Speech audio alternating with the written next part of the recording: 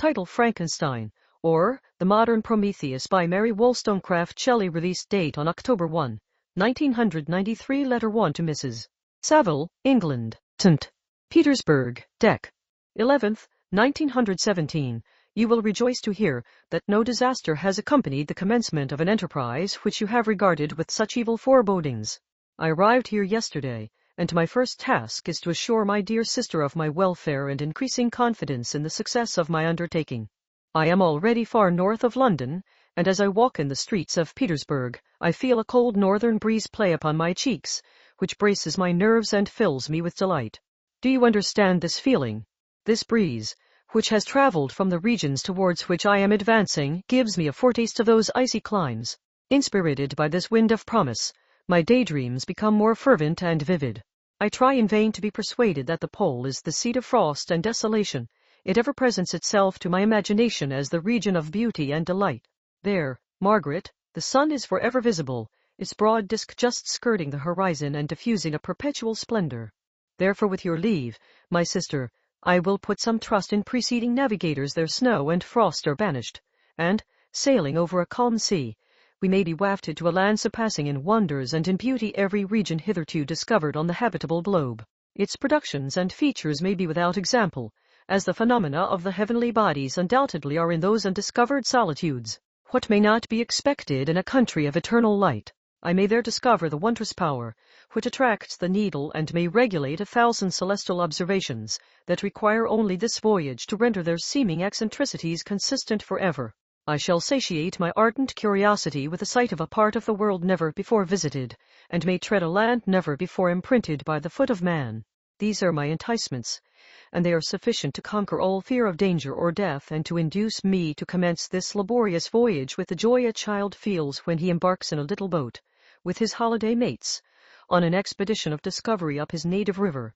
But supposing all these conjectures to be false, you cannot contest the inestimable benefit which I shall confer on all mankind, to the last generation, by discovering a passage near the pole to those countries, to reach which at present so many months are requisite, or by ascertaining the secret of the magnet, which, if at all possible, can only be effected by an undertaking such as mine. These reflections have dispelled the agitation with which I began my letter, and I feel my heart glow with an enthusiasm which elevates me to heaven, for nothing contributes so much to tranquilize the mind as a steady purpose, a point on which the soul may fix its intellectual eye. This expedition has been the favorite dream of my early years.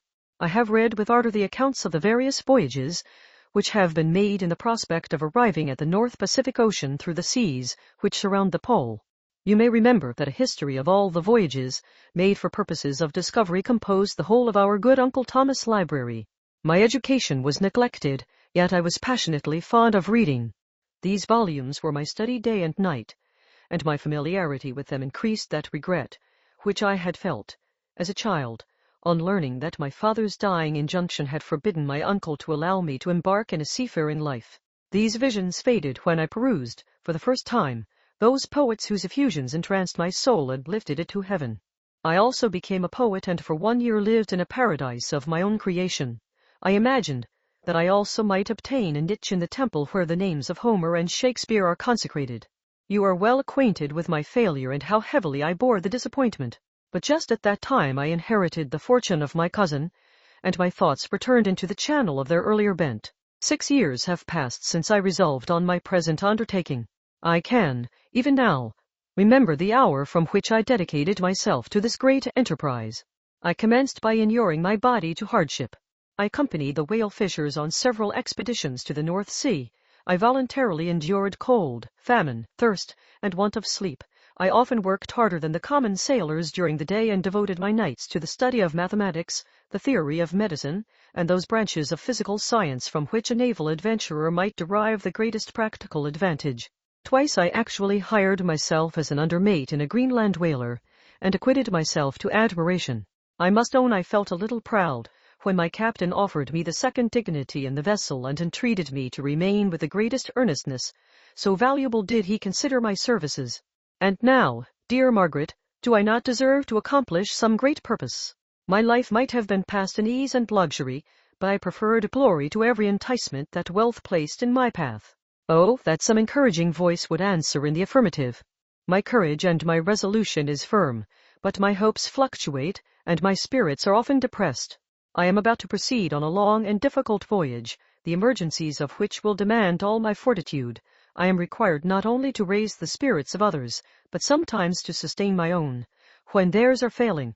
This is the most favorable period for traveling in Russia.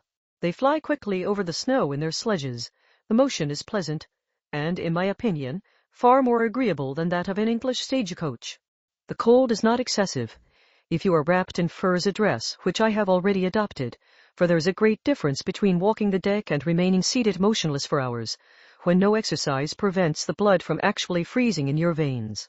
I have no ambition to lose my life on the post road between St. Petersburg and Archangel. I shall depart for the latter town in a fortnight or 3 weeks, and my intention is to hire a ship there, which can easily be done by paying the insurance for the owner, and to engage as many sailors as I think necessary among those who are accustomed to the whale fishing. I do not intend to sail until the month of June. And when shall I return?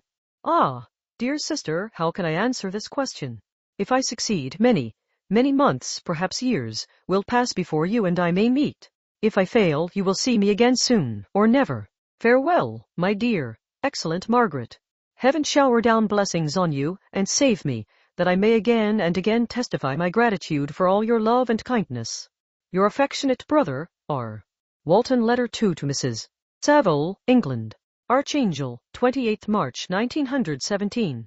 How slowly the time passes here, encompassed as I am by frost and snow. Yet a second step is taken towards my enterprise. I have hired a vessel and am occupied in collecting my sailors. Those whom I have already engaged appear to be men on whom I can depend and are certainly possessed of dauntless courage. But I have one want which I have never yet been able to satisfy, and the absence of the object of which I now feel as a most severe evil. I have no friend, Margaret, when I am glowing with the enthusiasm of success. There will be none to participate my joy, if I am assailed by disappointment. No one will endeavor to sustain me in dejection. I shall commit my thoughts to paper, it is true, but that is a poor medium for the communication of feeling. I desire the company of a man who could sympathize with me, whose eyes would reply to mine. You may deem me romantic, my dear sister, but I bitterly feel the want of a friend. I have no one near me, gentle yet courageous, possessed of a cultivated as well as of a capacious mind, whose tastes are like my own, to approve or amend my plans. How would such a friend repair the faults of your poor brother? I am too ardent in execution and too impatient of difficulties. But it is a still greater evil to me that I am self-educated. For the first 14 years of my life I ran wild on a common and read nothing but our Uncle Thomas' books of voyages. At that age I became acquainted with the celebrated poets of our own country, but it was only when it had ceased to be in my power to derive its most important benefits from such a conviction that I perceived the necessity of becoming acquainted with more languages than that of my native country. Now I am 28 and am in reality more illiterate than many schoolboys of 15. It is true that I have thought more and that my daydreams are more extended and magnificent, but they want, as the painters call it, keeping, and I greatly need a friend who would have sense enough not to despise me as romantic, and affection enough for me to endeavor to regulate my mind. Well, these are useless complaints. I shall certainly find no friend on the wide ocean, nor even here in Archangel, among merchants and seamen. Yet some feelings, unallied to the dross of human nature, beat even in these rugged bosoms. My lieutenant, for instance, is a man of wonderful courage and enterprise. He is madly desirous of glory, or rather, to word my phrase more characteristically, of advancement in his profession.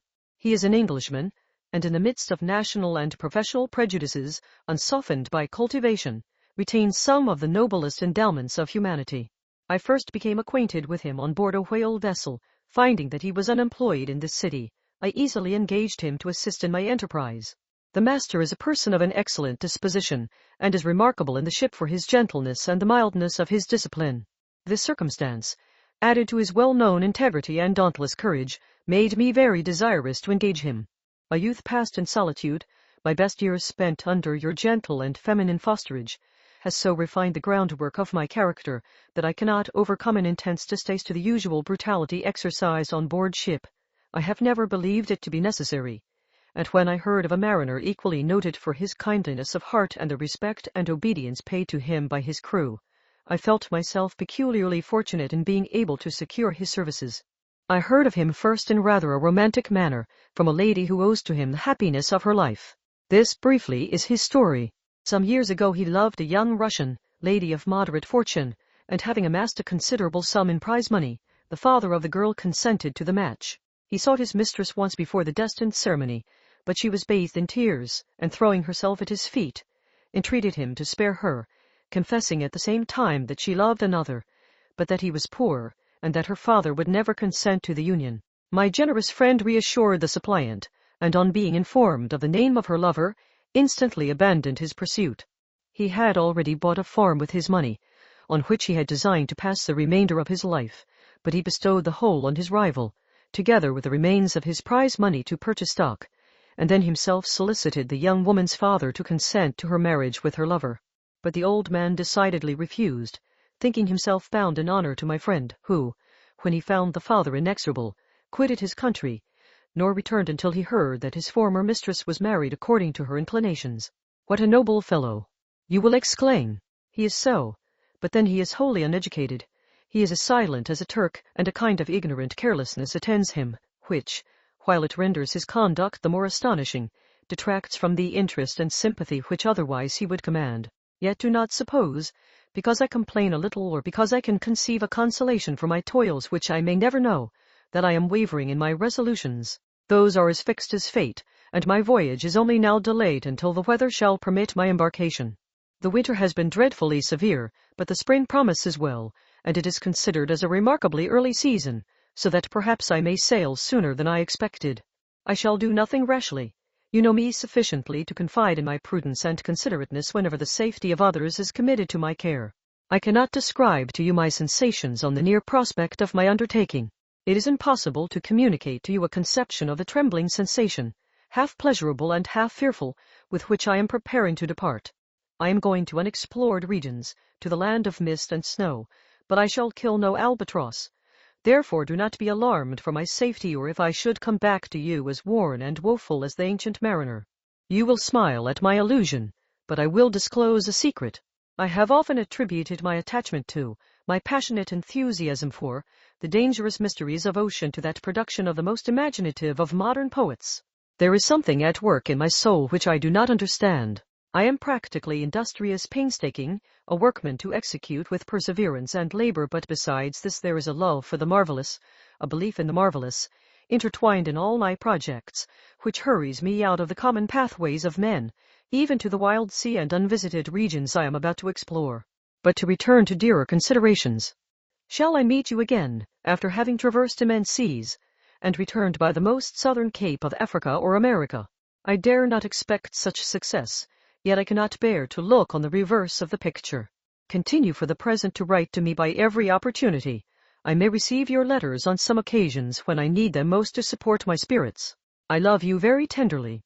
Remember me with affection, should you never hear from me again. Your affectionate brother, Robert Walton. Letter 3 to Mrs. Saville, England, July 7th, 1917. My dear sister, I write a few lines in haste to say that I am safe and well advanced on my voyage. This letter will reach England by a merchantman now on its homeward voyage from Archangel, more fortunate than I, who may not see my native land, perhaps, for many years.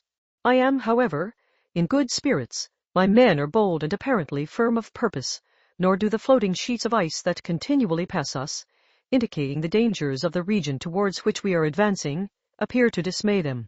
We have already reached a very high latitude, but it is the height of summer, and although not so warm as in England, the southern gales, which blow us speedily towards those shores which I so ardently desire to attain, breathe a degree of renovating warmth which I had not expected. No incidents have hitherto befallen us that would make a figure in a letter. 1 or 2 stiff gales and the springing of a leak are accidents which experienced navigators scarcely remember to record, and I shall be well content if nothing worse happen to us during our voyage. Adieu, my dear Margaret. Be assured that for my own sake, as well as yours, I will not rashly encounter danger. I will be cool, persevering, and prudent, but success shall crown my endeavors. Wherefore not? Thus far I have gone, tracing a secure way over the pathless seas, the very stars themselves being witnesses and testimonies of my triumph. Why not still proceed over the untamed yet obedient element? What can stop the determined heart and resolved will of man? My swelling heart involuntarily pours itself out thus. But I must finish. Heaven bless my beloved sister. R.W. Letter 4 to Mrs. Saville, England, August 5th, 1917. So strange an accident has happened to us that I cannot forbear recording it, although it is very probable that you will see me before these papers can come into your possession.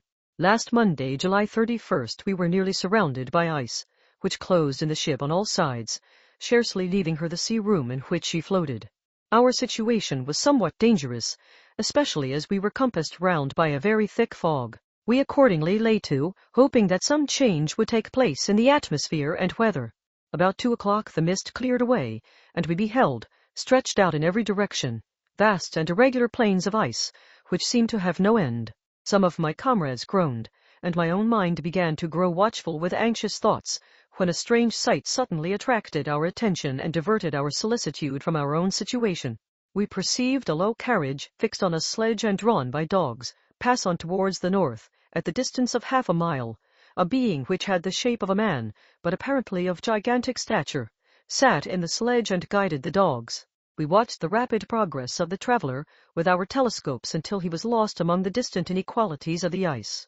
This appearance excited our unqualified wonder. We were, as we believed, many hundred miles from any land, but this apparition seemed to denote that it was not, in reality, so distant as we had supposed.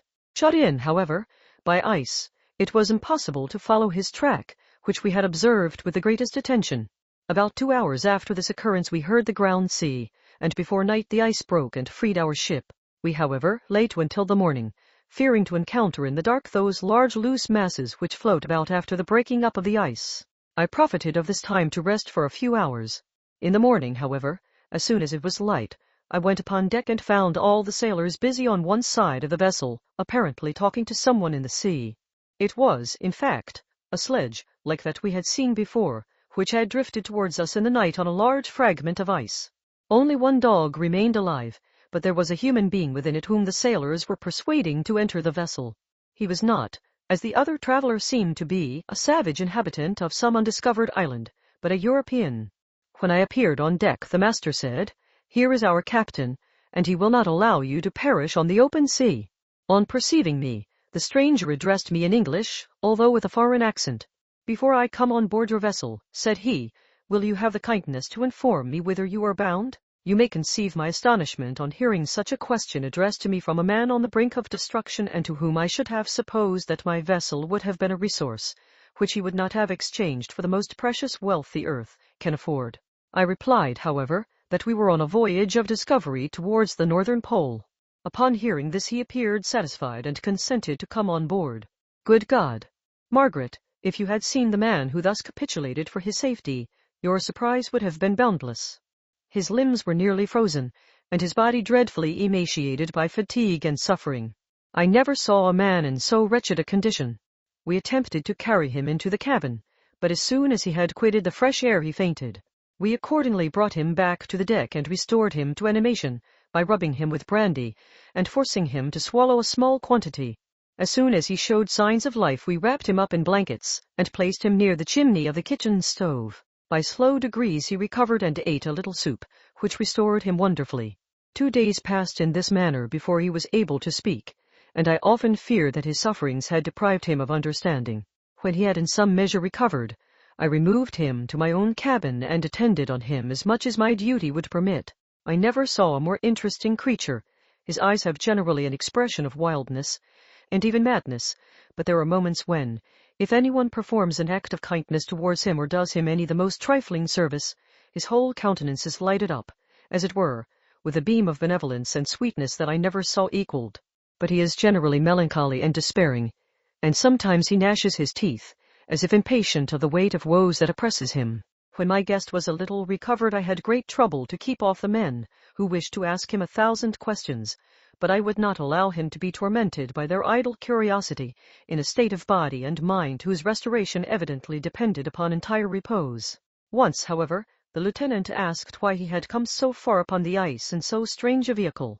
His countenance instantly assumed an aspect of the deepest gloom, and he replied, "To seek one who fled from me." "And did the man whom you pursued travel in the same fashion?" "Yes." "Then I fancy we have seen him, but the day before we picked you up we saw some dogs drawing a sledge, with a man in it, across the ice.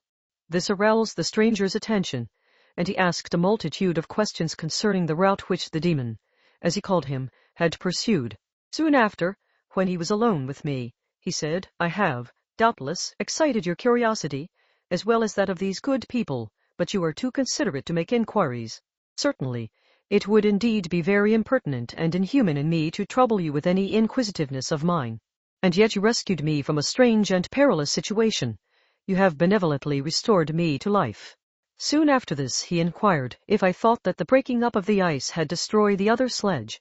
I replied that I could not answer with any degree of certainty, for the ice had not broken until near midnight, and the traveler might have arrived at a place of safety before that time, but of this I could not judge. From this time a new spirit of life animated the decaying frame of the stranger. He manifested the greatest eagerness to be upon deck to watch for the sledge which had before appeared, but I have persuaded him to remain in the cabin, for he is far too weak to sustain the rawness of the atmosphere. I have promised that someone should watch for him, and give him instant notice if any new object should appear in sight. Such is my journal of what relates to the strange occurrence up to the present day. The stranger has gradually improved in health, but is very silent and appears uneasy when anyone except myself enters his cabin. Yet his manners are so conciliating and gentle that the sailors are all interested in him, although they have had very little communication with him. For my own part, I begin to love him as a brother, and his constant and deep grief fills me with sympathy and compassion. He must have been a noble creature in his better days, being even now in wreck so attractive and amiable. I said in one of my letters, my dear Margaret, that I should find no friend on the wide ocean, yet I have found a man who, before his spirit had been broken by misery, I should have been happy to have possessed as the brother of my heart. I shall continue my journal concerning the stranger at intervals, should I have any fresh incidents to record. August 13th, 1917. My affection for my guest increases every day. He excites at once my admiration and my pity to an astonishing degree. How can I see so noble a creature destroyed by misery without feeling the most poignant grief? He is so gentle, yet so wise. His mind is so cultivated, and when he speaks, although his words are culled with the choicest art, yet they flow with rapidity and unparalleled eloquence. He is now much recovered from his illness and is continually on the deck, apparently watching for the sledge that preceded his own. Yet, although unhappy, he is not so utterly occupied by his own misery but that he interests himself deeply in the projects of others. He has frequently conversed with me on mine, which I have communicated to him without disguise. He entered attentively into all my arguments in favor of my eventual success, and into every minute detail of the measures I had taken to secure it. I was easily led by the sympathy which he evinced to use the language of my heart, to give utterance to the burning ardor of my soul, and to say, with all the fervor that warmed me, how gladly I would sacrifice my fortune, my existence, my every hope, to the furtherance of my enterprise. One man's life or death were but a small price to pay for the acquirement of the knowledge which I sought, for the dominion I should acquire and transmit over the elemental foes of our race. As I spoke, a dark gloom spread over my listener's countenance. At first I perceived that he tried to suppress his emotion. He placed his hands before his eyes, and my voice quivered and failed me as I beheld tears trickle fast from between his fingers. A groan burst from his heaving breast. I paused. At length he spoke, in broken accents. Unhappy man, do you share my madness? Have you drunk also of the intoxicating draught? Hear me, let me reveal my tale, and you will dash the cup from your lips. Such words, you may imagine, strongly excited my curiosity, but the paroxysm of grief that had seized the stranger overcame his weakened powers, and many hours of repose and tranquil conversation were necessary to restore his composure. Having conquered the violence of his feelings, he appeared to despise himself for being the slave of passion, and quelling the dark tyranny of despair, he led me again to converse concerning myself personally. He asked me the history of my earlier years. The tale was quickly told, but it awakened various trains of reflection. I spoke of my desire of finding a friend, of my thirst for a more intimate sympathy with a fellow mind than had ever fallen to my lot, and expressed my conviction that a man could boast of little happiness who did not enjoy this blessing. I agree with you, replied the stranger. We are unfashioned creatures, but half made up. If one wiser, better, dearer than ourselves, such a friend ought to be, do not lend his aid to perfection at our weak and faulty natures. I once had a friend, the most noble of human creatures, and am entitled, therefore, to judge respecting friendship. You have hope and the world before you, and have no cause for despair. But I have lost everything and cannot begin life anew. As he said this, his countenance became expressive of a calm, settled grief that touched me to the heart. But he was silent and presently retired to his cabin. Even broken in spirit as he is, no one can feel more deeply than he does the beauties of nature. The starry sky, the sea, and every sight afforded by these wonderful regions seems still to have the power of elevating his soul from earth. Such a man has a double existence. He may suffer misery and be overwhelmed by disappointments, yet when he has retired into himself, he will be like a celestial spirit that has a halo around him, within whose circle no grief or folly ventures. Will you smile at the enthusiasm I express concerning this divine wanderer? You would not if you saw him. You have been tutored and refined by books and retirement from the world, and you are therefore somewhat fastidious, but this only renders you the more fit to appreciate the extraordinary merits of this wonderful man. Sometimes I have endeavored to discover what quality it is which he possesses that elevates him so immeasurably above any other person I ever knew. I believe it to be an intuitive discernment, a quick but never-failing power of judgment, a penetration into the causes of things, unequaled for clearness and precision. Add to this a facility of expression and a voice whose varied intonations are soul-subduing music. August 19, 1917. Yesterday the stranger said to me, "You may easily perceive, Captain Walton, that I have suffered great and unparalleled misfortunes. I had determined at one time that the memory of these evils should die with me, but you have won me to alter my determination. You seek for knowledge and wisdom, as I once did, and I ardently hope that the gratification of your wishes may not be a serpent to sting you, as mine has been. I do not know that the relation of my disasters will be useful to you, yet, when I reflect that you are pursuing the same course, exposing yourself to the same dangers which have rendered me what I am, I imagine that you may deduce an apt moral from my tale, one that may direct you if you succeed in your undertaking and console you in case of failure. Prepare to hear of occurrences which are usually deemed marvelous.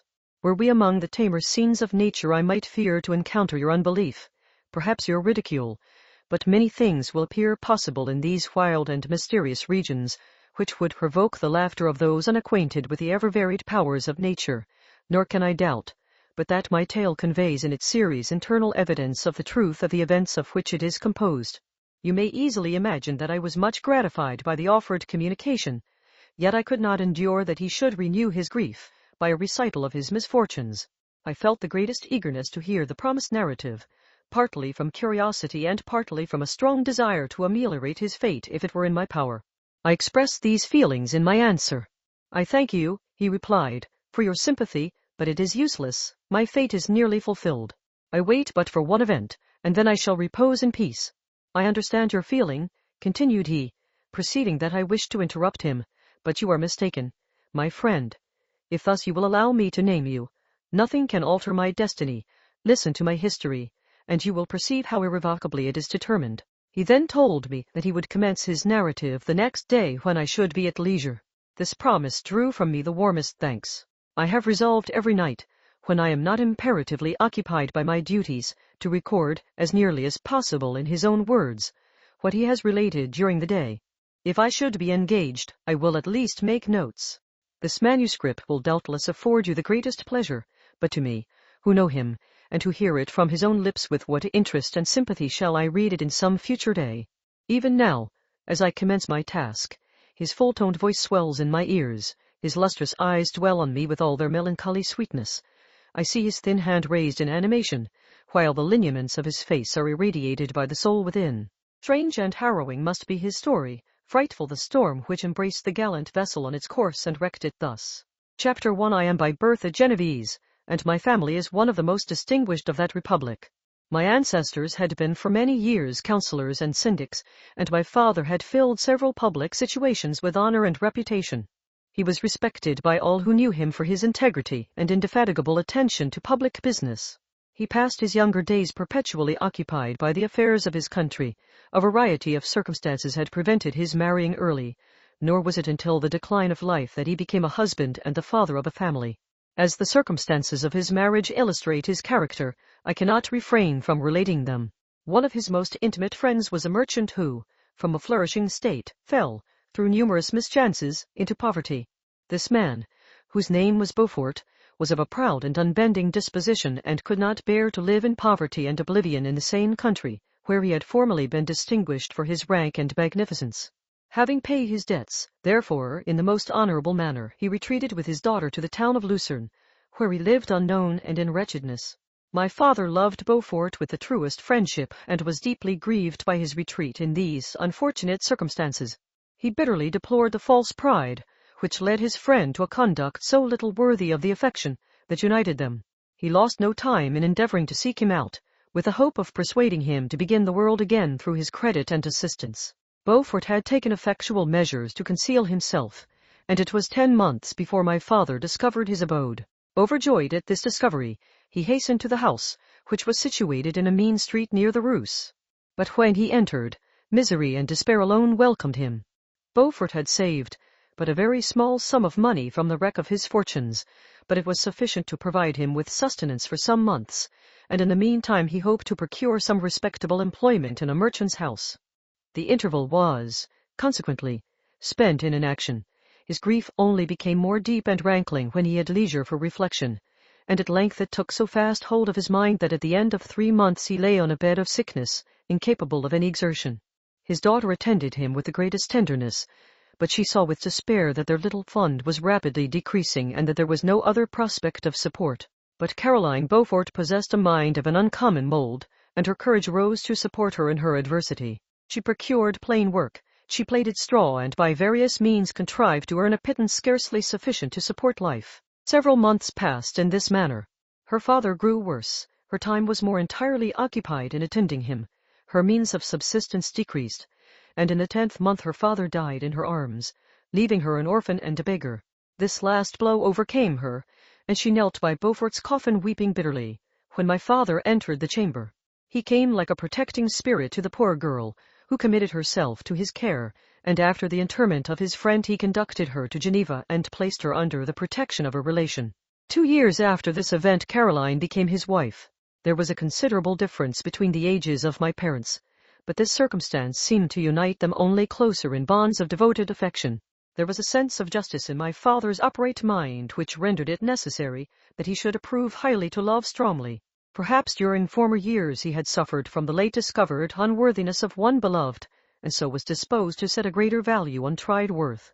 There was a show of gratitude and worship in his attachment to my mother, differing wholly from the doting fondness of age, for it was inspired by reverence for her virtues and a desire to be the means of, in some degree, recompensing her for the sorrows she had endured, but which gave inexpressible grace to his behavior to her.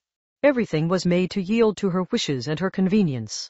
He strove to shelter her, as a fair exotic is sheltered by the gardener, from every rougher wind, and to surround her with all that could tend to excite pleasurable emotion in her soft and benevolent mind.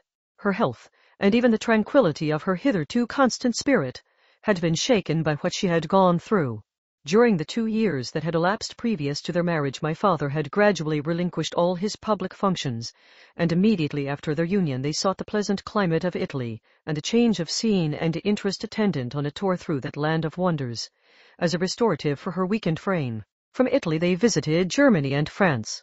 I, their eldest child, was born at Naples, and as an infant accompanied them in their rambles. I remained for several years their only child. Much as they were attached to each other, they seemed to draw inexhaustible stores of affection from a very mine of love to bestow them upon me. My mother's tender caresses and my father's smile of benevolent pleasure, while regarding me, are my first recollections. I was their plaything and their idol, and something better their child, the innocent and helpless creature bestowed on them by heaven, whom to bring up to good, and whose future lot it was in their hands to direct to happiness or misery, according as they fulfilled their duties towards me. With this deep consciousness of what they owed towards the being to which they had given life, added to the active spirit of tenderness that animated both, it may be imagined that while during every hour of my infant life I received a lesson of patience, of charity, and of self-control, I was so guided by a silken cord that all seemed but one train of enjoyment to me. For a long time I was their only care. My mother had much desire to have a daughter, but I continued their single offspring. When I was about 5 years old, while making an excursion beyond the frontiers of Italy, they passed a week on the shores of the Lake of Como. Their benevolent disposition often made them enter the cottages of the poor. This, to my mother, was more than a duty. It was a necessity, a passion, remembering what she had suffered, and how she had been relieved for her to act in her turn the guardian angel to the afflicted. During one of their walks, a poor cot in the foldings of a veil attracted their notice as being singularly disconsolate, while the number of half-clothed children gathered about it spoke of penury in its worst shape.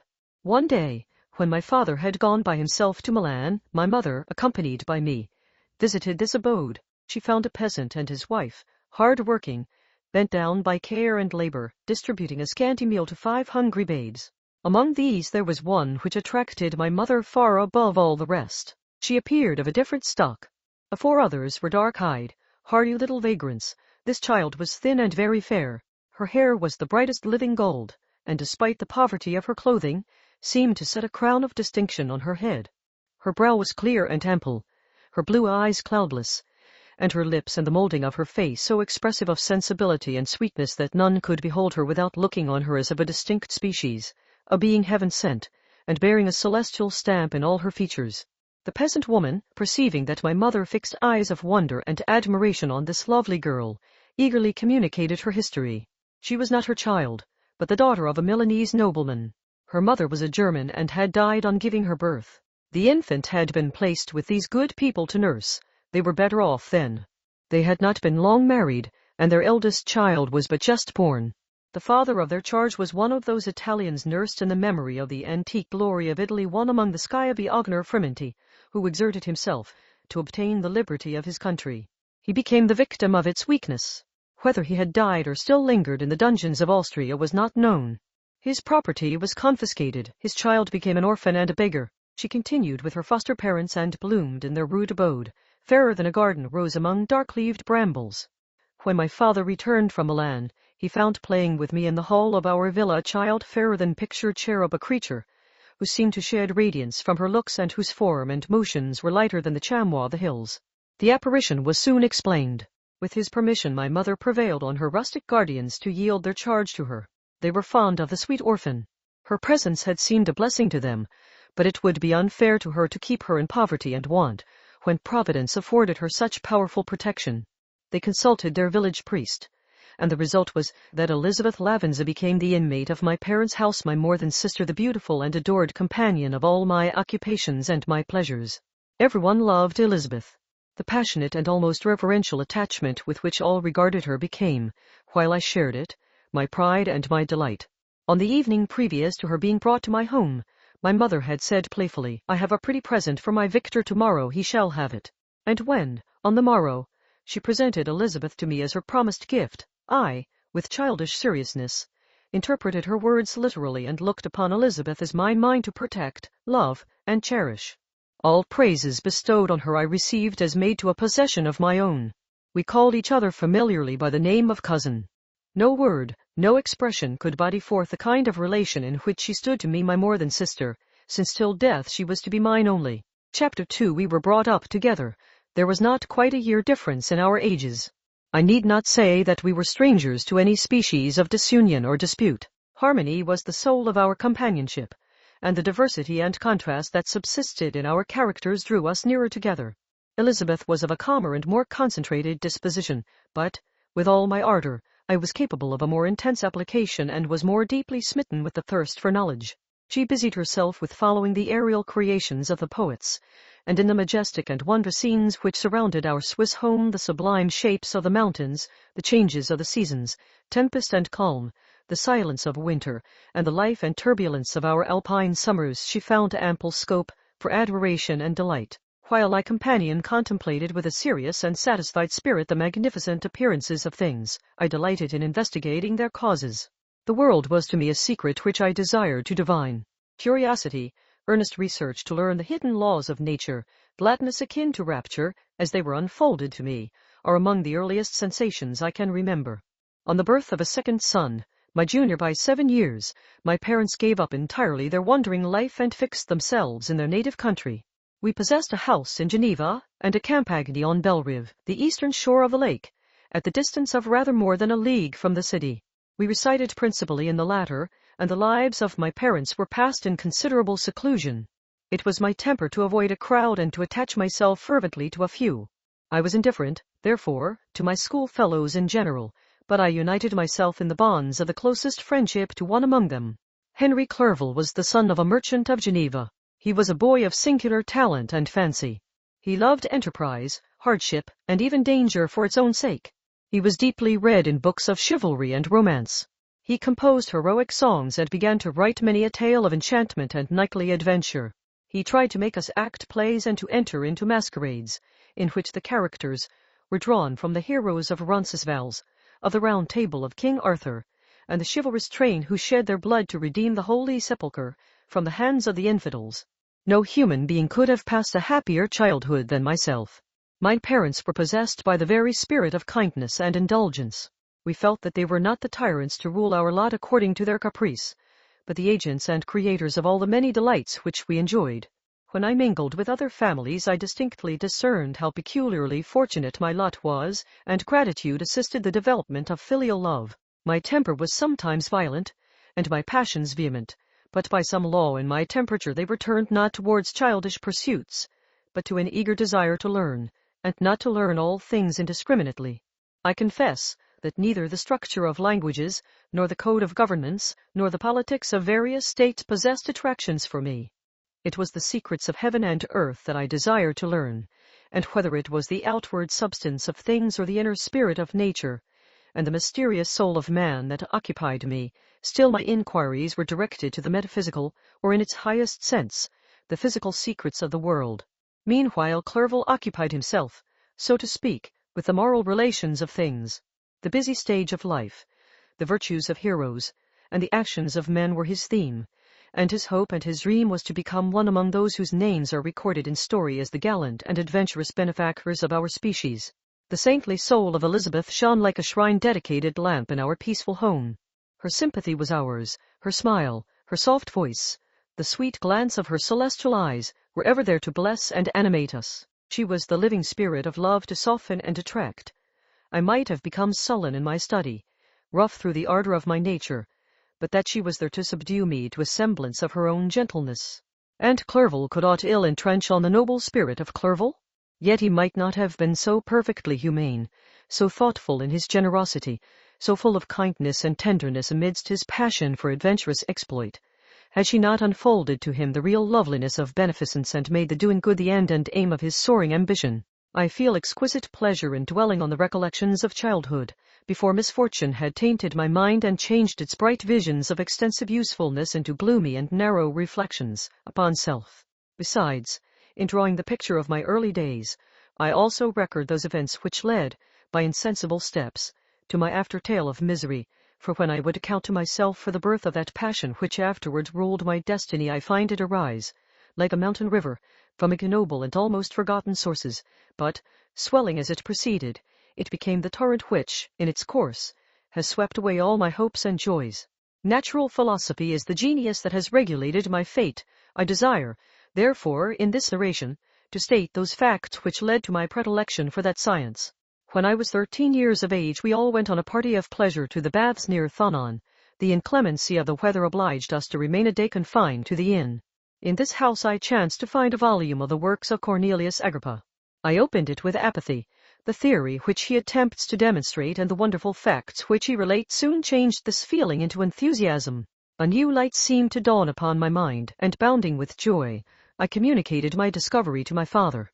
My father looked carelessly at the title page of my book and said, "Ah, Cornelius Agrippa. My dear Victor, do not waste your time upon this. It is sad trash."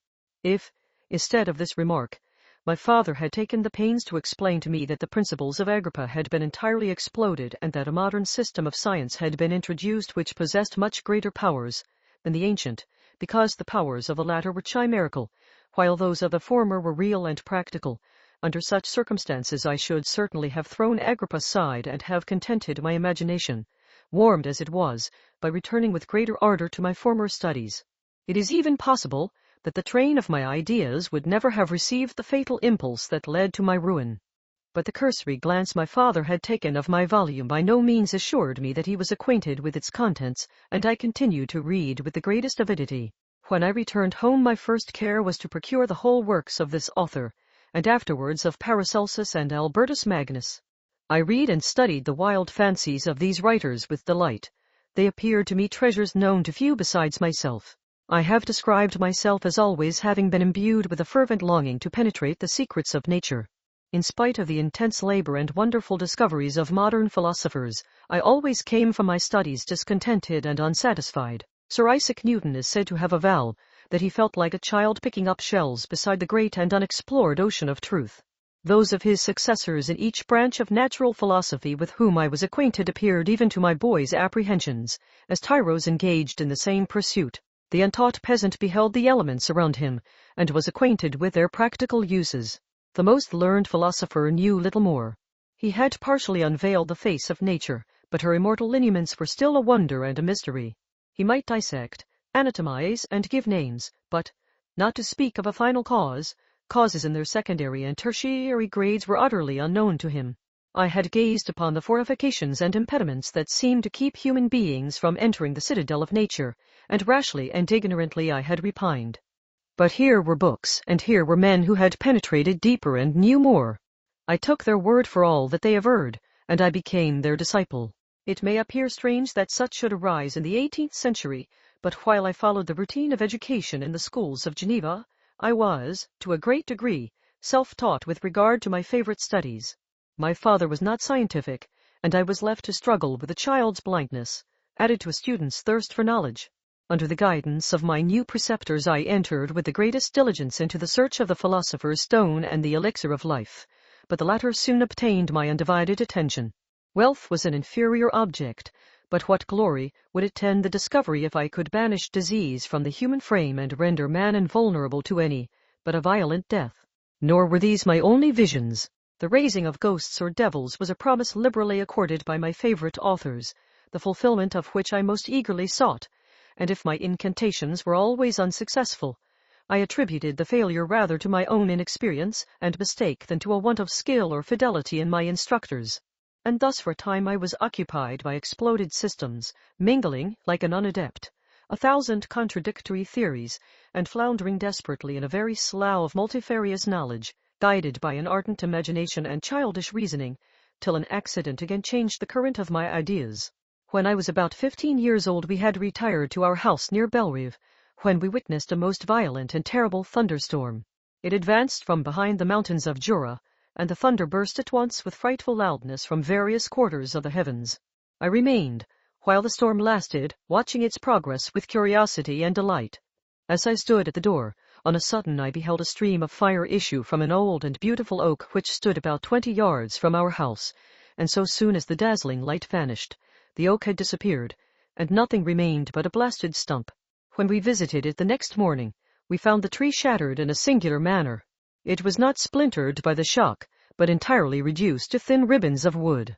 I never beheld anything so utterly destroyed. Before this I was not unacquainted with the more obvious laws of electricity.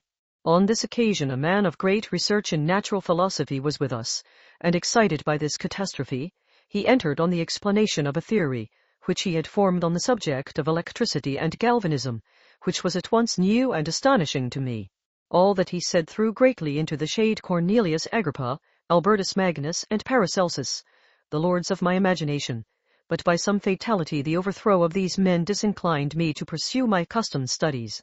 It seemed to me as if nothing would or could ever be known. All that had so long engaged my attention suddenly grew despicable. By one of those caprices of the mind which we are perhaps most subject to in early youth, I at once gave up my former occupations, set down natural history and all its progeny as a deformed and abortive creation, and entertained the greatest disdain for a would-be science, which could never even step within the threshold of real knowledge. In this mood of mind I betook myself to the mathematics and the branches of study appertaining to that science as being built upon secure foundations, and so worthy of my consideration. Thus strangely are our souls constructed, and by such slight ligaments are we bound to prosperity or ruin. When I look back, it seems to me as if this almost miraculous change of inclination and will was the immediate suggestion of the guardian angel of my life, the last effort made by the spirit of preservation to avert the storm that was even then hanging in the stars and ready to envelop me. Her victory was announced by an unusual tranquillity and gladness of soul which followed the relinquishing of my ancient and latterly tormenting studies. It was thus that I was to be taught to associate evil with their prosecution, happiness with their disregard. It was a strong effort of the spirit of good, but it was ineffectual. Destiny was too potent, and her immutable laws had decreed my utter and terrible destruction. Chapter 3. When I had attained the age of 17, my parents resolved that I should become a student at the University of Ingolstadt. I had hitherto attended the schools of Geneva, but my father thought it necessary for the completion of my education that I should be made acquainted with other customs than those of my native country. My departure was therefore fixed at an early date, but before the day resolved upon could arrive, the first misfortune of my life occurred, an omen, as it were, of my future misery. Elizabeth had caught the scarlet fever. Her illness was severe, and she was in the greatest danger. During her illness many arguments had been urged to persuade my mother to refrain from attending upon her. She had at first yielded to our entreaties, but when she heard that the life of her favorite was menaced, she could no longer control her anxiety. She attended her sick. Her watchful attentions triumphed over the malignity of the distemper. Elizabeth was saved, but the consequences of this imprudence were fatal to her preserver. On the third day my mother sickened.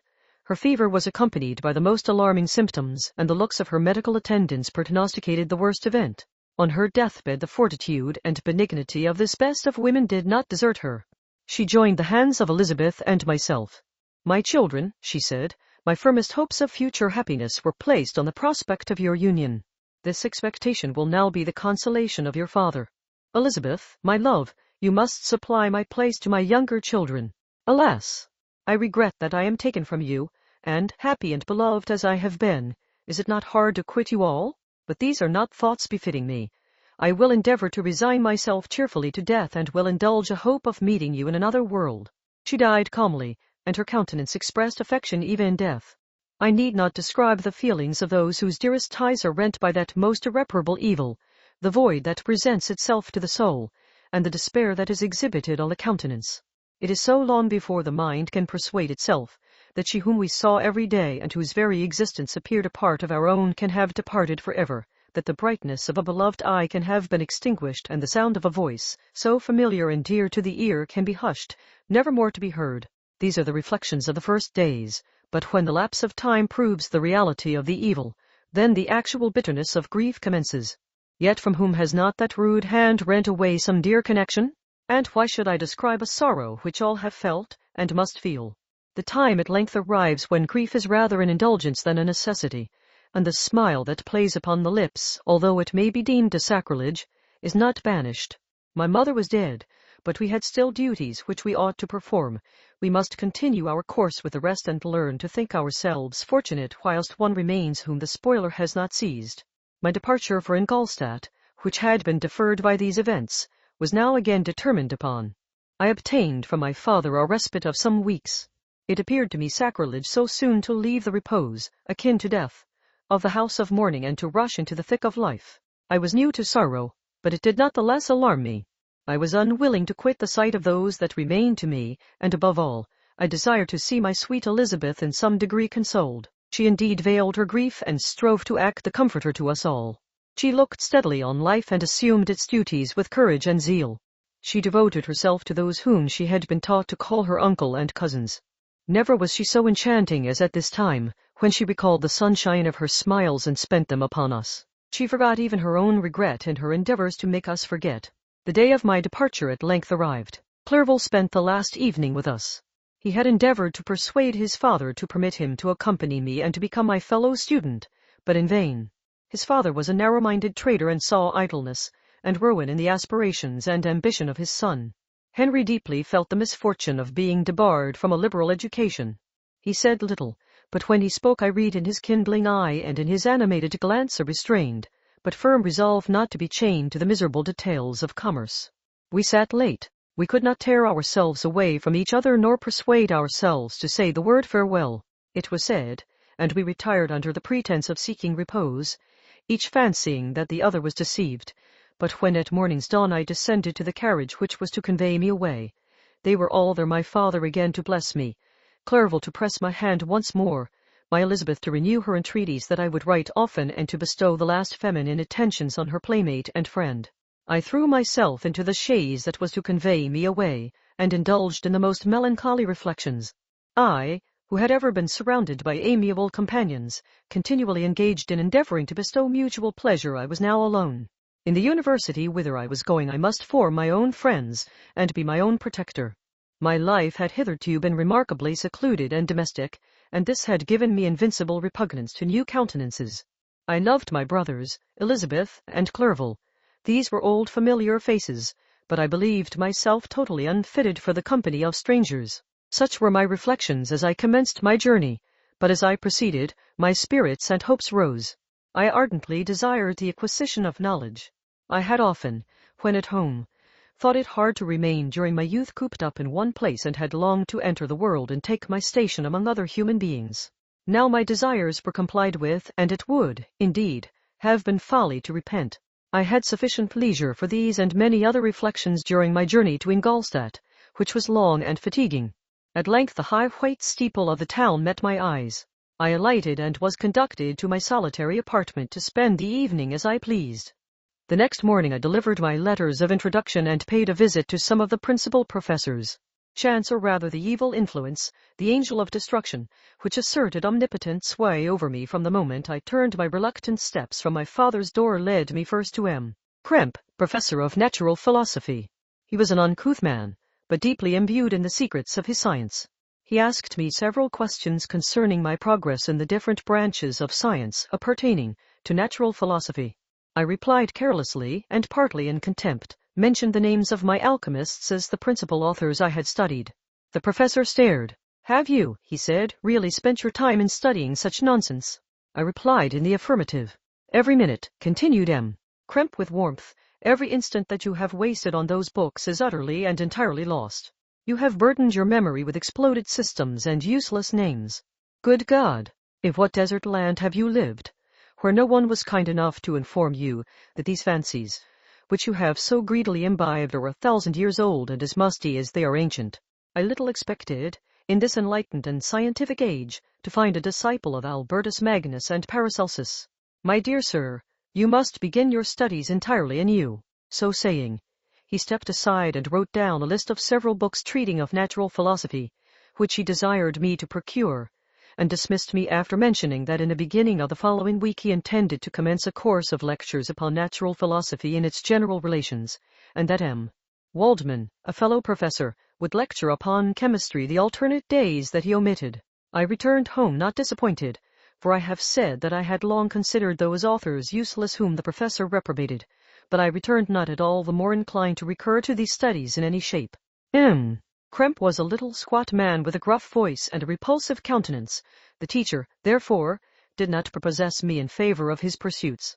In rather a too philosophical and connected a strain, perhaps, I have given an account of the conclusions I had come to concerning them in my early years. As a child I had not been content with the results promised by the modern professors of natural science.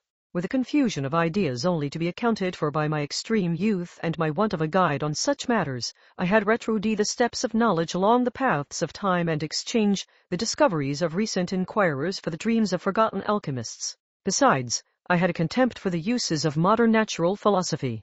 It was very different when the masters of the science sought immortality and power. Such views, although futile, were grand, but now the scene was changed. The ambition of the inquirer seemed to limit itself to the annihilation of those visions on which my interest in science was chiefly founded. I was required to exchange chimeras of boundless grandeur for realities of little worth. Such were my reflections during the first 2 or 3 days of my residence at Ingolstadt, which were chiefly spent in becoming acquainted with the localities and the principal residents in my new abode. But as the ensuing week commenced, I thought of the information which M. Krempe had given me concerning the lectures, and although I could not consent to go and hear that little conceited fellow deliver sentences out of a pulpit, I recollected what he had said of M. Waldman, whom I had never seen, as he had hitherto been out of town. Partly from curiosity and partly from idleness, I went into the lecturing room, which M. Waldman entered shortly after. This professor was very unlike his colleague. He appeared about 50 years of age, but with an aspect expressive of the greatest benevolence.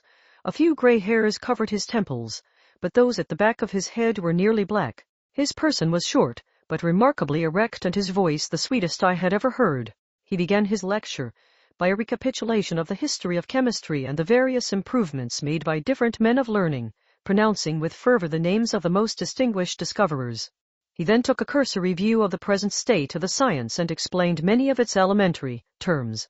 After having made a few preparatory experiments, he concluded with a panegyric upon modern chemistry, the terms of which I shall never forget. The ancient teachers of this science, said he, promised impossibilities and performed nothing. The modern masters promise very little.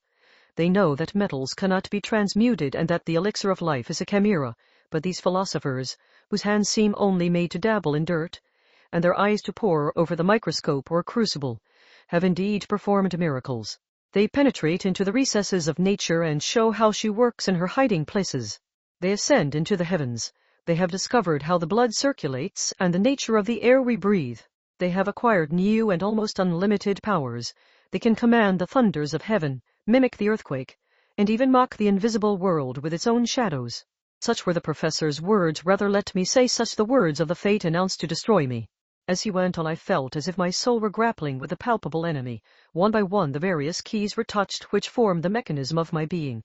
Chord after chord was sounded, and soon my mind was filled with one thought, one conception, one purpose. So much has been done, exclaimed the soul of Frankenstein. More, far more, will I achieve. Treading in the steps already marked, I will pioneer a new way, explore unknown powers, and unfold to the world the deepest mysteries of creation. I closed not my eyes that night. My internal being was in a state of insurrection and turmoil. I felt that order would thence arise, but I had no power to produce it. By degrees, after the morning's dawn, sleep came. I awoke, and my yesternight's thoughts were as a dream. There only remained a resolution to return to my ancient studies, and to devote myself to a science for which I believed myself to possess a natural talent. On the same day I paid him, Waldman, a visit. His manners in private were even more mild and attractive than in public, for there was a certain dignity in his mien during his lecture, which in his own house was replaced by the greatest affability and kindness. I gave him pretty nearly the same account of my former pursuits as I had given to his fellow professor. He heard with attention the little narration concerning my studies and smiled at the names of Cornelius, Agrippa, and Paracelsus, but without the contempt that M. Krempe had exhibited. He said that these were men to whose indefatigable zeal modern philosophers were indebted for most of the foundations of their knowledge. They had left to us, as an easier task, to give new names and arrange in connected classifications the facts which they in a great degree had been the instruments of bringing to light. The labors of men of genius, however erroneously directed, scarcely ever fail in ultimately turning to the solid advantage of mankind. I listened to his statement, which was delivered without any presumption or affectation, and then added that his lecture had removed my prejudices against modern chemists. I expressed myself in measured terms, with the modesty and deference due from a youth to his instructor, without letting escape an experience in life would have made me ashamed any of the enthusiasm which stimulated my intended labors. I requested his advice concerning the books I ought to procure. I am happy, said M. Waldman, to have gained a disciple, and if your application equals your ability, I have no doubt of your success. Chemistry is that branch of natural philosophy in which the greatest improvements have been and may be made. It is on that account that I have made it my peculiar study, but at the same time I have not neglected the other branches of science. A man would make but a very sorry chemist if he attended to that department of human knowledge alone. If your wish is to become really a man of science and not merely a petty experimentalist, I should advise you to apply to every branch of natural philosophy, including mathematics. He then took me into his laboratory and explained to me the uses of his various machines, instructing me as to what I ought to procure and promising me the use of his own when I should have advanced far enough in the science not to derange their mechanism. He also gave me the list of books which I had requested, and I took my leave. Thus ended a day memorable to me. It decided my future destiny. Chapter 4. From this day natural philosophy, and particularly chemistry, in the most comprehensive sense of the term, became nearly my sole occupation. I read with ardor those works, so full of genius and discrimination, which modern inquirers have written on these subjects. I attended the lectures and cultivated the acquaintance of the men of science of the university, and I found even in M. Krempe a great deal of sound sense and real information, combined, it is true, with a repulsive physiognomy and manners, but not on that account the less valuable. In M. Waldman I found a true friend. His gentleness was never tinged by dogmatism, and his instructions were given with an air of frankness and good nature that banished every idea of pedantry. In 1,000 ways he smoothed for me the path of knowledge and made the most abstruse inquiries clear and facile to my apprehension. My application was at first fluctuating and uncertain. It gained strength as I proceeded, and soon became so ardent and eager that the stars often disappeared in the light of morning whilst I was yet engaged in my laboratory. As I applied so closely, it may be easily conceived that my progress was rapid. My ardor was indeed the astonishment of the students, and my proficiency that of the masters. Professor Krempe often asked me, with a sly smile, how Cornelius Agrippa went on, whilst M. Waldman expressed the most heartfelt exultation in my progress. 2 years passed in this manner, during which I paid no visit to Geneva, but was engaged, heart and soul, in the pursuit of some discoveries which I hope to make. None but those who have experienced them can conceive of the enticements of science. In other studies you go as far as others have gone before you, and there is nothing more to know. But in a scientific pursuit there is continual food for discovery and wonder. A mind of moderate capacity, which closely pursues one study, must infallibly arrive at great proficiency in that study, and I, who continually sought the attainment of one object of pursuit and was solely wrapped up in this, improved so rapidly that at the end of 2 years I made some discoveries in the improvement of some chemical instruments, which procured me great esteem and admiration at the university. When I had arrived at this point and had become as well acquainted with the theory and practice of natural philosophy as depended on the lessons of any of the professors at Ingolstadt, my residence there being no longer conducive to my improvements, I thought of returning to my friends and my native town, when an incident happened that protracted my stay. One of the phenomena which had peculiarly attracted my attention was the structure of the human frame, and, indeed, any animal endued with life. Whence, I often asked myself, did the principle of life proceed? It was a bold question, and one which has ever been considered as a mystery. Yet with how many things are we upon the brink of becoming acquainted, if cowardice or carelessness did not restrain our inquiries. I revolved these circumstances in my mind, and determined thenceforth to apply myself more particularly to those branches of natural philosophy which relate to physiology. Unless I had been animated by an almost supernatural enthusiasm, my application to the study would have been irksome and almost intolerable. To examine the causes of life, we must first have recourse to death. I became acquainted with the science of anatomy, but this was not sufficient. I must also observe the natural decay and corruption of the human body. In my education my father had taken the greatest precautions that my mind should be impressed with no supernatural horrors. I do not ever remember to have trembled at a tale of superstition, or to have feared the apparition of a spirit. Darkness had no effect upon my fancy, and a churchyard was to me merely the receptacle of bodies deprived of life, which, from being the seat of beauty and strength, had become food for the worm. Now I was led to examine the cause and progress of this decay, and forced to spend days and nights in vaults and charnel houses. My attention was fixed upon every object the most insupportable to the delicacy of the human feelings. I saw how the fine form of man was degraded and wasted. I beheld the corruption of death succeed to the blooming cheek of life. I saw how the worm inherited the wonders of the eye and brain. I paused, examining and analyzing all the minutiae of causation, as exemplified in the change from life to death, and death to life, until from the midst of this darkness a sudden light broke in upon me, a light so brilliant and wondrous, yet so simple, that while I became dizzy with the immensity of the prospect which it illustrated, I was surprised that among so many men of genius who had directed their inquiries towards the same science, that I alone should be reserved to discover so astonishing a secret. Remember, I am not recording the vision of a madman. The sun does not more certainly shine in the heavens than that which I now affirm is true. Some miracle might have produced it, yet the stages of the discovery were distinct and probable. After days and nights of incredible labor and fatigue, I succeeded in discovering the cause of generation and life. Nay, more, I became myself capable of bestowing animation upon lifeless matter. The astonishment which I had at first experienced on this discovery soon gave place to delight and rapture. After so much time spent in painful labor, to arrive at once at the summit of my desires was the most gratifying consummation of my toils. But this discovery was so great and overwhelming that all the steps by which I had been progressively led to it were obliterated, and I beheld only the result. What had been the study and desire of the wisest men since the creation of the world was now within my grasp. Not that, like a magic scene, it all opened upon me at once, The information I had obtained was of a nature rather to direct my endeavors so soon as I should point them towards the object of my search than to exhibit that object already accomplished. I was like the Arabian who had been buried with the dead and found a passage to life, aided only by one glimmering and seemingly ineffectual light. I see by your eagerness and the wonder and hope which your eyes express, my friend, that you expect to be informed of the secret with which I am acquainted, that cannot be. Listen patiently until the end of my story, and you will easily perceive why I am reserved upon that subject. I will not lead you on, unguarded and ardent as I then was, to your destruction and infallible misery. Learn from me, if not by my precepts, at least by my example, how dangerous is the acquirement of knowledge, and how much happier that man is who believes his native town to be the world, than he who aspires to become greater than his nature will allow. When I found so astonishing a power placed within my hands, I hesitated a long time concerning the manner in which I should employ it. Although I possessed the capacity of bestowing animation, yet to prepare a frame for the reception of it, with all its intricacies of fibers, muscles, and veins, still remained a work of inconceivable difficulty and labor.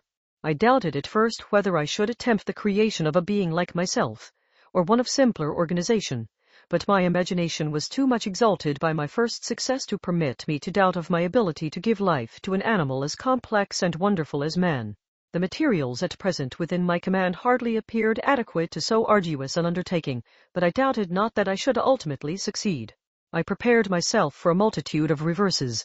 My operations might be incessantly baffled, and at last my work be imperfect.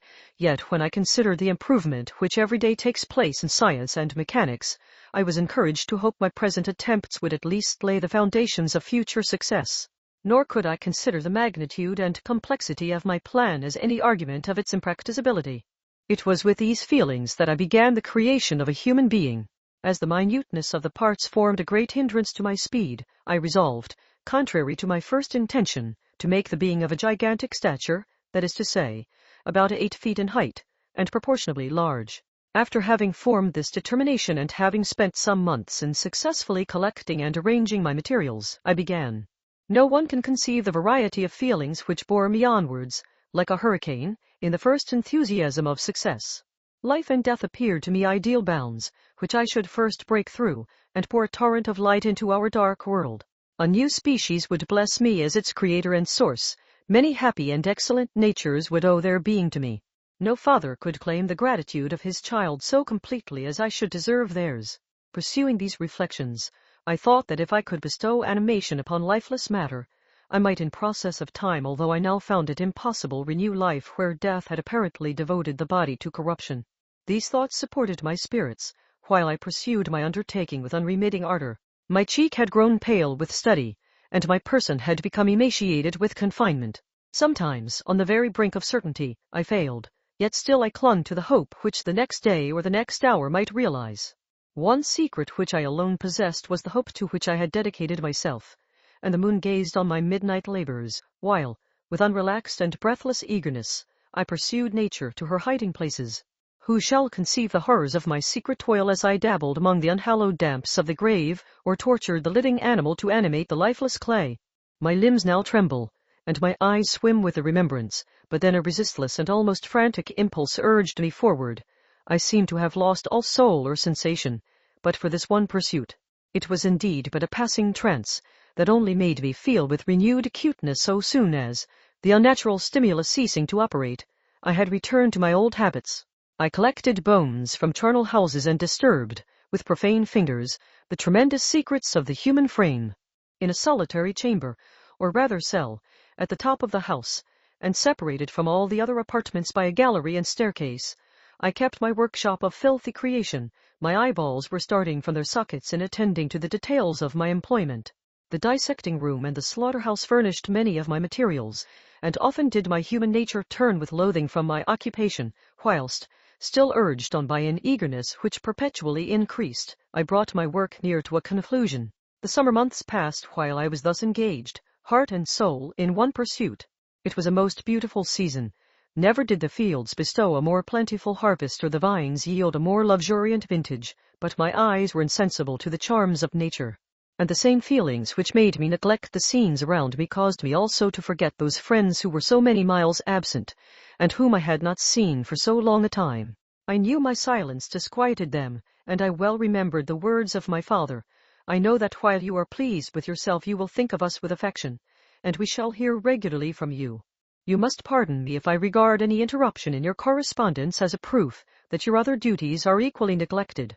I knew well, therefore, what would be my father's feelings, but I could not tear my thoughts from my employment, loathsome in itself, but which had taken an irresistible hold of my imagination. I wished, as it were, to procrastinate all that related to my feelings of affection until the great object, which swallowed up every habit of my nature, should be completed.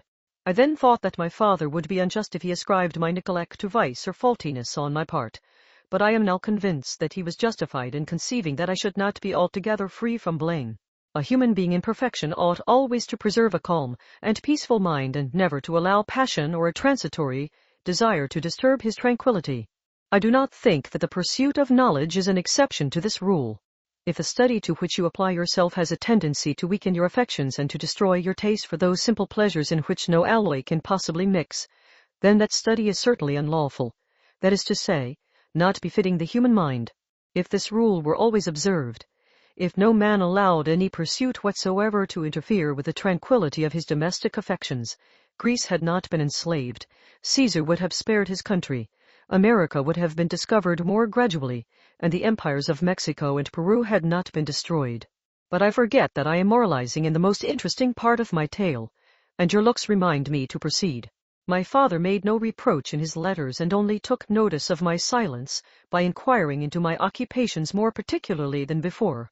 Winter, spring, and summer passed away during my labors, but I did not watch the blossom or the expanding leaves, sights which before always yielded me supreme delight, so deeply was I engrossed in my occupation. The leaves of that year had withered before my work drew near to a close, and now every day showed me more plainly how well I had succeeded. But my enthusiasm was checked by my anxiety, and I appeared rather like one doomed by slavery to toil in the mines, or any other unwholesome trade, than an artist occupied by his favorite employment. Every night I was oppressed by a slow fever, and I became nervous to a most painful degree. The fall of a leaf startled me, and I shunned my fellow creatures as if I had been guilty of a crime. Sometimes I grew alarmed at the wreck I perceived that I had become. The energy of my purpose alone sustained me. My labors would soon end, and I believed that exercise and amusement would then drive away incipient disease, and I promised myself both of these when my creation should be complete. Chapter 5. It was on a dreary night of November that I beheld the accomplishment of my toils. With an anxiety that almost amounted to agony, I collected the instruments of life around me, that I might infuse a spark of being into the lifeless thing that lay at my feet. It was already 1 in the morning. The rain pattered dismally against the panes, and my candle was nearly burned out, when, by the glimmer of the half-extinguished light, I saw the dull yellow eye of the creature open. It breathed hard, and a convulsive motion agitated its limbs. How can I describe my emotions at this catastrophe, or how delineate the wretch whom with such infinite pains and care I had endeavored to form? His limbs were in proportion, and I had selected his features as beautiful. Beautiful! Great God! His yellow skin scarcely covered the work of muscles and arteries beneath. His hair was of a lustrous black, and flowing, his teeth of a pearly whiteness, but these luxuriances only formed a more horrid contrast with his watery eyes, that seemed almost of the same color as the dun-white sockets in which they were set, his shriveled complexion and straight black lips. The different accidents of life are not so changeable as the feelings of human nature. I had worked hard for nearly 2 years, for the sole purpose of infusing life into an inanimate body. For this I had deprived myself of rest and health. I had desired it with an ardor that far exceeded moderation. But now that I had finished, the beauty of the dream vanished, and breathless horror and disgust filled my heart. Unable to endure the aspect of the being I had created, I rushed out of the room and continued a long time traversing my bedchamber, unable to compose my mind to sleep. At length lassitude succeeded to the tumult I had before endured, and I threw myself on the bed in my clothes, endeavoring to seek a few moments of forgetfulness. But it was in vain. I slept, indeed, but I was disturbed by the wildest dreams. I thought I saw Elizabeth, in the bloom of health, walking in the streets of Ingolstadt. Delighted and surprised, I embraced her, but as I imprinted the first kiss on her lips, they became livid with the hue of death. Her features appeared to change, and I thought that I held the corpse of my dead mother in my arms. A shroud enveloped her form, and I saw the grave worms crawling in the folds of the flannel. I started from my sleep with horror. A cold dew covered my forehead, my teeth chattered, and every limb became convulsed, when, by the dim and yellow light of the moon, as it forced its way through the window shutters, I beheld the wretch, the miserable monster whom I had created. He held up the curtain of the bed, and his eyes, if eyes they may be called, were fixed on me. His jaws opened, and he muttered some inarticulate sounds, while a grin wrinkled his cheeks. He might have spoken, but I did not hear. One hand was stretched out, seemingly to detain me, but I escaped and rushed downstairs.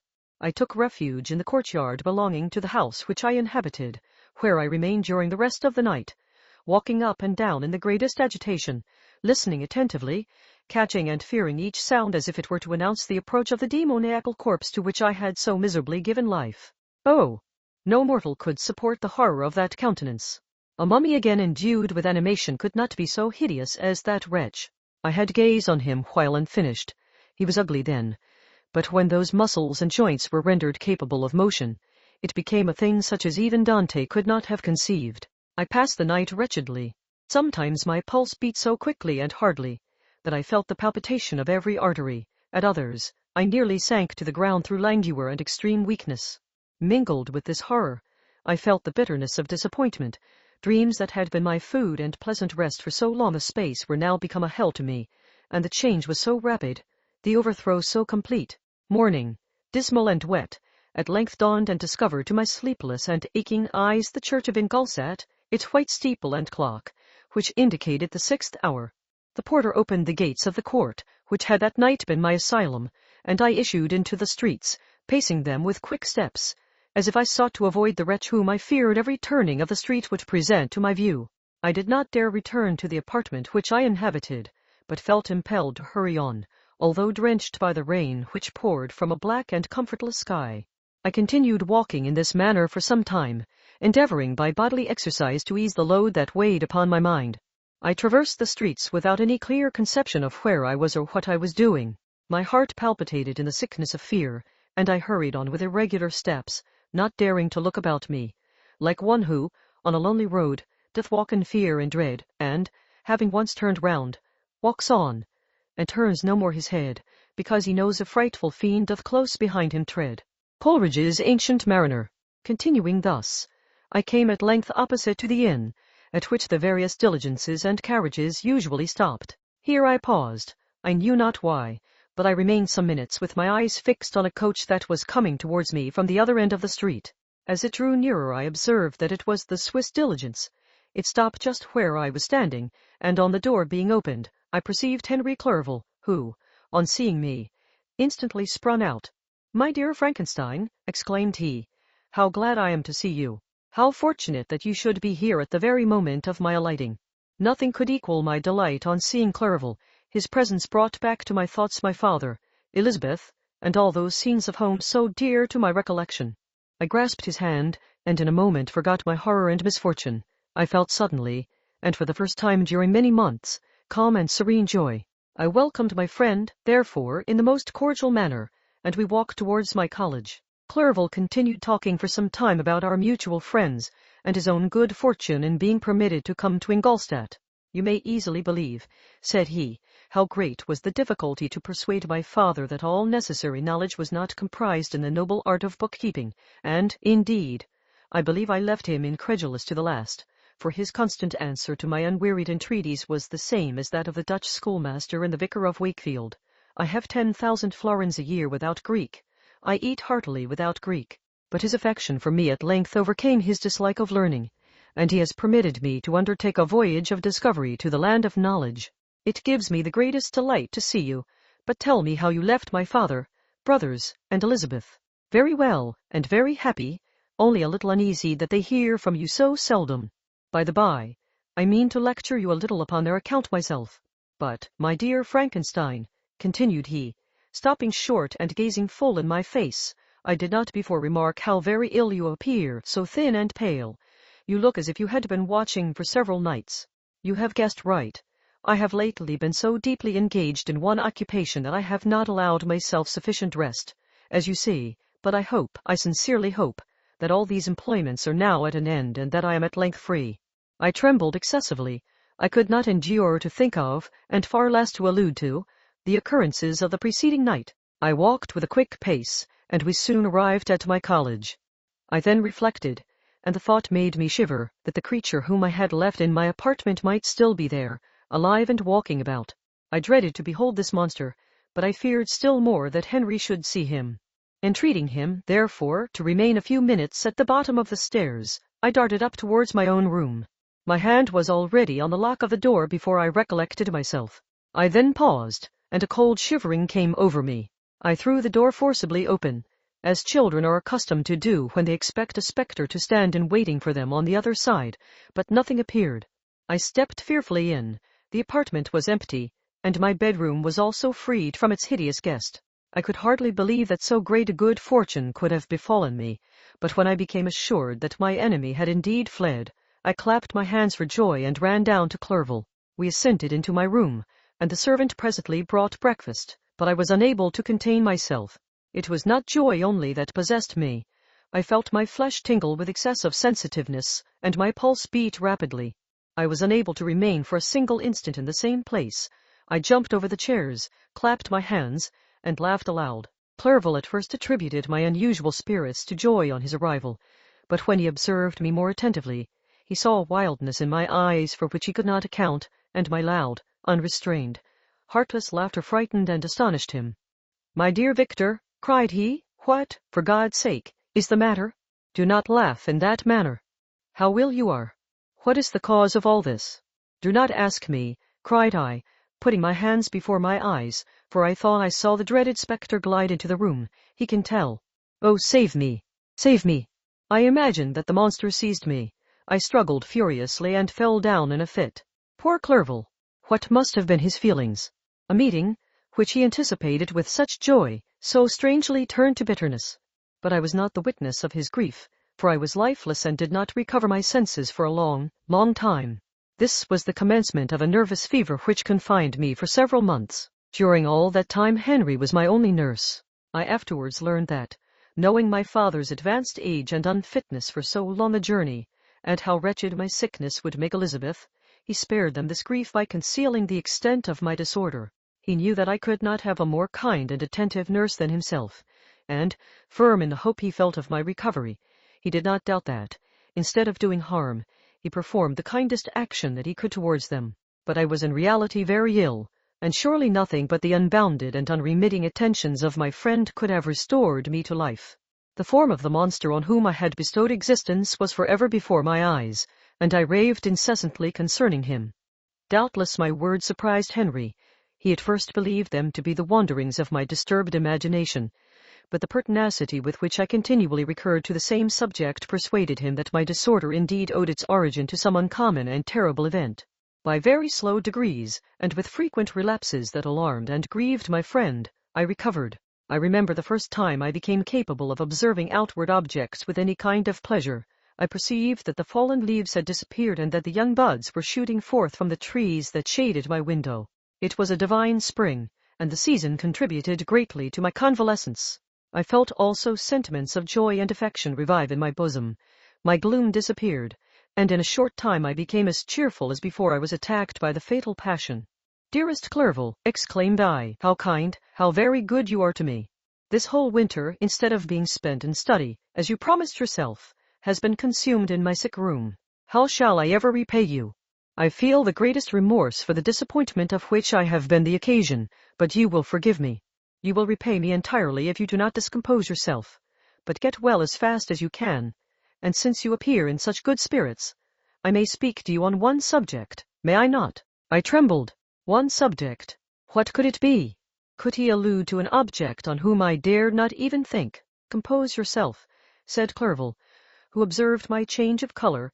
"I will not mention it if it agitates you, but your father and cousin would be very happy if they received a letter from you in your own handwriting. They hardly know how ill you have been and are uneasy at your long silence." "Is that all, my dear Henry? How could you suppose that my first thought would not fly towards those dear friends whom I love and who are so deserving of my love? If this is your present temper, my friend, you will perhaps be glad to see a letter that has been lying here some days for you. It is from your cousin, I believe." Chapter 6. Clerval then put the following letter into my hands. It was from my own Elizabeth, my dearest cousin. You have been ill, very ill, and even the constant letters of dear kind Henry are not sufficient to reassure me on your account. You are forbidden to write to hold a pen, yet one word from you, dear Victor, is necessary to calm our apprehensions. For a long time I have thought that each post would bring this line, and my persuasions have restrained my uncle from undertaking a journey to Ingolstadt. I have prevented his encountering the inconveniences and perhaps dangers of so long a journey. Yet how often have I regretted not being able to perform it myself. I figure to myself that the task of attending on your sick has devolved on some mercenary old nurse, who could never guess your wishes nor minister to them with the care and affection of your poor cousin. Yet that is over now. Clerval writes that indeed you are getting better. I eagerly hope that you will confirm this intelligence soon in your own handwriting. Get well and return to us. You will find a happy, cheerful home, and friends who love you dearly. Your father's health is vigorous, and he asks but to see you, but to be assured that you are well, and not a care will ever cloud his benevolent countenance. How pleased you would be to remark the improvement of our Ernest. He is now 16 and full of activity and spirit. He is desirous to be a true Swiss and to enter into foreign service, but we cannot part with him, at least until his elder brother returns to us. My uncle is not pleased with the idea of a military career in a distant country, but Ernest never had your powers of application. He looks upon study as an odious fetter. His time is spent in the open air, climbing the hills or rowing on the lake. I fear that he will become an idler unless we yield the point and permit him to enter on the profession which he has selected. Little alteration, except the growth of our dear children, has taken place since you left us. The blue lake and snow-clad mountains, they never change, and I think our placid home and our contented hearts are regulated by the same immutable laws. My trifling occupations take up my time and amuse me, and I am rewarded for any exertions by seeing none but happy, kind faces around me, since you left us. But one change has taken place in our little household. Do you remember on what occasion Justine Moritz entered our family? Probably you do not. I will relate her history, therefore, in a few words. Madame Moritz, her mother, was a widow with 4 children, of whom Justine was the third. This girl had always been the favorite of her father, but through a strange perversity, her mother could not endure her, and after the death of M. Moritz, treated her very ill. My aunt observed this, and when Justine was 12 years of age, prevailed on her mother to allow her to live at our house.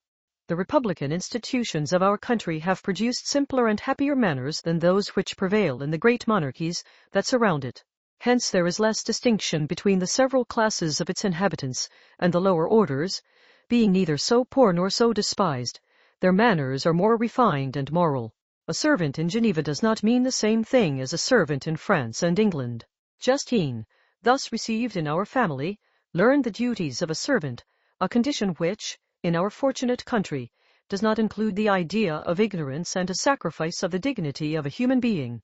Justine, you may remember, was a great favorite of yours, and I recollect you once remarked that if you were in an ill humor, one glance from Justine could dissipate it, for the same reason that Ariosto gives concerning the beauty of Angelica. She looked so frank-hearted and happy.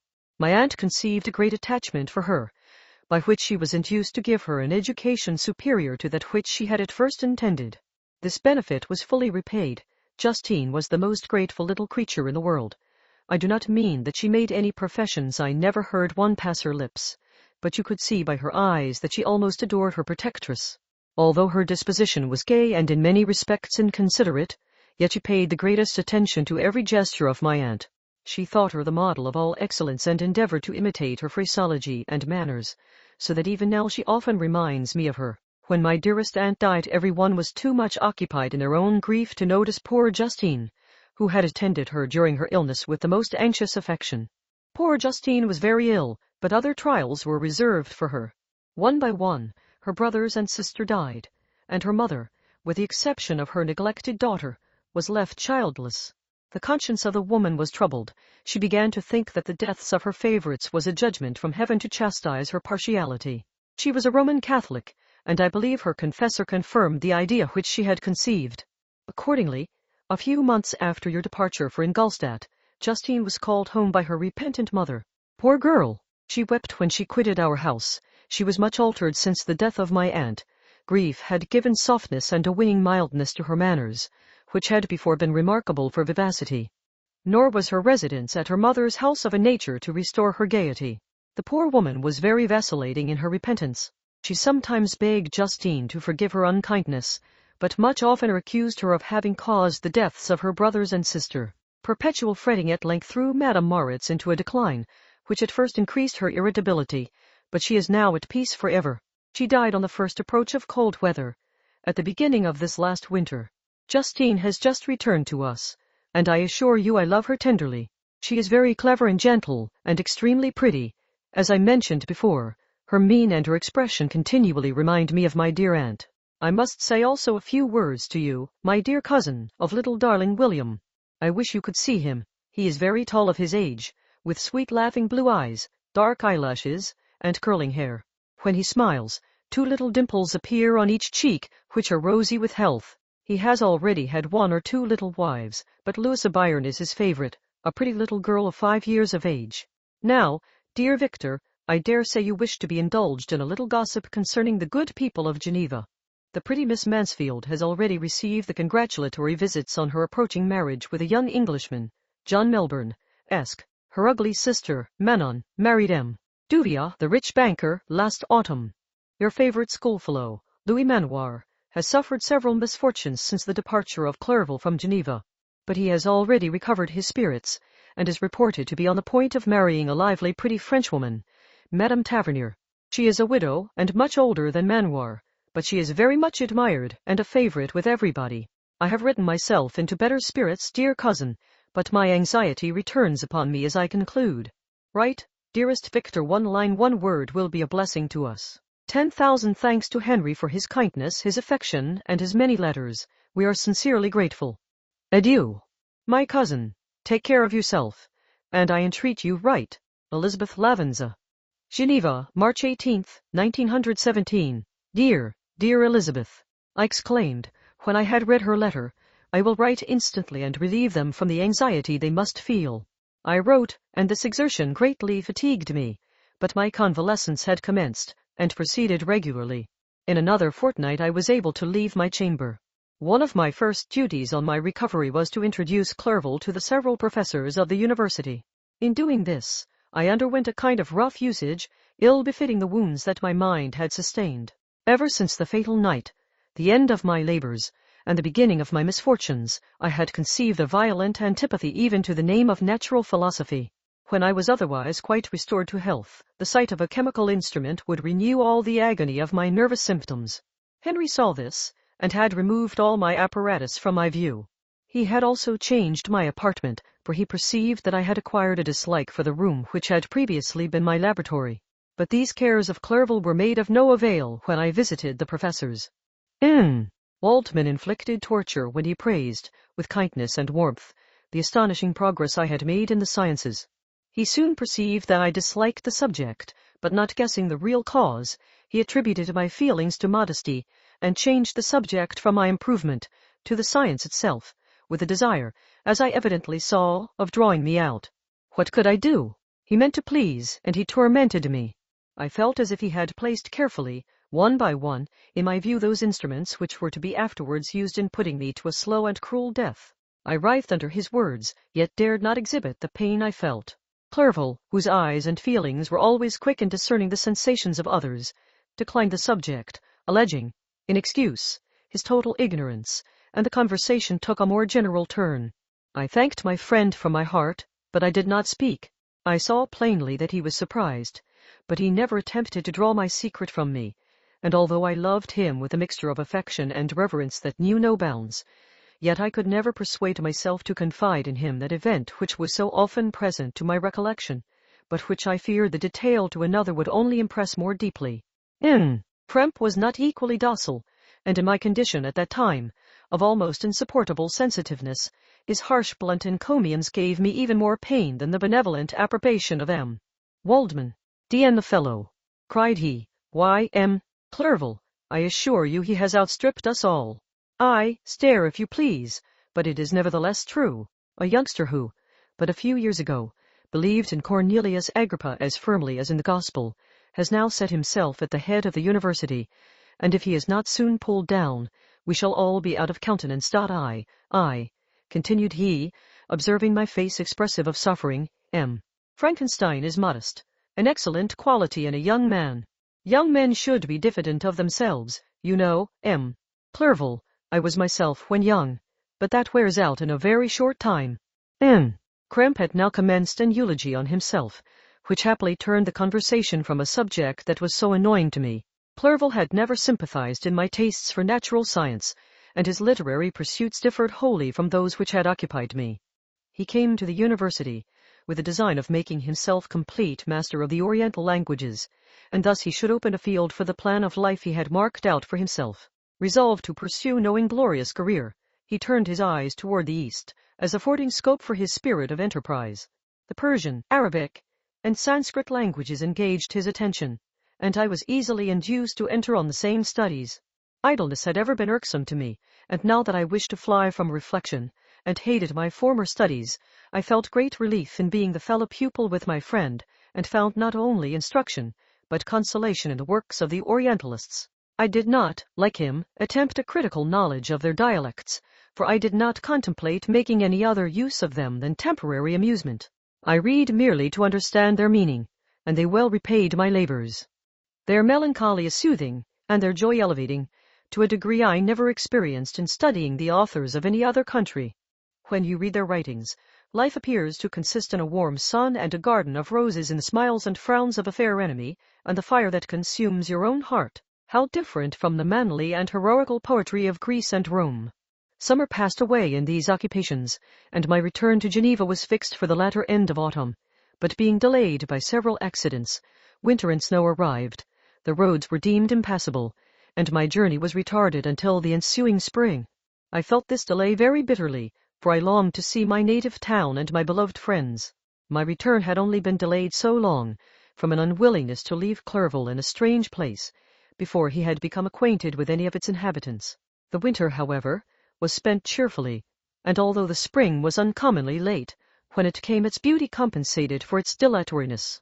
The month of May had already commenced, and I expected the letter daily which was to fix the date of my departure, when Henry proposed a pedestrian tour in the environs of Ingolstadt, that I might bid a personal farewell to the country I had so long inhabited. I acceded with pleasure to this proposition. I was fond of exercise, and Clerval had always been my favorite companion in the ramble of this nature that I had taken among the scenes of my native country.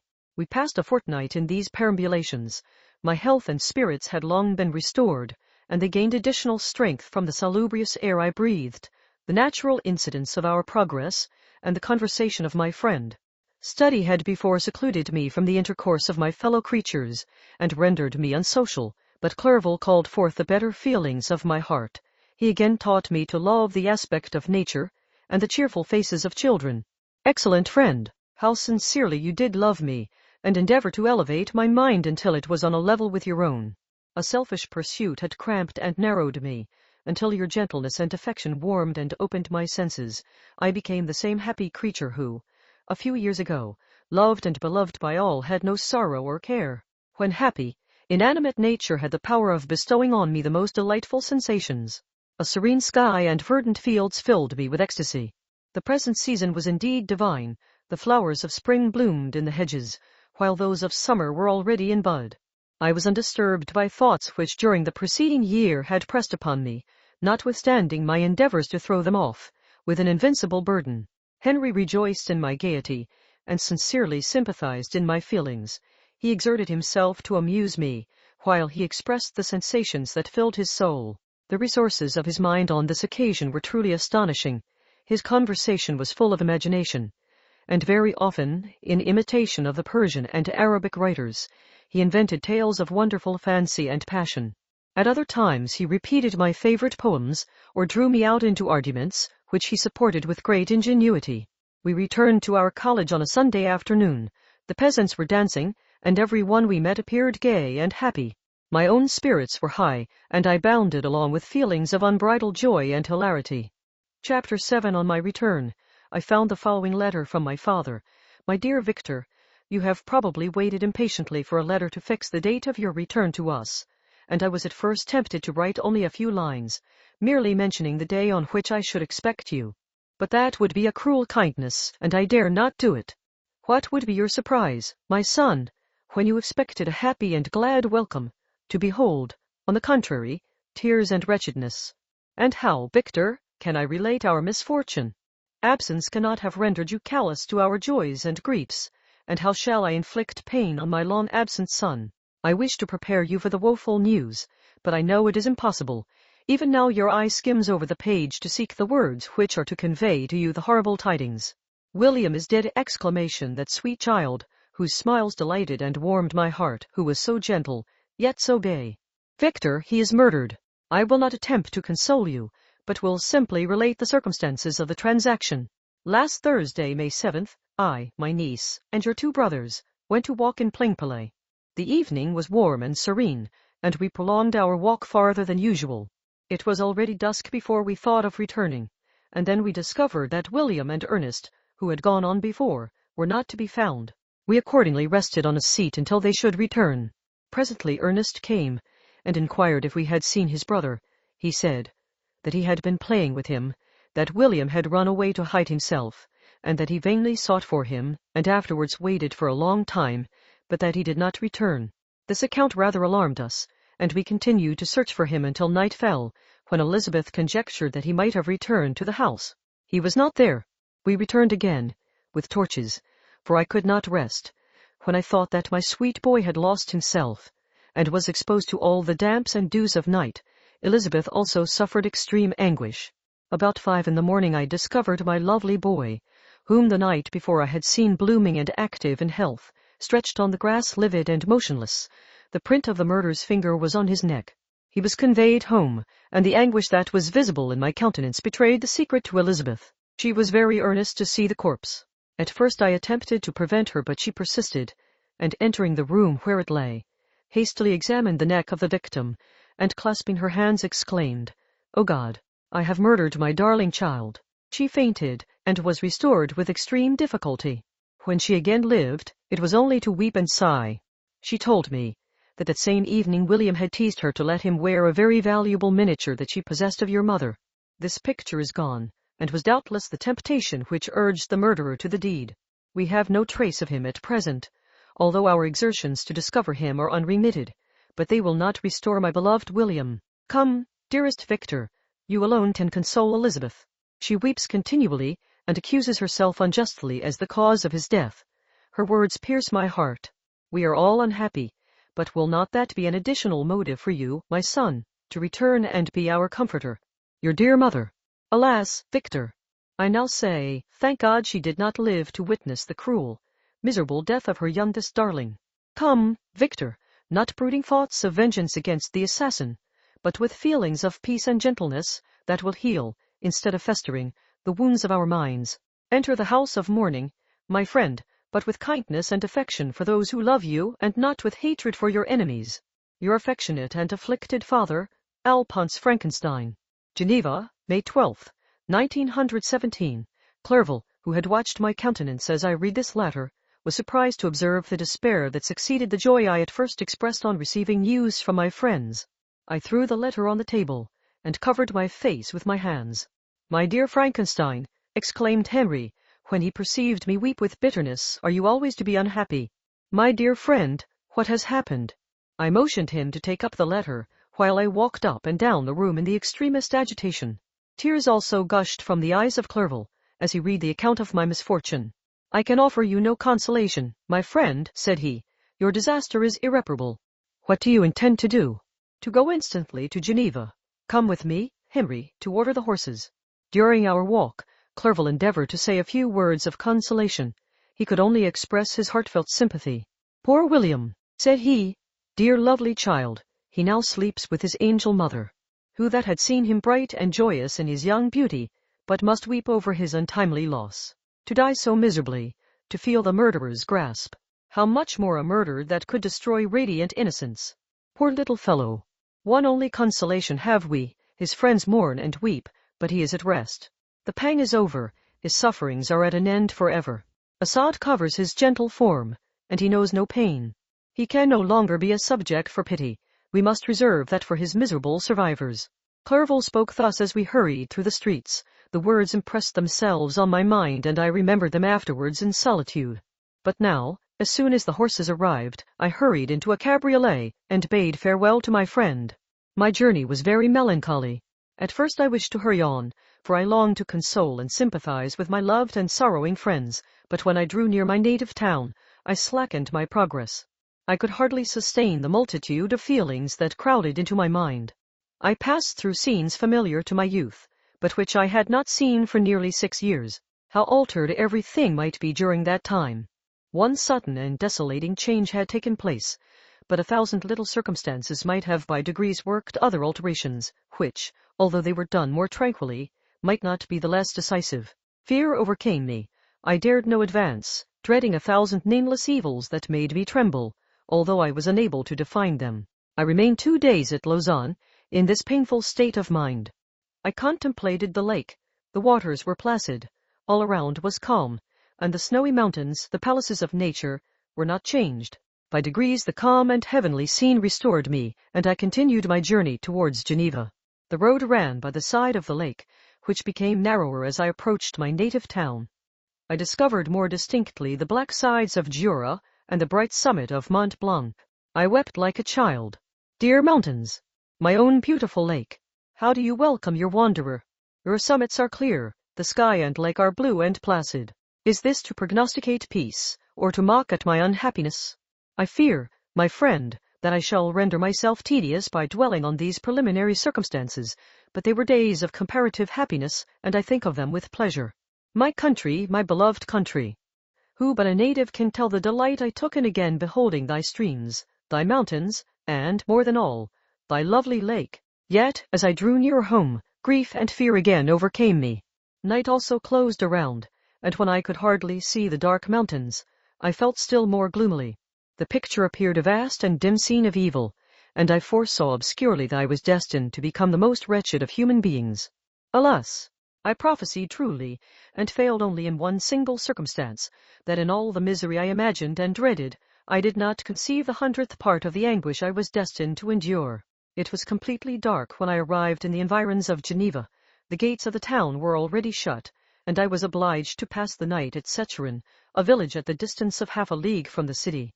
The sky was serene, and as I was unable to rest, I resolved to visit the spot where my poor William had been murdered. As I could not pass through the town, I was obliged to cross the lake in a boat to arrive at Plainpalais.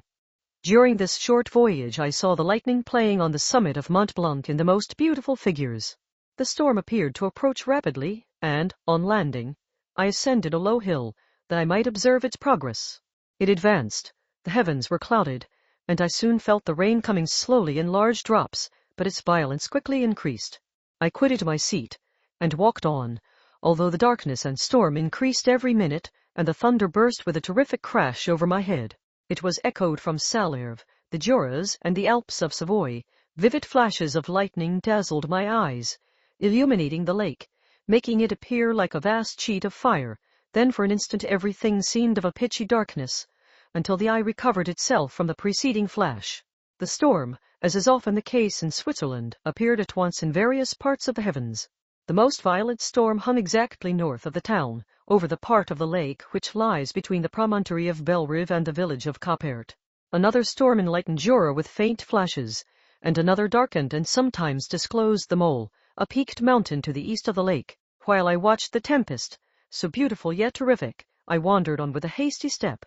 This noble war in the sky elevated my spirits. I clasped my hands, and exclaimed aloud, "William, dear angel, this is thy funeral, this thy dirge." As I said these words, I perceived in the gloom a figure which stole from behind a clump of trees near me. I stood fixed, gazing intently. I could not be mistaken. A flash of lightning illuminated the object, and discovered its shape plainly to me, its gigantic stature, and the deformity of its aspect more hideous than belongs to humanity, instantly informed me that it was the wretch, the filthy demon, to whom I had given life. What did he there? Could he be? I shuddered at the conception, the murderer of my brother? No sooner did that idea cross my imagination than I became convinced of its truth. My teeth chattered, and I was forced to lean against a tree for support. The figure passed me quickly, and I lost it in the gloom. Nothing in human shape could have destroyed the fair child. He was the murderer. I could not doubt it. The mere presence of the idea was an irresistible proof of the fact. I thought of pursuing the devil, but it would have been in vain, for another flash discovered him to me hanging among the rocks of the nearly perpendicular ascent of Mont Salève, a hill that bounds Plainpalais on the south. He soon reached the summit, and disappeared. I remained motionless. The thunder ceased, but the rain still continued, and the scene was enveloped in an impenetrable darkness. I revolved in my mind the events which I had until now sought to forget, the whole train of my progress toward the creation, the appearance of the works of my own hands at my bedside, its departure. 2 years had now nearly elapsed since the night on which he first received life, and was this his first crime? Alas! I had turned loose into the world a depraved wretch, whose delight was in carnage and misery. Had he not murdered my brother? No one can conceive the anguish I suffered during the remainder of the night, which I spent, cold and wet, in the open air. But I did not feel the inconvenience of the weather. My imagination was busy in scenes of evil and despair. I considered the being whom I had cast among mankind, and endowed with the will and power to effect purposes of horror, such as the deed which he had now done, nearly in the light of my own vampire, my own spirit let loose from the grave, and forced to destroy all that was dear to me. Day dawned, and I directed my steps towards the town. The gates were open, and I hastened to my father's house. My first thought was to discover what I knew of the murderer, and cause instant pursuit to be made. But I paused when I reflected on the story that I had to tell. A being whom I myself had formed, and endued with life, had met me at midnight among the precipices of an inaccessible mountain. I remembered also the nervous fever with which I had been seized just at the time that I dated my creation, and which would give an air of delirium to a tale otherwise so utterly improbable. I well knew that if any other had communicated such a relation to me, I should have looked upon it as the ravings of insanity. Besides, the strange nature of the animal would elude all pursuit, even if I were so far credited as to persuade my relatives to commence it. And then of what use would be pursuit? Who could arrest a creature capable of scaling the overhanging sides of Mont Salève? These reflections determined me, and I resolved to remain silent. It was about 5 in the morning when I entered my father's house. I told the servants not to disturb the family, and went into the library to attend their usual hour of rising. 6 years had elapsed, passed in a dream, but for one indelible trace, and I stood in the same place where I had last embraced my father before my departure for Ingolstadt. Beloved and venerable parent, he still remained to me. I gazed on the picture of my mother, which stood over the mantelpiece. It was an historical subject, painted at my father's desire, and represented Caroline Beaufort in an agony of despair, kneeling by the coffin of her dead father. Her garb was rustic, and her cheek pale, but there was an air of dignity and beauty that hardly permitted the sentiment of pity. Below this picture was a miniature of William, and my tears flowed when I looked upon it. While I was thus engaged, Ernest entered. He had heard me arrive, and hastened to welcome me. "Welcome, my dearest Victor," said he. "Ah, I wish you had come 3 months ago, and then you would have found us all joyous and delighted. You come to us now to share a misery, which nothing can alleviate, yet your presence will, I hope, revive our father, who seems sinking under his misfortune, and your persuasions will induce poor Elizabeth to cease her vain and tormenting self-accusations. Poor William. He was our darling and our pride." Tears, unrestrained, fell from my brother's eyes. A sense of mortal agony crept over my frame. Before, I had only imagined the wretchedness of my desolated home. The reality came on me as a new, and a not less terrible, disaster. I tried to calm Ernest. I inquired more minutely concerning my father, and here I named my cousin. "She most of all," said Ernest, "requires consolation. She accused herself of having caused the death of my brother, and that made her very wretched. But since the murderer has been discovered, the murderer discovered. Good God! How can that be? Who could attempt to pursue him? It is impossible. One might as well try to overtake the winds, or confine a mountain stream with a straw. I saw him too. He was freed last night." "I do not know what you mean," replied my brother, in accents of wonder, "but to us the discovery we have made completes our misery. No one would believe it at first, and even now Elizabeth will not be convinced, notwithstanding all the evidence. Indeed, who would credit that Justine Moritz, who was so amiable, and fond of all the family, could suddenly become so capable of so frightful, so appalling a crime? Justine Moritz. Poor girl, is she the accused? But it is wrongfully. Every one knows that. No one believes it, surely, Ernest?" "No one did at first, but several circumstances came out that have almost forced conviction upon us. and her own behavior has been so confused as to add to the evidence of facts a weight that, I fear, leaves no hope for doubt. But she will be tried today, and you will then hear all." He then related that, the morning on which the murder of poor William had been discovered, Justine had been taken ill and confined to her bed for several days. During this interval, one of the servants, happening to examine the apparel she had worn on the night of the murder, had discovered in her pocket the picture of my mother, which had been judged to be the temptation of the murderer. The servant instantly showed it to one of the others, who, without saying a word to any of the family, went to a magistrate, and upon their deposition, Justine was apprehended. On being charged with the fact, the poor girl confirmed the suspicion in a great measure by her extreme confusion of manner. This was a strange tale, but it did not shake my faith, and I replied earnestly, "You are all mistaken. I know the murderer. Justine, poor, good Justine, is innocent." At that instant my father entered. I saw unhappiness deeply impressed on his countenance, but he endeavored to welcome me cheerfully, and, after we had exchanged our mournful greeting, would have introduced some other topic than that of our disaster, had not Ernest exclaimed, "Good God, Papa! Victor says that he knows who was the murderer of poor William."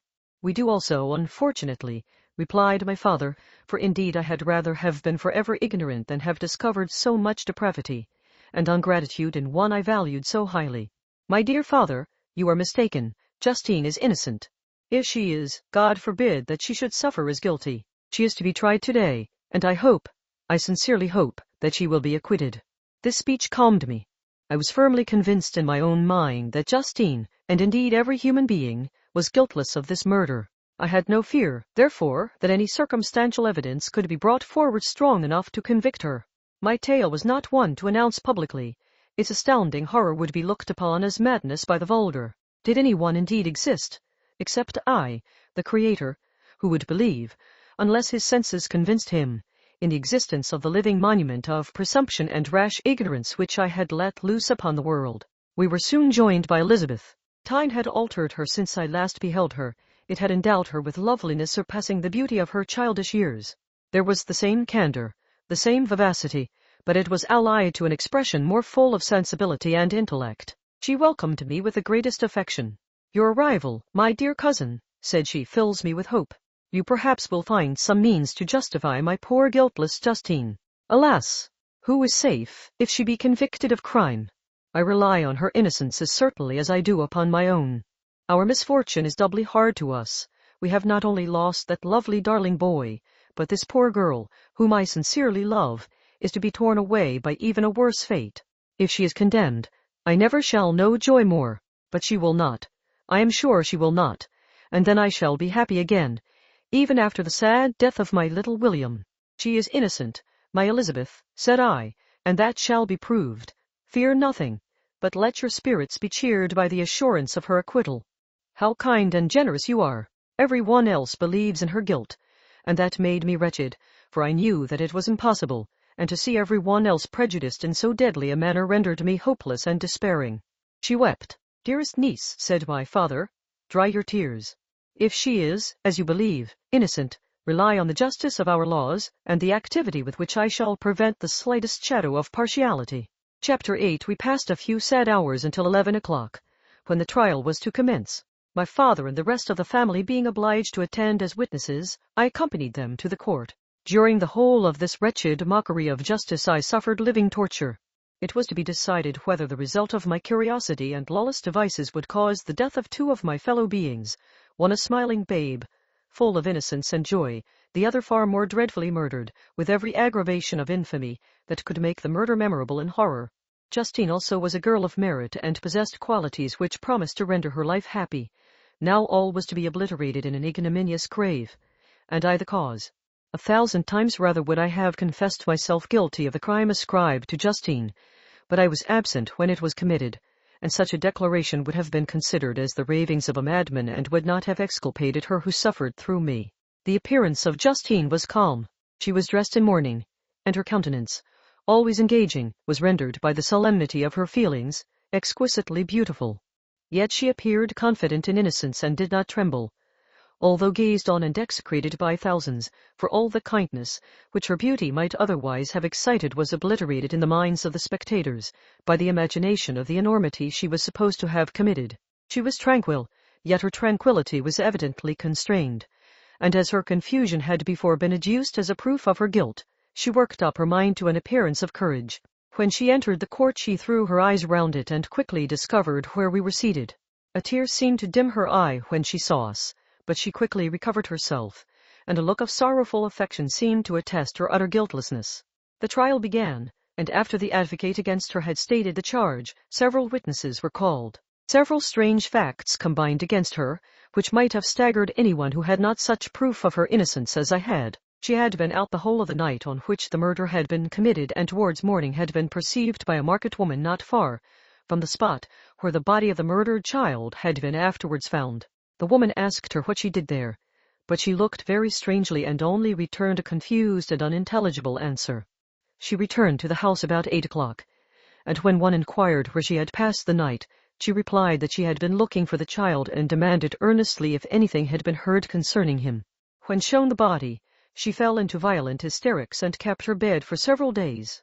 The picture was then produced which the servant had found in her pocket, and when Elizabeth, in a faltering voice, proved that it was the same which, an hour before the child had been missed, she had placed round his neck, a murmur of horror and indignation filled the court.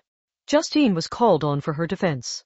As the trial had proceeded, her countenance had altered. Surprise, horror, and misery were strongly expressed. Sometimes she struggled with her tears, but when she was desired to plead, she collected her powers and spoke in an audible although variable voice. "God knows," she said, "how entirely I am innocent, but I do not pretend that my protestations should acquit me. I rest my innocence on a plain and simple explanation of the facts which have been adduced against me, and I hope the character I have always borne will incline my judges to a favorable interpretation, where any circumstance appears doubtful or suspicious." She then related that, by the permission of Elizabeth, she had passed the evening of the night on which the murder had been committed at the house of an aunt at Cherne, a village situated at about a league from Geneva. On her return, at about 9 o'clock, she met a man who asked her if she had seen anything of the child who was lost. She was alarmed by this account and passed several hours in looking for him, when the gates of Geneva were shut, and she was forced to remain several hours of the night in a barn belonging to a cottage, being unwilling to call up the inhabitants, to whom she was well known. Most of the night she spent here watching. Towards morning she believed that she slept for a few minutes. Some steps disturbed her, and she awoke. It was dawn, and she quitted her asylum, that she might again endeavor to find my brother. If she had gone near the spot where his body lay, it was without her knowledge. That she had been bewildered when questioned by the market woman was not surprising, since she had passed a sleepless night and the fate of poor William was yet uncertain. Concerning the picture she could give no account. "I know," continued the unhappy victim, "how heavily and fatally this one circumstance weighs against me, but I have no power of explaining it, and when I have expressed my utter ignorance, I am only left to conjecture concerning the probabilities by which it might have been placed in my pocket. But here also I am checked. I believe that I have no enemy on earth, and none surely would have been so wicked as to destroy me wantonly. Did the murderer place it there? I know of no opportunity afforded him for so doing, or, if I had, why should he have stolen the jewel, to part with it again so soon? I commit my cause to the justice of my judges, yet I see no room for hope. I beg permission to have a few witnesses examined concerning my character, and if their testimony shall not overweigh my supposed guilt, I must be condemned, although I would pledge my salvation on my innocence." Several witnesses were called who had known her for many years, and they spoke well of her, but fear and hatred of the crime of which they supposed her guilty rendered them timorous and unwilling to come forward. Elizabeth saw even this last resource, her excellent dispositions and irreproachable conduct, about to fail the accused, when, although violently agitated, she desired permission to address the court. "I am," said she, "the cousin of the unhappy child who was murdered, or rather his sister, for I was educated by and have lived with his parents ever since and even long before his birth. It may therefore be judged indecent in me to come forward on this occasion, but when I see a fellow creature about to perish through the cowardice of her pretended friends, I wish to be allowed to speak, that I may say what I know of her character. I am well acquainted with the accused. I have lived in the same house with her, at one time for 5 and at another for nearly 2 years. During all that period she appeared to me the most amiable and benevolent of human creatures. She nursed Madame Frankenstein, my aunt, in her last illness, with the greatest affection and care, and afterwards attended her own mother during a tedious illness, in a manner that excited the admiration of all who knew her, after which she again lived in my uncle's house, where she was beloved by all the family. She was warmly attached to the child who is now dead, and acted towards him like a most affectionate mother. For my own part, I do not hesitate to say that, notwithstanding all the evidence produced against her, I believe and rely on her perfect innocence. She had no temptation for such an action, as to the bauble on which the chief proof rests. If she had earnestly desired it, I should have willingly given it to her, so much do I esteem and value her. A murmur of approbation followed Elizabeth's simple and powerful appeal, but it was excited by her generous interference, and not in favor of poor Justine, on whom the public indignation was turned with renewed violence, charging her with the blackest ingratitude. She herself wept as Elizabeth spoke, but she did not answer. My own agitation and anguish was extreme during the whole trial. I believed in her innocence. I knew it. Could the demon who, had I did not for a minute doubt murdered my brother also in his hellish sport, have betrayed the innocent to death and ignominy? I could not sustain the horror of my situation, and when I perceived that the popular voice and the countenances of the judges had already condemned my unhappy victim, I rushed out of the court in agony. The tortures of the accused did not equal mine. She was sustained by innocence, but the fangs of remorse tore my bosom and would not forego their hold. I passed a night of unmingled wretchedness. In the morning I went to the court. My lips and throat were parched. I dared not ask the fatal question, but I was known, and the officer guessed the cause of my visit. The ballots had been thrown. They were all black, and Justine was condemned. I cannot pretend to describe what I then felt. I had before experienced sensations of horror, and I have endeavored to bestow upon them adequate expressions, but words cannot convey an idea of the heart-sickening despair that I then endured. The person to whom I addressed myself added that Justine had already confessed her guilt. That evidence, he observed, was hardly required in so glaring a case, but I am glad of it, and, indeed, none of our judges like to condemn a criminal upon circumstantial evidence, be it ever so decisive. This was strange and unexpected intelligence. What could it mean? Had my eyes deceived me? And was I really as mad as the whole world would believe me to be if I disclosed the object of my suspicions? I hastened to return home, and Elizabeth eagerly demanded the result. My cousin, replied I, it is decided as you may have expected. All judges had rather that 10 innocent should suffer than that 1 guilty should escape. But she has confessed. This was a dire blow to poor Elizabeth, who had relied with firmness upon Justine's innocence. Alas, said she, how shall I ever again believe in human goodness? Justine, whom I loved and esteemed as my sister, how could she put on those smiles of innocence only to betray? Her mild eye seemed incapable of any severity or guile, and yet she has committed a murder. Soon after we heard that the poor victim had expressed a desire to see my cousin. My father wished her not to go, but said that he left it to her own judgment and feelings to decide. Yes, said Elizabeth, I will go, although she is guilty, and you, Victor, shall accompany me. I cannot go alone. The idea of this visit was torture to me, yet I could not refuse. We entered the gloomy prison chamber and beheld Justine sitting on some straw at the farther end. Her hands were manacled, and her head rested on her knees. She rose on seeing us enter, and when we were left alone with her, she threw herself at the feet of Elizabeth, weeping bitterly. My cousin wept also. Oh, Justine, said she, why did you rob me of my last consolation? I relied on your innocence, and although I was then very wretched, I was not so miserable as I am now. And do you also believe that I am so very, very wicked? Do you also join with my enemies to crush me, to condemn me as a murderer? Her voice was suffocated with sobs. Rise, my poor girl, said Elizabeth. Why do you kneel, if you are innocent? I am not one of your enemies. I believed you guiltless, notwithstanding every evidence, until I heard that you had yourself declared your guilt. That report, you say, is false, and be assured, dear Justine, that nothing can shake my confidence in you for a moment, but your own confession. I did confess, but I confessed a lie.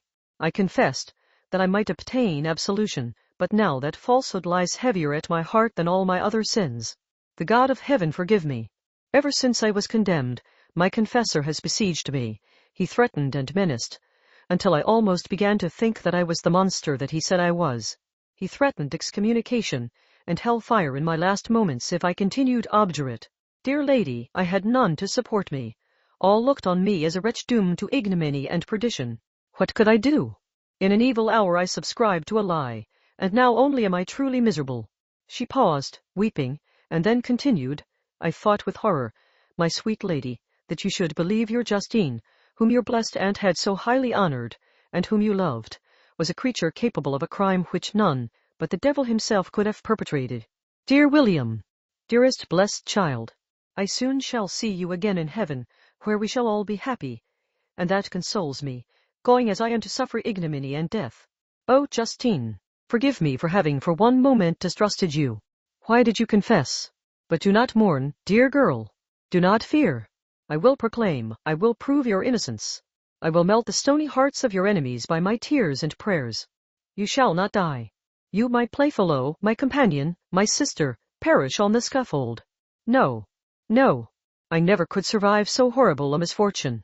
Justine shook her head mournfully. I do not fear to die, she said. That pang is past. God raises my weakness and gives me courage to endure the worst. I leave a sad and bitter world, and if you remember me and think of me as of one unjustly condemned, I am resigned to the fate awaiting me. Learn from me, dear lady, to submit in patience to the will of heaven. During this conversation I had retired to a corner of the prison room, where I could conceal the horrid anguish that possessed me. Despair! Who dared talk of that? The poor victim, who on the morrow was to pass the awful boundary between life and death, felt not, as I did, such deep and bitter agony. I gnashed my teeth and ground them together, uttering a groan that came from my inmost soul. Justine started. When she saw who it was, she approached me and said, Dear sir, you are very kind to visit me. You, I hope, do not believe that I am guilty. I could not answer. No, Justine, said Elizabeth, he is more convinced of your innocence than I was, for even when he heard that you had confessed, he did not credit it. I truly thank him. In these last moments I feel the sincerest gratitude towards those who think of me with kindness. How sweet is the affection of others to such a wretch as I am. It removes more than half my misfortune, and I feel as if I could die in peace now that my innocence is acknowledged by you, dear lady, and your cousin. Thus the poor sufferer tried to comfort others and herself. She indeed gained the resignation she desired. But I, the true murderer, felt the never-dying worm alive in my bosom, which allowed of no hope or consolation. Elizabeth also wept and was unhappy, but hers also was the misery of innocence, which, like a cloud that passes over the fair moon, for a while hides but cannot tarnish its brightness. Anguish and despair had penetrated into the core of my heart. I bore a hell within me which nothing could extinguish. We stayed several hours with Justine, and it was with great difficulty that Elizabeth could tear herself away. I wish, cried she, that I were to die with you. I cannot live in this world of misery. Justine assumed an air of cheerfulness, while she with difficulty repressed her bitter tears. She embraced Elizabeth and said in a voice of half-suppressed emotion, Farewell, sweet lady, dearest Elizabeth, my beloved and only friend. May heaven, in its bounty, bless and preserve you. May this be the last misfortune that you will ever suffer. Live and be happy and make others so. And on the morrow Justine died. Elizabeth's heart-rending eloquence failed to move the judges from their settled conviction in the criminality of the saintly sufferer.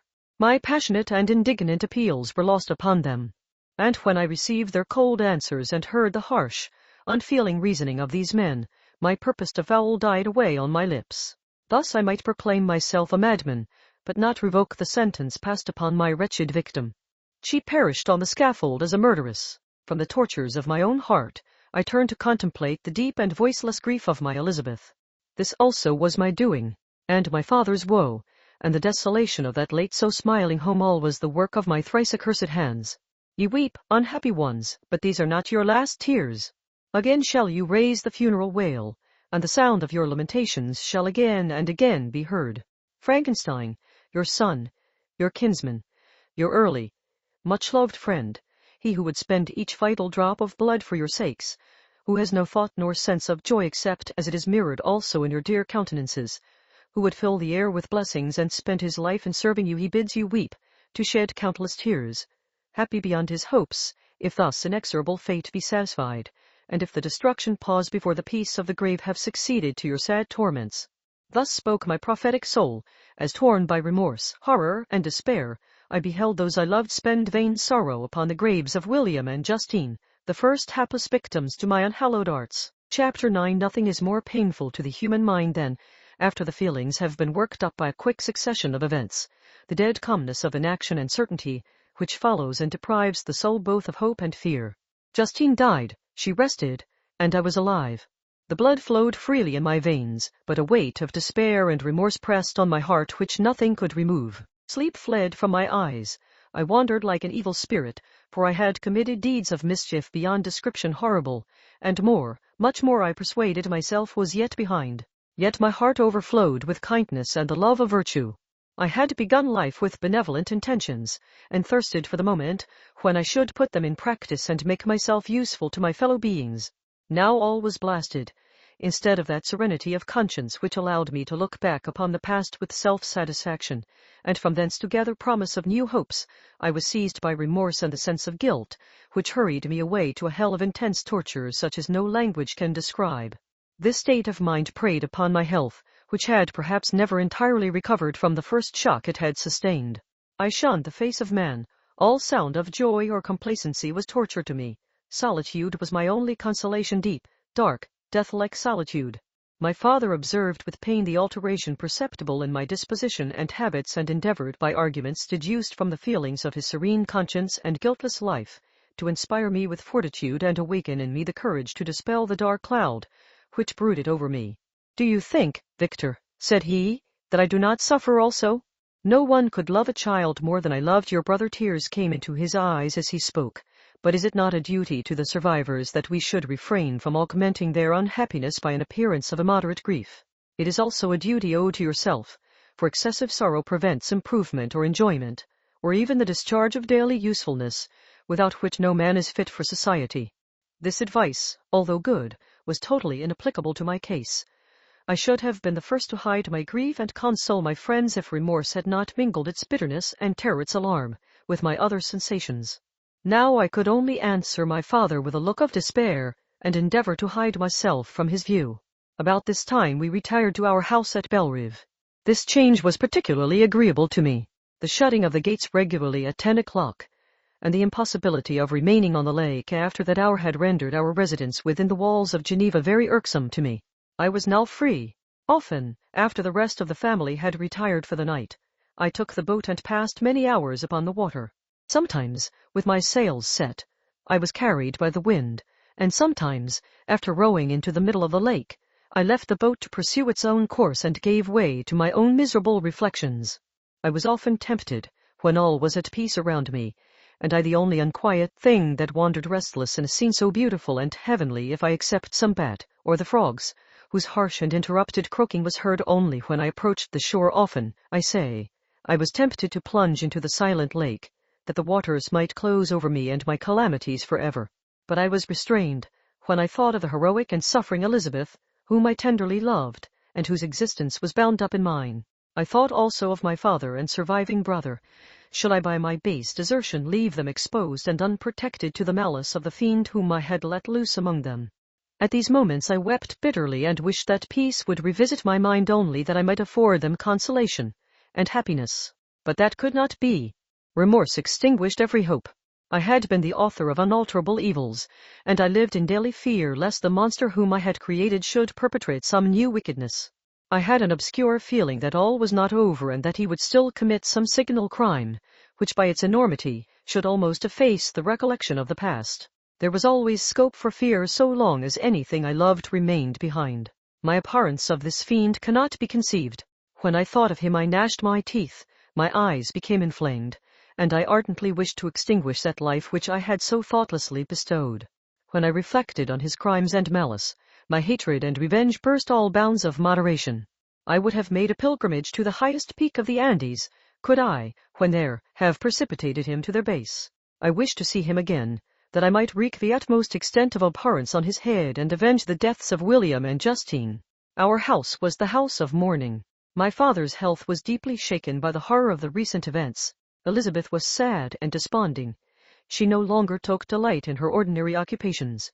All pleasure seemed to her sacrilege toward the dead, eternal woe and tears she then thought was the just tribute she should pay to innocence so blasted and destroyed. She was no longer that happy creature who in earlier youth wandered with me on the banks of the lake and talked with ecstasy of our future prospects.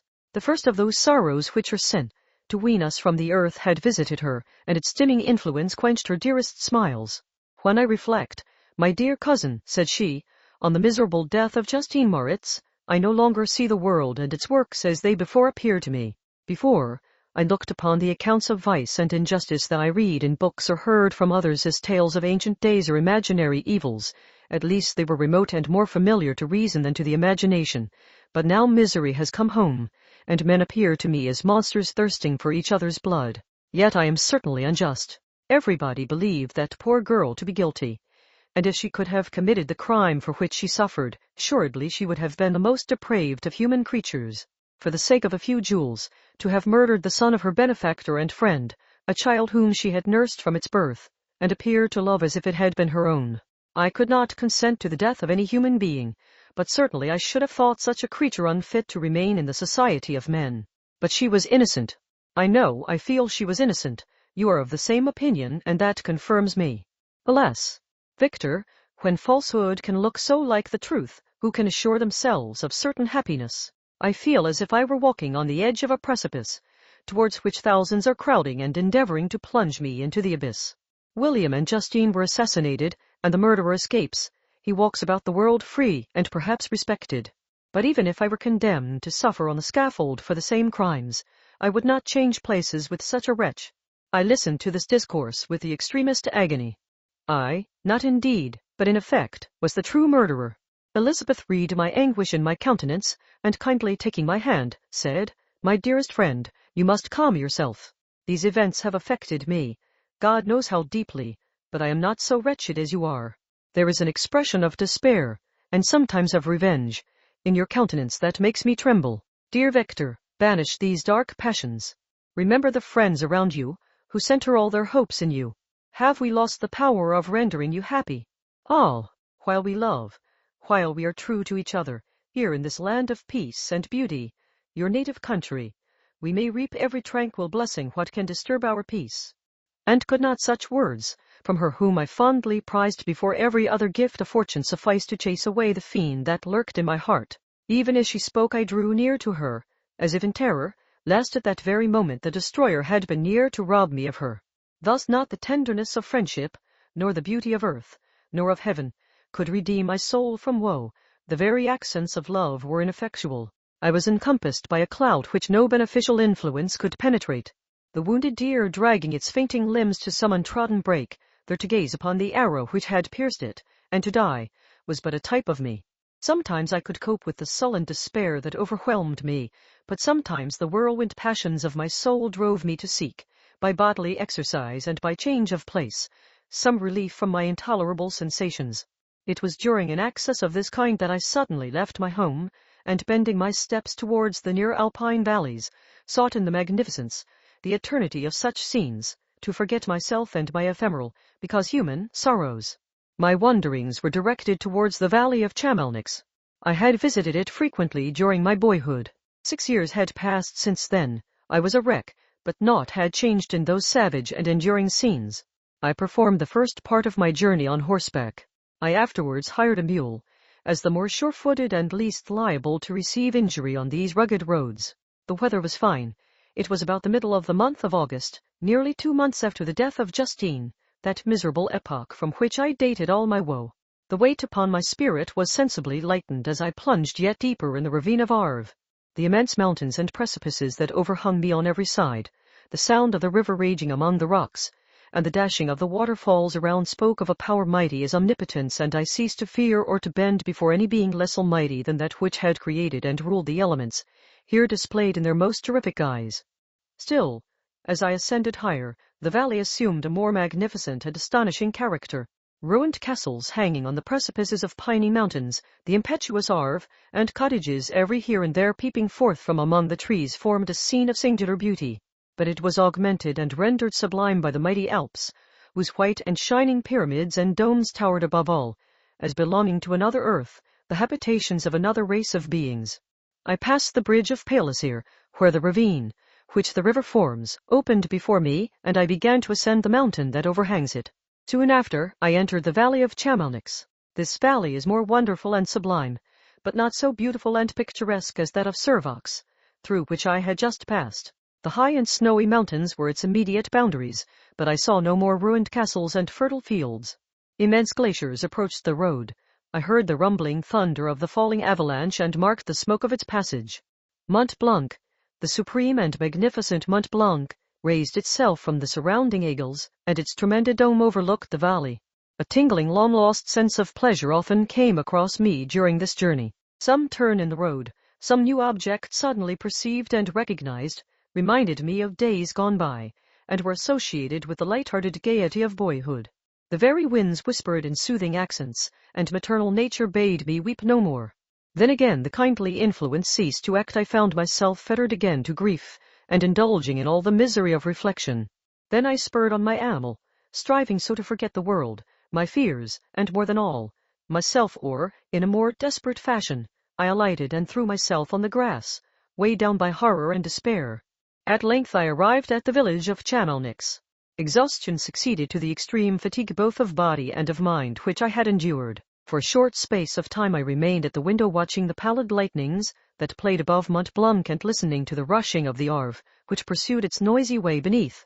The same lulling sounds acted as a lullaby to my too keen sensations. When I placed my head upon my pillow, sleep crept over me. I felt it as it came and blessed the giver of oblivion. Chapter 10. I spent the following day roaming through the valley.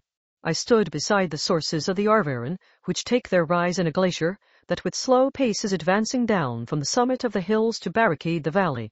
The abrupt sides of vast mountains were before me. The icy wall of the glacier overhung me. A few shattered pines were scattered around, and the solemn silence of this glorious presence chamber of imperial nature was broken only by the brawling waves or the fall of some vast fragment.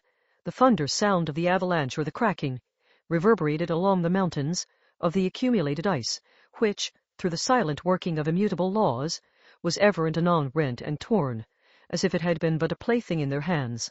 These sublime and magnificent scenes afforded me the greatest consolation that I was capable of receiving. They elevated me from all littleness of feeling, and although they did not remove my grief, they subdued and tranquilized it. In some degree, also, they diverted my mind from the thoughts over which it had brooded for the last month. I retired to rest at night, my slumbers, as it were, waited on and ministered to by the assemblance of grand shapes which I had contemplated during the day. They congregated round me, the unstained snowy mountain top, the glittering pinnacle, the pine woods, and ragged bare ravine. The eagle, soaring amidst the clouds, they all gathered round me and bade me be at peace. Where had they fled when the next morning I awoke? All of soul-inspiriting fled with sleep, and dark melancholy clouded every thought. The rain was pouring in torrents, and thick mists hid the summits of the mountains, so that I even saw not the faces of those mighty friends. Still I would penetrate their misty veil and seek them in their cloudy retreats. What were rain and storm to me? My mule was brought to the door, and I resolved to ascend to the summit of Montanvert. I remembered the effect that the view of the tremendous and ever-moving glacier had produced upon my mind when I first saw it. It had then filled me with a sublime ecstasy that gave wings to the soul, and allowed it to soar from the obscure world to light and joy.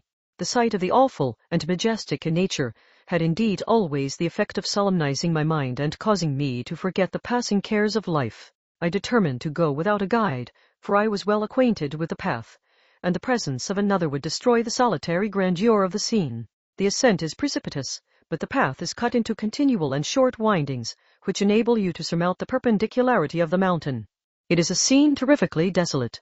In 1,000 spots the traces of the winter avalanche may be perceived, where trees lie broken and strewed on the ground, some entirely destroyed, others bent, leaning upon the jutting rocks of the mountain or transversely upon other trees. The path, as you ascend higher, is intersected by ravines of snow, down which stones continually roll from above. One of them is particularly dangerous, as the slightest sound, such as even speaking in a loud voice, produces a concussion of air sufficient to draw destruction upon the head of the speaker. The pines are not tall or luxuriant, but they are somber and add an air of severity to the scene. I looked on the valley beneath. Vast mists were rising from the rivers which ran through it and curling in thick wreaths around the opposite mountains, whose summits were hid in the uniform clouds, while rain poured from the dark sky and added to the melancholy impression I received from the objects around me. Alas! Why does man boast of sensibilities superior to those apparent in the brute? It only renders them more necessary beings. If our impulses were confined to hunger, thirst, and desire, we might be nearly free, but now we are moved by every wind that blows and a chance word or scene that word may convey to us. We rest. A dream has power to poison sleep. We rise. One wandering thought pollutes the day. We feel, conceive, or reason, laugh or weep, embrace fond woe, or cast our cares away. It is the same, for, be it joy or sorrow, the path of its departure still is free. Man's yesterday may ne'er be like his morrow, naught may endure but mutability. It was nearly noon when I arrived at the top of the ascent. For some time I sat upon the rock that overlooks the sea of ice. A mist covered both that and the surrounding mountains. Presently a breeze dissipated the cloud, and I descended upon the glacier. The surface is very uneven, rising like the waves of a troubled sea, descending low, and interspersed by rifts that sink deep. The field of ice is almost a league in width, but I spent nearly 2 hours in crossing it. The opposite mountain is a bare perpendicular rock. From the side where I now stood, Montanvert was exactly opposite, at the distance of a league, and above it rose Mont Blanc, in awful majesty. I remained in a recess of the rock, gazing on this wonderful and stupendous scene. The sea, or rather the vast river of ice, wound among its dependent mountains, whose aerial summits hung over its recesses. Their icy and glittering peaks shone in the sunlight over the clouds. My heart, which was before sorrowful, now swelled with something like joy. I exclaimed, "Wandering spirits, if indeed ye wander, and do not rest in your narrow beds, allow me this faint happiness, or take me, as your companion, away from the joys of life." As I said this I suddenly beheld the figure of a man, at some distance, advancing towards me with superhuman speed. He bounded over the crevices in the ice, among which I had walked with caution. His stature, also, as he approached, seemed to exceed that of man. I was troubled. A mist came over my eyes, and I felt a faintness seize me, but I was quickly restored by the cold gale of the mountains. I perceived, as the shape came near sight tremendous and abhorred, that it was the wretch whom I had created. I trembled with rage and horror, resolving to wait his approach and then close with him in mortal combat. He approached. His countenance bespoke bitter anguish, combined with disdain and malignity, while its unearthly ugliness rendered it almost too horrible for human eyes. But I scarcely observed this.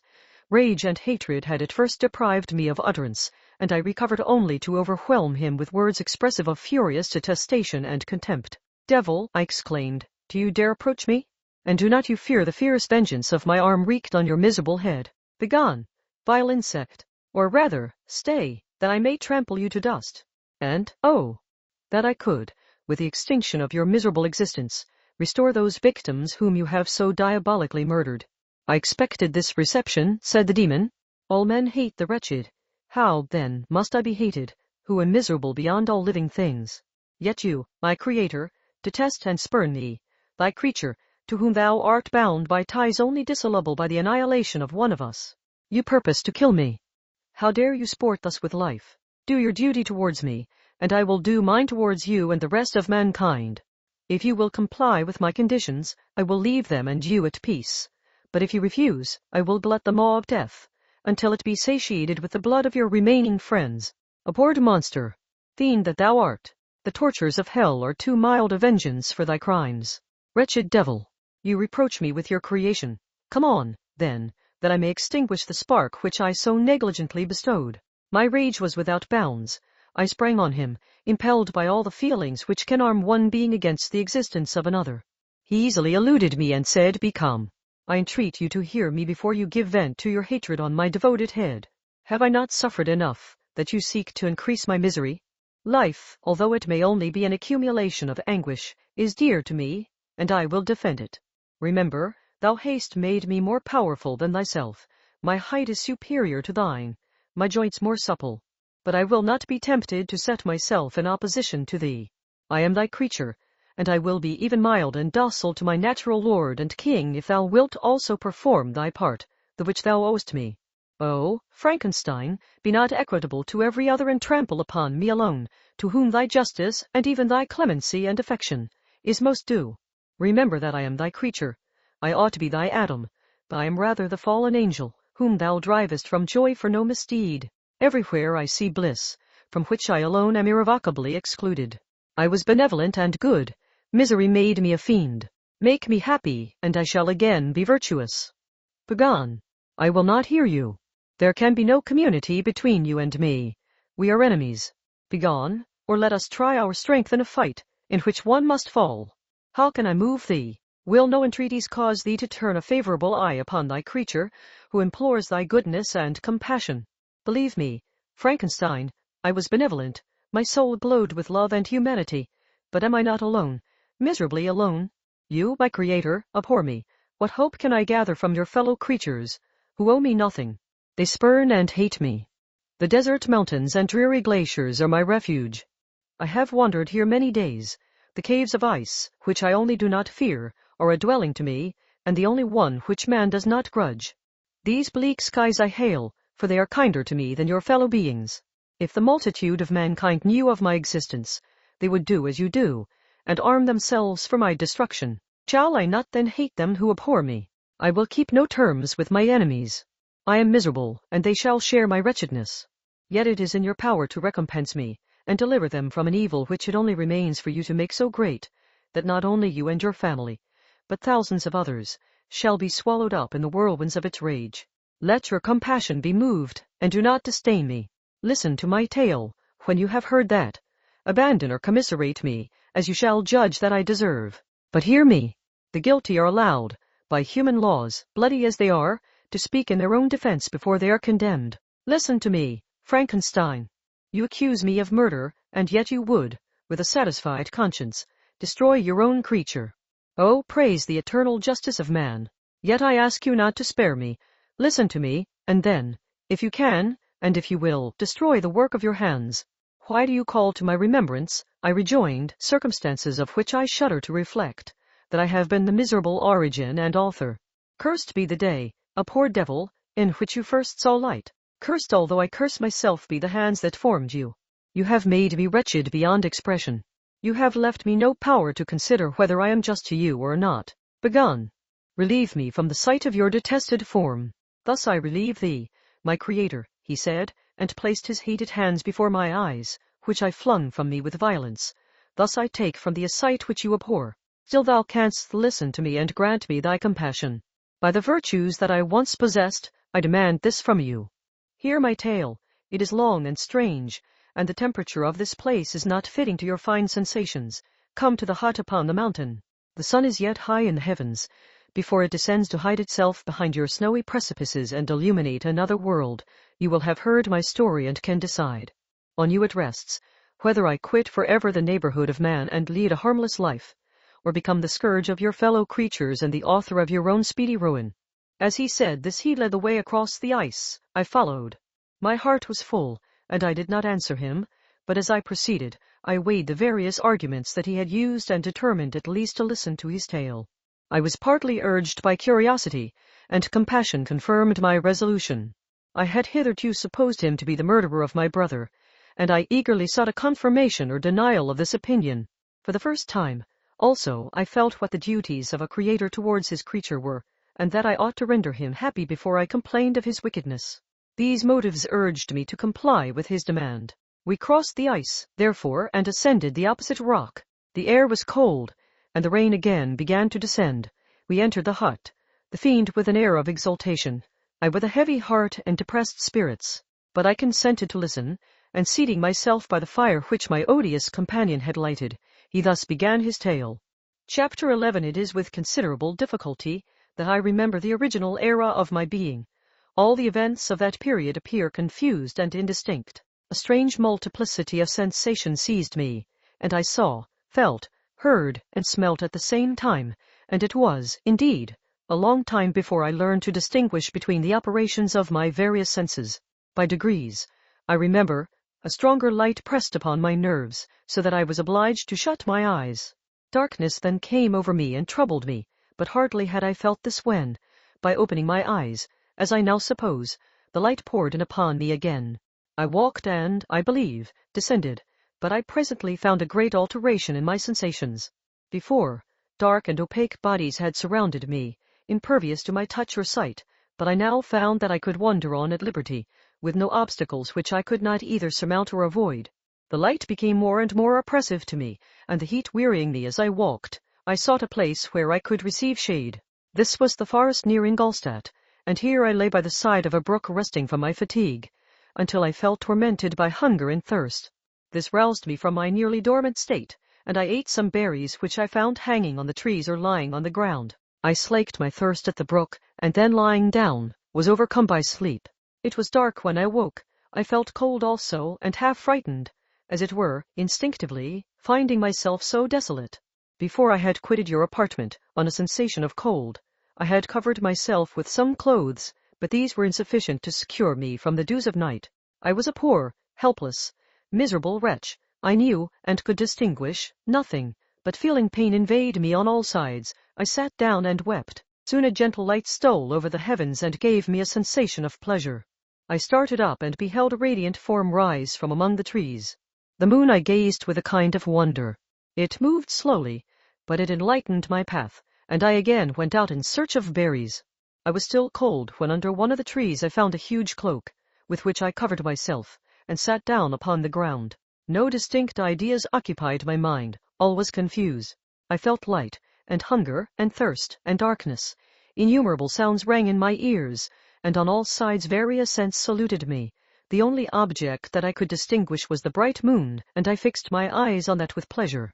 Several changes of day and night passed, and the orb of night had greatly lessened, when I began to distinguish my sensations from each other.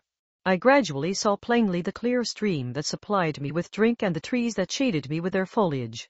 I was delighted when I first discovered that a pleasant sound, which often saluted my ears, proceeded from the throats of the little winged animals who had often intercepted the light from my eyes. I began also to observe, with greater accuracy, the forms that surrounded me and to perceive the boundaries of the radiant roof of light which canopied me. Sometimes I tried to imitate the pleasant songs of the birds, but was unable. Sometimes I wished to express my sensations in my own mode, but the uncouth and inarticulate sounds which broke from me frightened me into silence again. The moon had disappeared from the night, and again, with a lessened form, showed itself, while I still remained in the forest. My sensations had by this time become distinct, and my mind received every day additional ideas. My eyes became accustomed to the light and to perceive objects in their right forms. I distinguished the insect from the herb, and by degrees, one herb from another. I found that the sparrow uttered none but harsh notes, whilst those of the blackbird and thrush were sweet and enticing. One day, when I was oppressed by cold, I found a fire which had been left by some wandering beggars, and was overcome with delight at the warmth I experienced from it. In my joy I thrust my hand into the live embers, but quickly drew it out again with a cry of pain. How strange, I thought, that the same cause should produce such opposite effects. I examined the materials of the fire, and to my joy found it to be composed of wood. I quickly collected some branches, but they were wet and would not burn. I was pained at this, and sat still watching the operation of the fire. The wet wood which I had placed near the heat dried and itself became inflamed. I reflected on this, and by touching the various branches, I discovered the cause and busied myself in collecting a great quantity of wood, that I might dry it and have a plentiful supply of fire. When night came on and brought sleep with it, I was in the greatest fear lest my fire should be extinguished. I covered it carefully with dry wood and leaves and placed wet branches upon it, and then, spreading my cloak, I lay on the ground and sank into sleep. It was morning when I awoke, and my first care was to visit the fire. I uncovered it, and a gentle breeze quickly fanned it into a flame. I observed this also and contrived a fan of branches, which roused the embers when they were nearly extinguished. When night came again I found, with pleasure, that the fire gave light as well as heat, and that the discovery of this element was useful to me in my food, for I found some of the offals that the travelers had left had been roasted, and tasted much more savory than the berries I gathered from the trees. I tried, therefore, to dress my food in the same manner, placing it on the live embers. I found that the berries were spoiled by this operation, and the nuts and roots much improved. Food, however, became scarce, and I often spent the whole day searching in vain for a few acorns to assuage the pangs of hunger. When I found this, I resolved to quit the place that I had hitherto inhabited, to seek for one where the few wants I experienced would be more easily satisfied. In this emigration I exceedingly lamented the loss of the fire, which I had obtained through accident, and knew not how to reproduce it. I gave several hours to the serious consideration of this difficulty, but I was obliged to relinquish all attempt to supply it, and wrapping myself up in my cloak, I struck across the wood towards the setting sun. I passed 3 days in these rambles, and at length discovered the open country. A great fall of snow had taken place the night before, and the fields were of one uniform white. The appearance was disconsolate, and I found my feet chilled by the cold damp substance that covered the ground. It was about 7 in the morning, and I longed to obtain food and shelter. At length I perceived a small hut, on a rising ground, which had doubtless been built for the convenience of some shepherd. This was a new sight to me, and I examined the structure with great curiosity. Finding the door open, I entered. An old man sat in it, near a fire, over which he was preparing his breakfast. He turned on hearing a noise, and perceiving me, shrieked loudly, and quitting the hut, ran across the fields with a speed of which his debilitated form hardly appeared capable. His appearance, different from any I had ever before seen, and his flight somewhat surprised me, but I was enchanted by the appearance of the hut. Here the snow and rain could not penetrate. The ground was dry, and it presented to me then as exquisite and divine a retreat as pandemonium appeared to the demons of hell after their sufferings in the lake of fire. I greedily devoured the remnants of the shepherd's breakfast, which consisted of bread, cheese, milk, and wine. The latter, however, I did not like. Then, overcome by fatigue, I lay down among some straw and fell asleep. It was noon when I awoke, and allured by the warmth of the sun, which shone brightly on the white ground, I determined to recommence my travels, and, depositing the remains of the peasant's breakfast in a wallet I found, I proceeded across the fields for several hours, until at sunset I arrived at a village.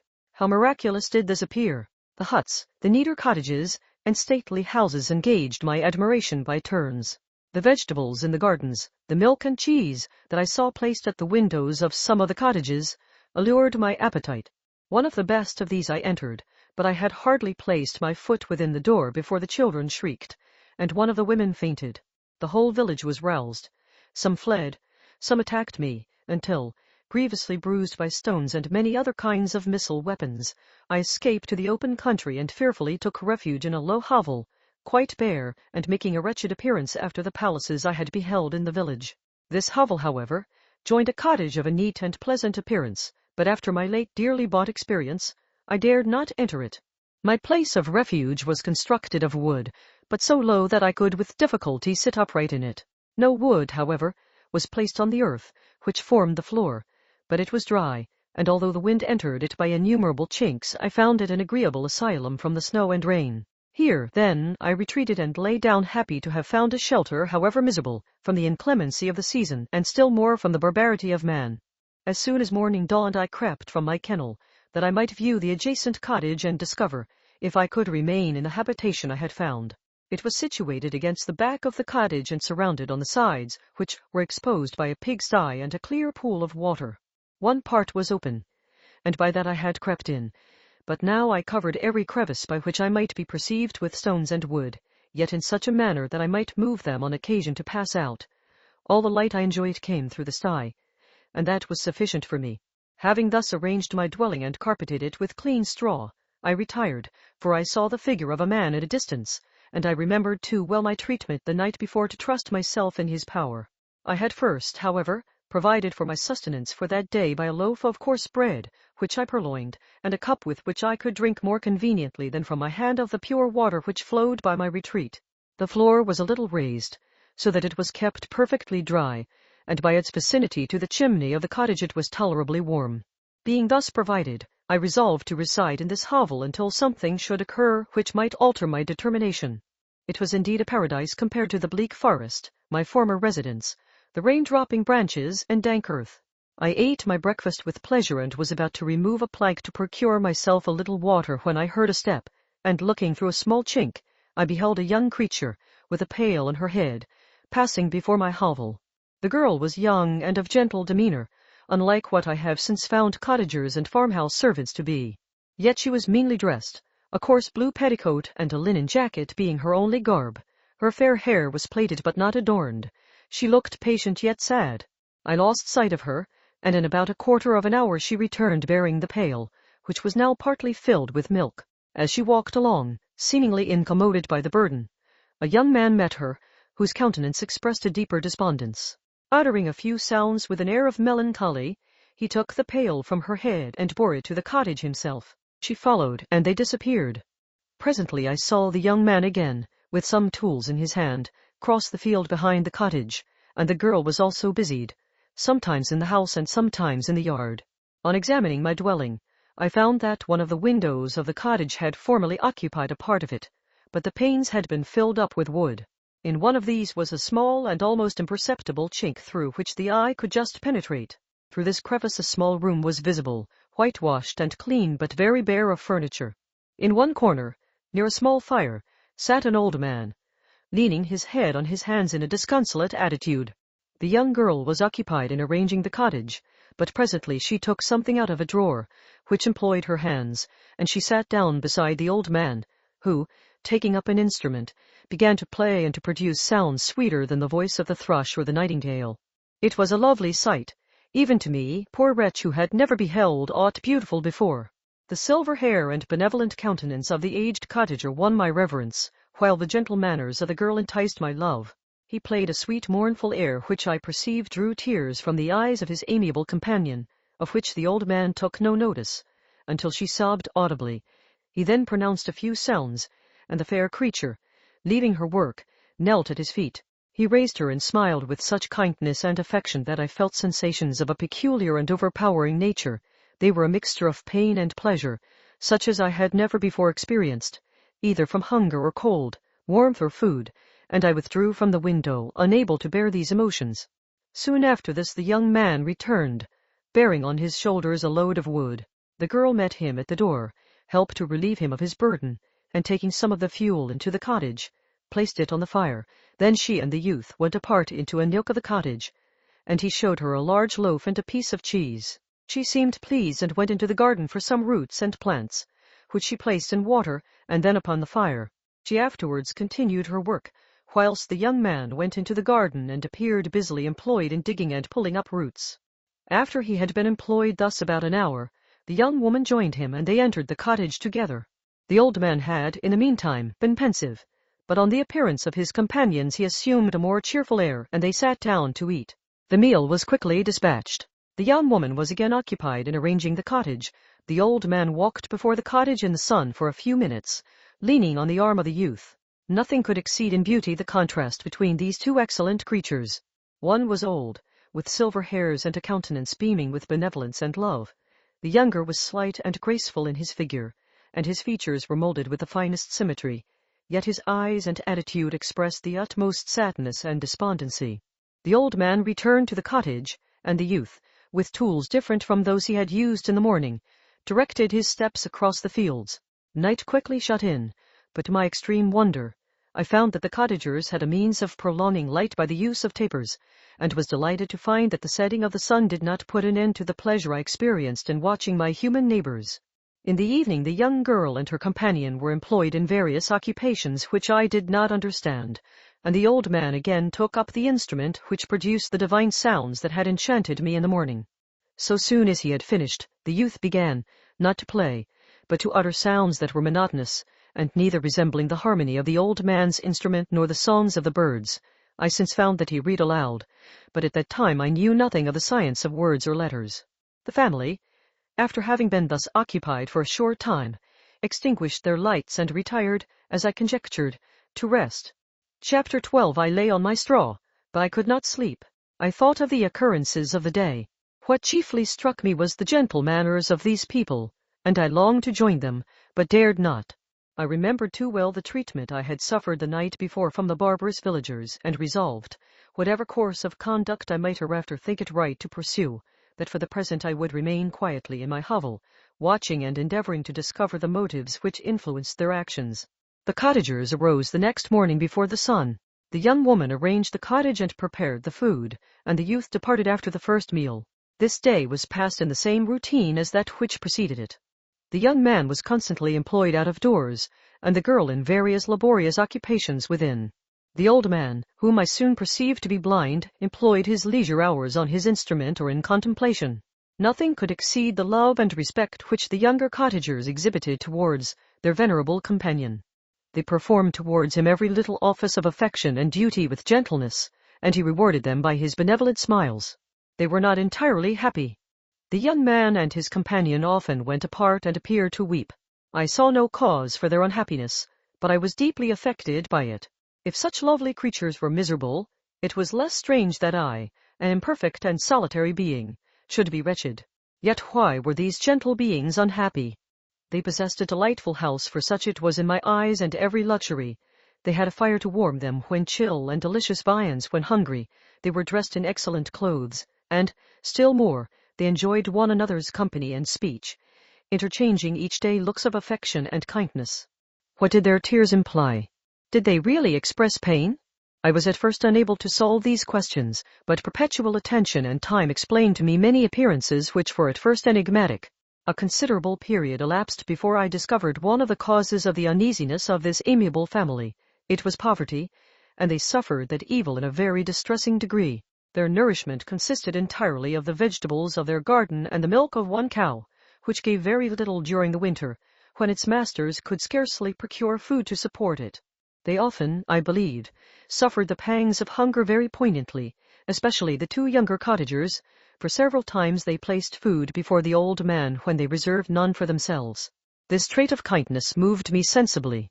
I had been accustomed, during the night, to steal a part of their store for my own consumption, but when I found that in doing this I inflicted pain on the cottagers, I abstained and satisfied myself with berries, nuts, and roots which I gathered from a neighboring wood. I discovered also another means through which I was enabled to assist their labors. I found that the youth spent a great part of each day in collecting wood for the family fire, and during the night I often took his tools, the use of which I quickly discovered, and brought home firing sufficient for the consumption of several days. I remember, the first time that I did this, the young woman, when she opened the door in the morning, appeared greatly astonished on seeing a great pile of wood on the outside. She uttered some words in a loud voice, and the youth joined her, who also expressed surprise. I observed, with pleasure, that he did not go to the forest that day, but spent it in repairing the cottage and cultivating the garden. By degrees I made a discovery of still greater moment. I found that these people possessed a method of communicating their experience and feelings to one another by articulate sounds. I perceived that the words they spoke sometimes produced pleasure or pain, smiles or sadness, in the minds and countenances of the hearers. This was indeed a godlike science, and I ardently desired to become acquainted with it. But I was baffled in every attempt I made for this purpose. Their pronunciation was quick, and the words they uttered, not having any apparent connection with visible objects, I was unable to discover any clue by which I could unravel the mystery of their reference. By great application, however, and after having remained during the space of several revolutions of the moon in my hovel, I discovered the names that were given to some of the most familiar objects of discourse. I learned and applied the words fire, milk, bread, and wood. I learned also the names of the cottagers themselves. The youth and his companion had each of them several names, but the old man had only one, which was father. The girl was called sister or Agatha, and the youth Felix, brother or son. I cannot describe the delight I felt when I learned the ideas appropriated to each of these sounds and was able to pronounce them. I distinguished several other words without being able as yet to understand or apply them, such as good, dearest, unhappy. I spent the winter in this manner. The gentle manners and beauty of the cottagers greatly endeared them to me. When they were unhappy, I felt depressed. When they rejoiced, I sympathized in their joys. I saw few human beings besides them, and if any other happened to enter the cottage, their harsh manners and rude gait only enhanced to me the superior accomplishments of my friends. The old man, I could perceive, often endeavored to encourage his children, as sometimes I found that he called them, to cast off their melancholy. He would talk in a cheerful accent, with an expression of goodness that bestowed pleasure even upon me. Agatha listened with respect, her eyes sometimes filled with tears, which she endeavored to wipe away unperceived, but I generally found that her countenance and tone were more cheerful after having listened to the exhortations of her father. It was not thus with Felix. He was always the saddest of the group, and even to my unpracticed senses, he appeared to have suffered more deeply than his friends. But if his countenance was more sorrowful, his voice was more cheerful than that of his sister, especially when he addressed the old man. I could mention innumerable instances which, although slight, marked the dispositions of these amiable cottagers. In the midst of poverty and want, Felix carried with pleasure to his sister the first little white flower that peeped out from beneath the snowy ground. Early in the morning, before she had risen, he cleared away the snow that obstructed her path to the milk-house, drew water from the well, and brought the wood from the outhouse, where, to his perpetual astonishment, he found his store always replenished by an invisible hand. In the day, I believed, he worked sometimes for a neighboring farmer, because he often went forth and did not return until dinner, yet brought no wood with him. At other times he worked in the garden, but as there was little to do in the frosty season, he read to the old man and Agatha. This reading had puzzled me extremely at first, but by degrees I discovered that he uttered many of the same sounds when he read as when he talked. I conjectured, therefore, that he found on the paper signs for speech which he understood, and I ardently longed to comprehend these also, but how was that possible when I did not even understand the sounds for which they stood as signs? I improved, however, sensibly in this science, but not sufficiently to follow up any kind of conversation, although I applied my whole mind to the endeavor, for I easily perceived that, although I eagerly longed to discover myself to the cottagers, I ought not to make the attempt until I had first become master of their language, which knowledge might enable me to make them overlook the deformity of my figure, for with this also the contrast perpetually presented to my eyes had made me acquainted. I had admired the perfect forms of my cottagers, their grace, beauty, and delicate complexions, but how was I terrified when I viewed myself in a transparent pool. At first I started back, unable to believe that it was indeed I who was reflected in the mirror, and when I became fully convinced that I was in reality the monster that I am, I was filled with the bitterest sensations of despondence and mortification. Alas! I did not yet entirely know the fatal effects of this miserable deformity. As the sun became warmer and the light of day longer, the snow vanished, and I beheld the bare trees and the black earth. From this time Felix was more employed, and the heart-moving indications of impending famine disappeared. Their food, as I afterwards found, was coarse, but it was wholesome, and they procured a sufficiency of it. Several new kinds of plants sprang up in the garden, which they dressed, and these signs of comfort increased daily as the season advanced. The old man, leaning on his son, walked each day at noon, when it did not rain, as I found it was called when the heavens poured forth its waters. This frequently took place, but a high wind quickly dried the earth, and the season became far more pleasant than it had been. My mode of life in my hovel was uniform. During the morning I attended the motions of the cottagers, and when they were dispersed in various occupations, I slept. The remainder of the day was spent in observing my friends. When they had retired to rest, if there was any moon or the night was starlight, I went into the woods and collected my own food and fuel for the cottage. When I returned, as often as it was necessary, I cleared their path from the snow and performed those offices that I had seen done by Felix. I afterwards found that these labors, performed by an invisible hand, greatly astonished them, and once or twice I heard them, on these occasions, utter the words good spirit, wonderful, but I did not then understand the signification of these terms. My thoughts now became more active, and I longed to discover the motives and feelings of these lovely creatures. I was inquisitive to know why Felix appeared so miserable and Agatha so sad. I thought, foolish wretch, that it might be in my power to restore happiness to these deserving people. When I slept or was absent, the forms of the venerable blind father, the gentle Agatha, and the excellent Felix flitted before me. I looked upon them as superior beings who would be the arbiters of my future destiny. I formed in my imagination 1,000 pictures of presenting myself to them, and their reception of me. I imagined that they would be disgusted, until, by my gentle demeanor and conciliating words, I should first win their favor and afterwards their love. These thoughts exhilarated me and led me to apply with fresh ardor to the acquiring the art of language. My organs were indeed harsh, but supple, and although my voice was very unlike the soft music of their tones, yet I pronounced such words as I understood with tolerable ease.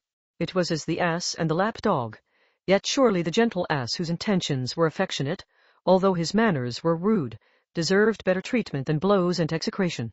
The pleasant showers and genial warmth of spring greatly altered the aspect of the earth. Men who before this change seemed to have been hid in caves dispersed themselves and were employed in various arts of cultivation. The birds sang in more cheerful notes, and the leaves began to bud forth on the trees.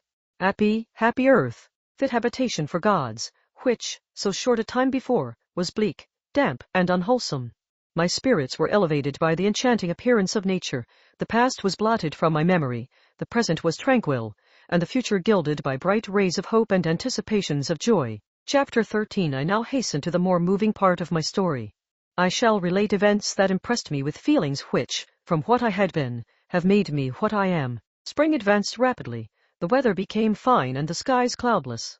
It surprised me that what before was desert and gloomy should now bloom with the most beautiful flowers and verdure. My senses were gratified and refreshed by 1,000 scents of delight and 1,000 sights of beauty.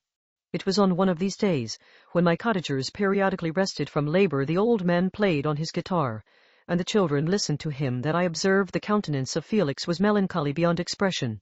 He sighed frequently, and once his father paused in his music, and I conjectured by his manner that he inquired the cause of his son's sorrow. Felix replied in a cheerful accent, and the old man was recommencing his music when someone tapped at the door. It was a lady on horseback, accompanied by a countryman as a guide. The lady was dressed in a dark suit and covered with a thick black veil. Agatha asked a question, to which the stranger only replied by pronouncing, in a sweet accent, the name of Felix. Her voice was musical but unlike that of either of my friends. On hearing this word, Felix came up hastily to the lady, who, when she saw him, threw up her veil, and I beheld a countenance of angelic beauty and expression. Her hair of a shining raven black and curiously braided. Her eyes were dark, but gentle, although animated, her features of irregular proportion, and her complexion wondrously fair, each cheek tinged with a lovely pink. Felix seemed ravished with delight when he saw her. Every trait of sorrow vanished from his face, and it instantly expressed a degree of ecstatic joy, of which I could hardly have believed it capable. His eyes sparkled, as his cheek flushed with pleasure, and at that moment I thought him as beautiful as the stranger. She appeared affected by different feelings.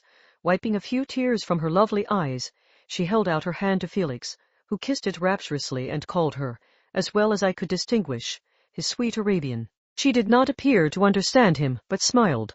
He assisted her to dismount, and dismissing her guide, conducted her into the cottage. Some conversation took place between him and his father, and the young stranger knelt at the old man's feet and would have kissed his hand, but he raised her and embraced her affectionately. I soon perceived that although the stranger uttered articulate sounds and appeared to have a language of her own, she was neither understood by nor herself understood the cottagers. They made many signs which I did not comprehend, but I saw that her presence diffused gladness through the cottage, dispelling their sorrow as the sun dissipates the morning mists. Felix seemed peculiarly happy, and with smiles of delight welcomed his Arabian. Agatha, the ever-gentle Agatha, kissed the hands of the lovely stranger, and pointing to her brother, made signs which appeared to me to mean that he had been sorrowful until she came.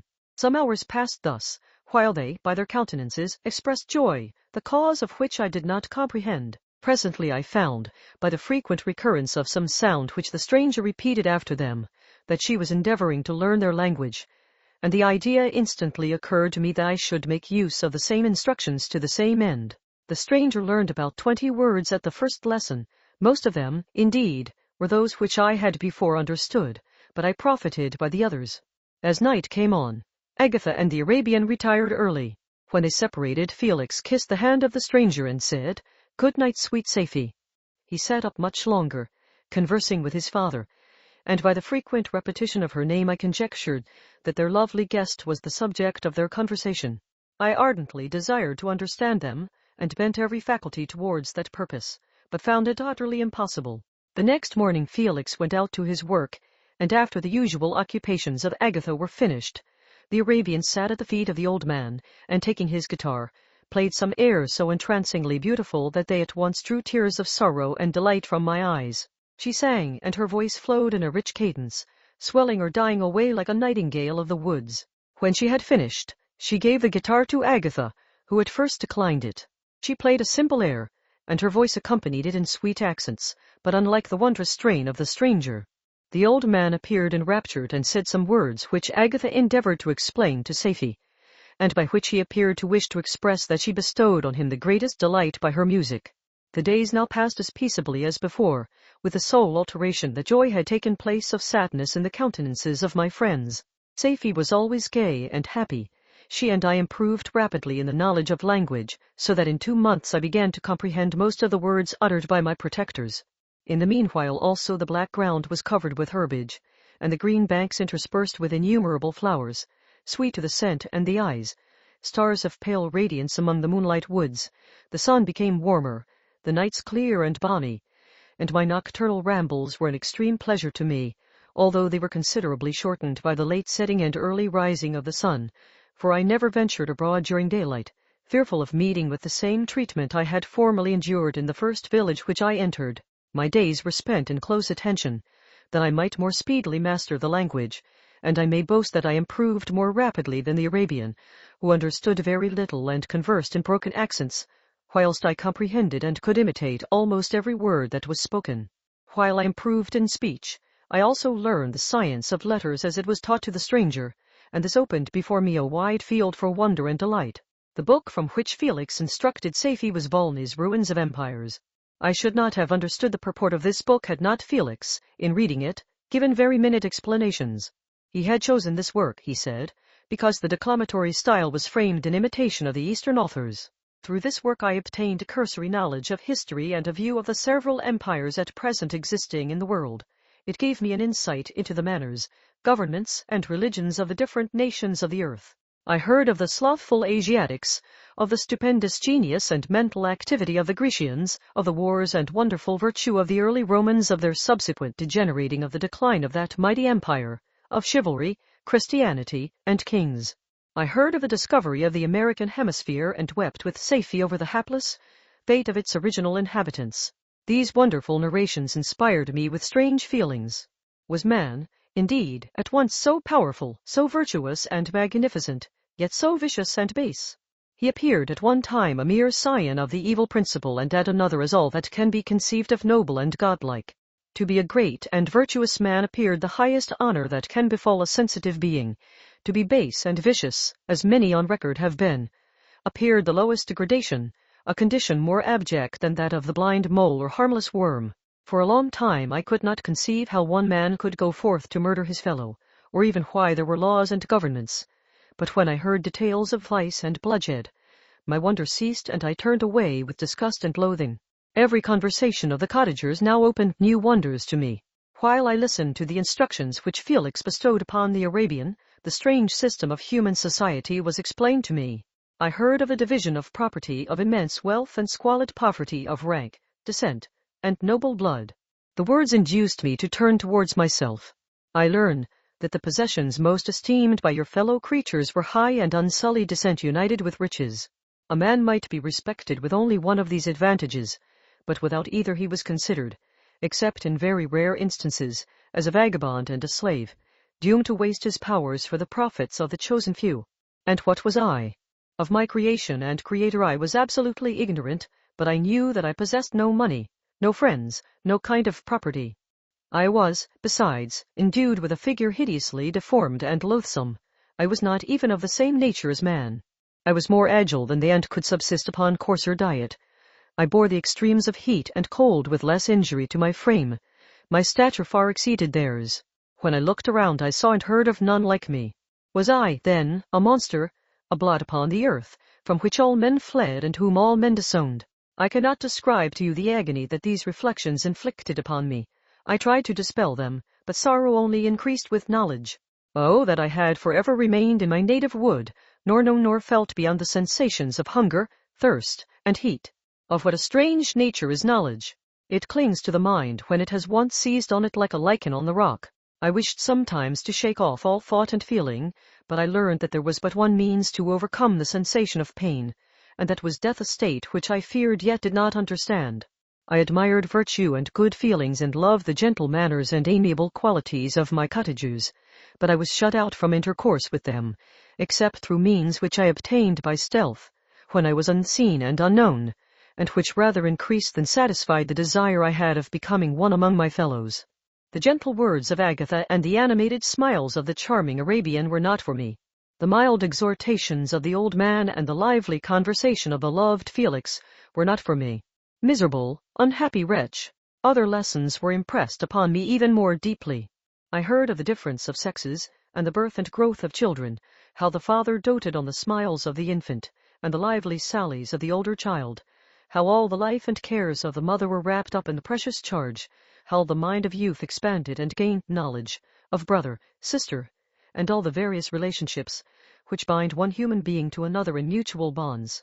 But where were my friends and relations? No father had watched my infant days, no mother had blessed me with smiles and caresses, or if they had, all my past life was now a blot, a blind vacancy in which I distinguished nothing. From my earliest remembrance I had been as I then was in height and proportion. I had never yet seen a being resembling me or who claimed any intercourse with me. What was I? The question again recurred, to be answered only with groans. I will soon explain to what these feelings tended, but allow me now to return to the cottagers, whose story excited in me such various feelings of indignation, delight, and wonder, but which all terminated in additional love and reverence for my protectors, for so I loved, in an innocent, half-painful self-deceit, to call them. Chapter 14. Some time elapsed before I learned the history of my friends. It was one which could not fail to impress itself deeply on my mind, unfolding as it did a number of circumstances, each interesting and wonderful to one so utterly inexperienced as I was. The name of the old man was de Lacy. He was descended from a good family in France, where he had lived for many years in affluence, respected by his superiors and beloved by his equals. His son was bred in the service of his country, and Agatha had ranked with ladies of the highest distinction. A few months before my arrival they had lived in a large and luxurious city called Paris, surrounded by friends and possessed of every enjoyment which virtue, refinement of intellect, or taste, accompanied by a moderate fortune, could afford. The father of Safie had been the cause of their ruin. He was a Turkish merchant and had inhabited Paris for many years, when, for some reason which I could not learn, he became obnoxious to the government. He was seized and cast into prison the very day that Safie arrived from Constantinople to join him. He was tried and condemned to death. The injustice of his sentence was very flagrant. All Paris was indignant, and it was judged that his religion and wealth rather than the crime alleged against him had been the cause of his condemnation. Felix had accidentally been present at the trial. His horror and indignation were uncontrollable when he heard the decision of the court. He made, at that moment, a solemn vow to deliver him, and then looked around for the means.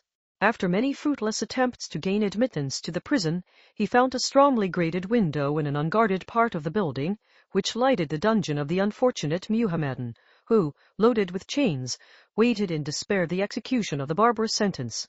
Felix visited the grate at night and made known to the prisoner his intentions in his favor. The Turk, amazed and delighted, endeavored to kindle the zeal of his deliverer by promises of reward and wealth. Felix rejected his offers with contempt. Yet when he saw the lovely Safie, who was allowed to visit her father and who by her gestures expressed her lively gratitude, the youth could not help owning to his own mind that the captive possessed a treasure which would fully reward his toil and hazard. The Turk quickly perceived the impression that his daughter had made on the heart of Felix, and endeavored to secure him more entirely in his interests by the promise of her hand in marriage so soon as he should be conveyed to a place of safety. Felix was too delicate to accept this offer, yet he looked forward to the probability of the event as to the consummation of his happiness. During the ensuing days, while the preparations were going forward for the escape of the merchant, the zeal of Felix was warmed by several letters that he received from this lovely girl, who found means to express her thoughts in the language of her lover by the aid of an old man, a servant of her father who understood French. She thanked him in the most ardent terms for his intended services towards her parent, and at the same time she gently deplored her own fate. I have copies of these letters, for I found means, during my residence in the hovel, to procure the implements of writing, and the letters were often in the hands of Felix or Agatha. Before I depart I will give them to you.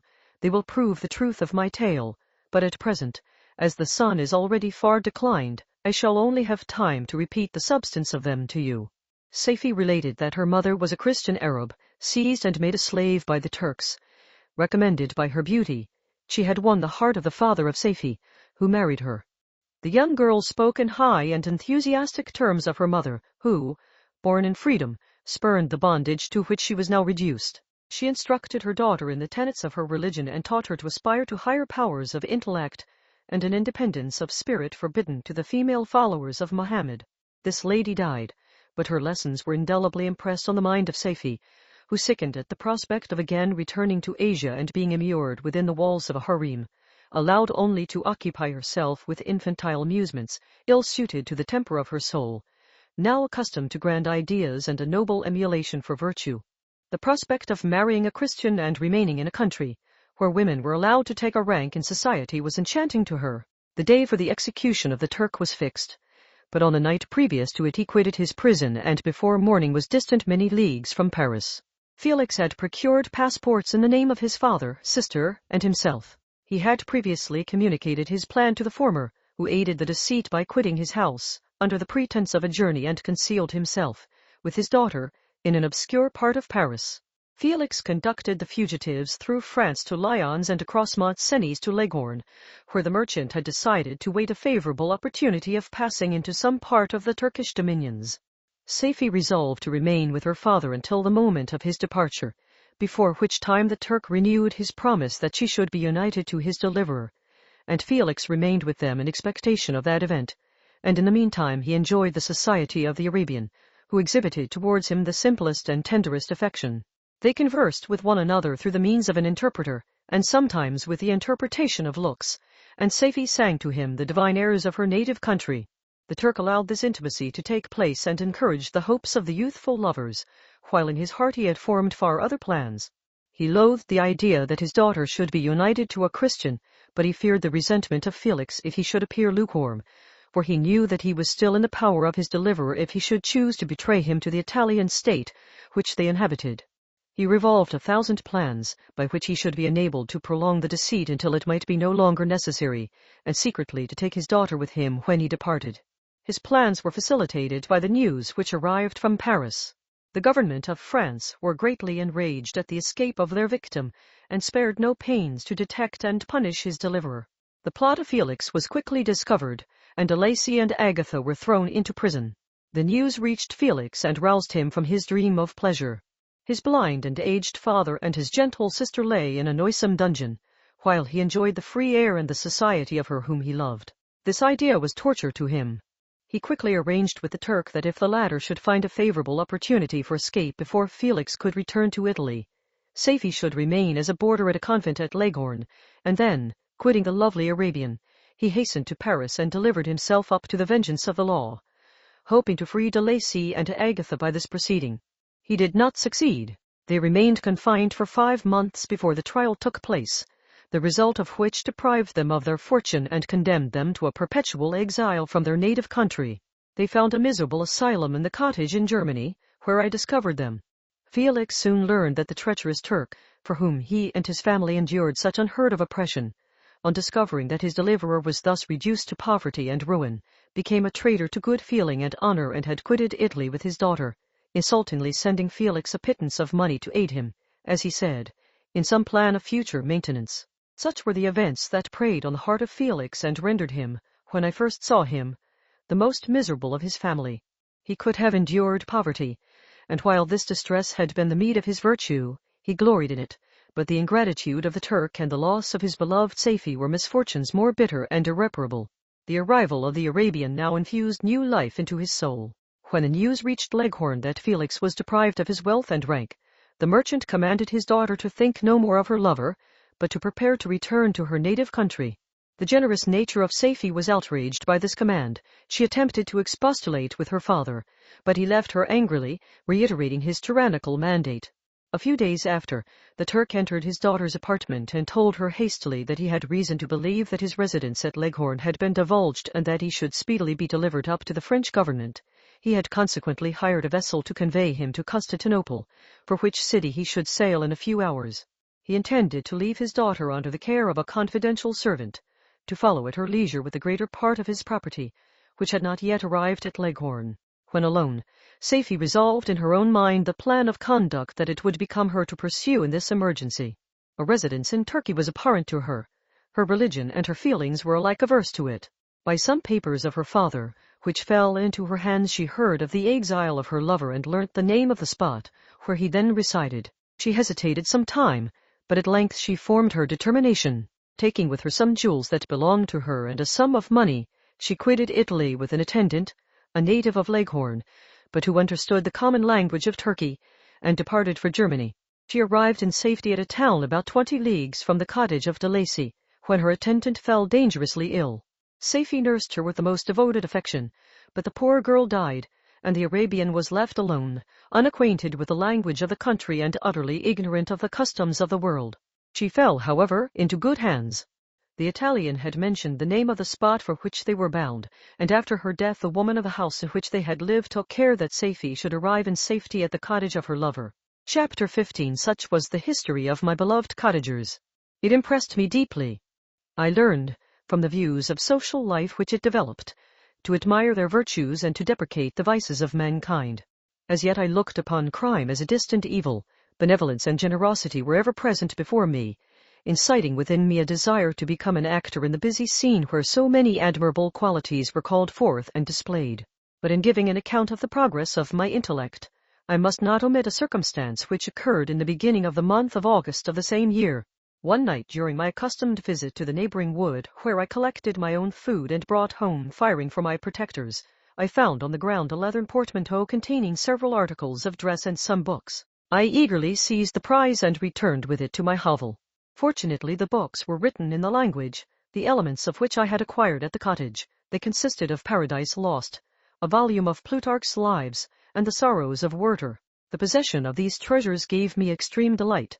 I now continually studied and exercised my mind upon these histories, whilst my friends were employed in their ordinary occupations. I can hardly describe to you the effect of these books. They produced in me an infinity of new images and feelings that sometimes raised me to ecstasy, but more frequently sunk me into the lowest dejection. In the Sorrows of Werther, besides the interest of its simple and affecting story, so many opinions are canvassed and so many lights thrown upon what had hitherto been to me obscure subjects that I found in it a never-ending source of speculation and astonishment. The gentle and domestic manners it described, combined with lofty sentiments and feelings, which had for their object something out of self, accorded well with my experience among my protectors and with the wants which were forever alive in my own bosom.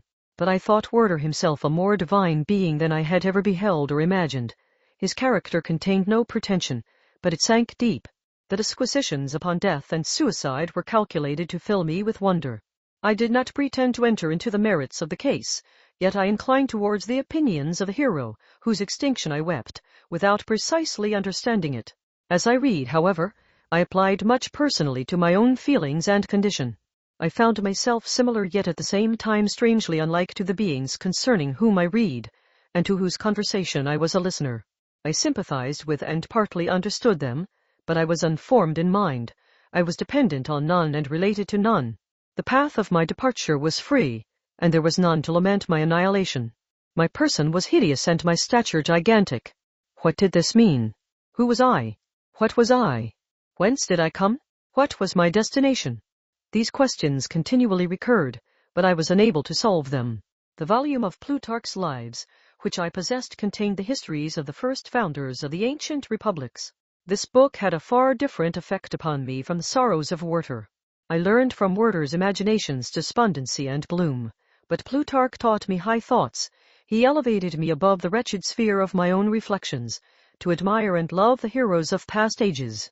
Many things I read surpassed my understanding and experience. I had a very confused knowledge of kingdoms, wide extents of country, mighty rivers, and boundless seas. But I was perfectly unacquainted with towns and large assemblages of men. The cottage of my protectors had been the only school in which I had studied human nature, but this book developed new and mightier scenes of action. I read of men concerned in public affairs, governing or massacring their species. I felt the greatest ardor for virtue rise within me, and abhorrence for vice, as far as I understood the signification of those terms, relative as they were, as I applied them, to pleasure and pain alone. Induced by these feelings, I was of course led to admire peaceable lawgivers, Numa, Solon, and Lycurgus, in preference to Romulus and Theseus. The patriarchal lives of my protectors caused these impressions to take a firm hold on my mind. Perhaps, if my first introduction to humanity had been made by a young soldier, burning for glory and slaughter, I should have been imbued with different sensations. But Paradise Lost excited different and far deeper emotions. I read it, as I had read the other volumes which had fallen into my hands, as a true history. It moved every feeling of wonder and awe that the picture of an omnipotent God warring with his creatures was capable of exciting. I often referred the several situations, as their similarity struck me, to my own.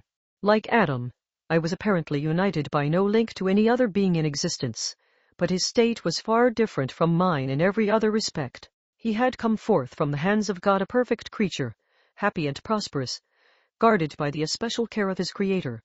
He was allowed to converse with and acquire knowledge from beings of a superior nature, but I was wretched, helpless, and alone.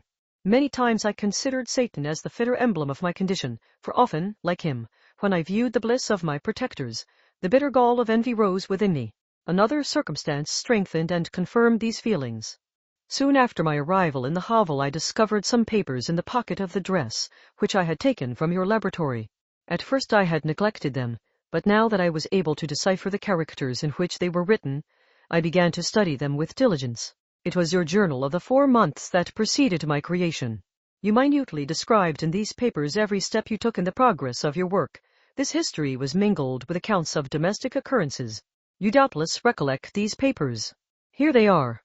Everything is related in them which bears reference to my accursed origin. The whole detail of that series of disgusting circumstances which produced it is set in view. The minutest description of my odious and loathsome person is given, in language which painted your own horrors and rendered mine indelible. I sickened as I read. Hateful day when I received life! I exclaimed in agony. Accursed Creator! Why did you form a monster so hideous that even you turned from me in disgust? God, in pity, made man beautiful and alluring after his own image, but my form is a filthy type of yours, more horrid even from the very resemblance. Satan had his companions, fellow devils, to admire and encourage him, but I am solitary and abhorred. These were the reflections of my hours of despondency and solitude, but when I contemplated the virtues of the cottagers, their amiable and benevolent dispositions, I persuaded myself that when they should become acquainted with my admiration of their virtues they would compassionate me and overlook my personal deformity. Could they turn from their door one, however monstrous, who solicited their compassion and friendship?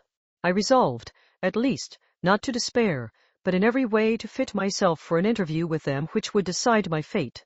I postponed this attempt for some months longer, for the importance attached to its success inspired me with the dread lest I should fail. Besides, I found that my understanding improved so much with every day's experience that I was unwilling to commence this undertaking until a few more months should have added to my sagacity. Several changes, in the meantime, took place in the cottage.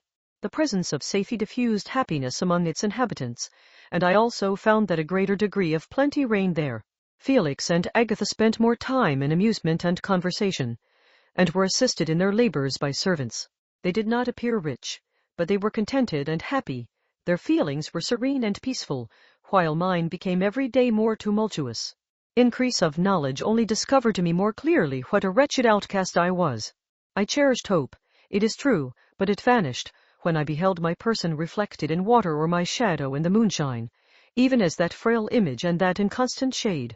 I endeavored to crush these fears, and to fortify myself for the trial which in a few months I resolved to undergo, and sometimes I allowed my thoughts, unchecked by reason, to ramble in the fields of paradise, and dared to fancy amiable and lovely creatures sympathizing with my feelings and cheering my gloom. Their angelic countenances breathed smiles of consolation. But it was all a dream. No Eve soothed my sorrows nor shared my thoughts. I was alone. I remembered Adam's supplication to his Creator. But where was mine? He had abandoned me, and in the bitterness of my heart I cursed him. Autumn passed thus. I saw, with surprise and grief, the leaves decay and fall, and nature again assume the barren and bleak appearance it had worn when I first beheld the woods and the lovely moon. Yet I did not heed the bleakness of the weather. I was better fitted by my conformation for the endurance of cold than heat. But my chief delights were the sight of the flowers, the birds, and all the gay apparel of summer. When those deserted me, I turned with more attention towards the cottagers. Their happiness was not decreased by the absence of summer. They loved and sympathized with one another, and their joys, dependent on each other, were not interrupted by the casualties that took place around them. The more I saw of them, the greater became my desire to claim their protection and kindness. My heart yearned to be known and loved by these amiable creatures. To see their sweet looks directed towards me with affection was the utmost limit of my ambition. I dared not think that they would turn them from me with disdain and horror. The poor that stopped at their door were never driven away. I asked, it is true, for greater treasures than a little food or rest. I required kindness and sympathy, but I did not believe myself utterly unworthy of it. The winter advanced, and an entire revolution of the seasons had taken place since I awoke into life. My attention, at this time was solely directed towards my plan of introducing myself into the cottage of my protectors. I revolved many projects, but that on which I finally fixed was to enter the dwelling when the blind old man should be alone. I had sagacity enough to discover that the unnatural hideousness of my person was the chief object of horror with those who had formerly beheld me. My voice, although harsh, had nothing terrible in it. I thought, therefore, that if in the absence of his children I could gain the goodwill and mediation of the old de Lacy, I might by his means be tolerated by my younger protectors. One day, when the sun shone on the red leaves that strewed the ground and diffused cheerfulness, although it denied warmth, Safie, Agatha, and Felix departed on a long country walk, and the old man, at his own desire, was left alone in the cottage. When his children had departed, he took up his guitar and played several mournful but sweet airs, more sweet and mournful than I had ever heard him play before. At first his countenance was illuminated with pleasure, but as he continued, thoughtfulness and sadness succeeded. At length, laying aside the instrument, he sat absorbed in reflection. My heart beat quick. This was the hour and moment of trial, which would decide my hopes or realize my fears. The servants were gone to a neighboring fair. All was silent in and around the cottage. It was an excellent opportunity, yet, when I proceeded to execute my plan, my limbs failed me and I sank to the ground. Again I rose, and exerting all the firmness of which I was master, removed the planks which I had placed before my hovel to conceal my retreat. The fresh air revived me, and with renewed determination I approached the door of their cottage. I knocked. "Who is there?" said the old man. "Come in." I entered. "Pardon this intrusion," said I. "I am a traveler in want of a little rest. You would greatly oblige me if you would allow me to remain a few minutes before the fire." "Enter," said de Lacy, "and I will try in what manner I can to relieve your wants. But, unfortunately, my children are from home, and as I am blind, I am afraid I shall find it difficult to procure food for you." "Do not trouble yourself, my kind host. I have food. It is warmth and rest only that I need." I sat down, and a silence ensued.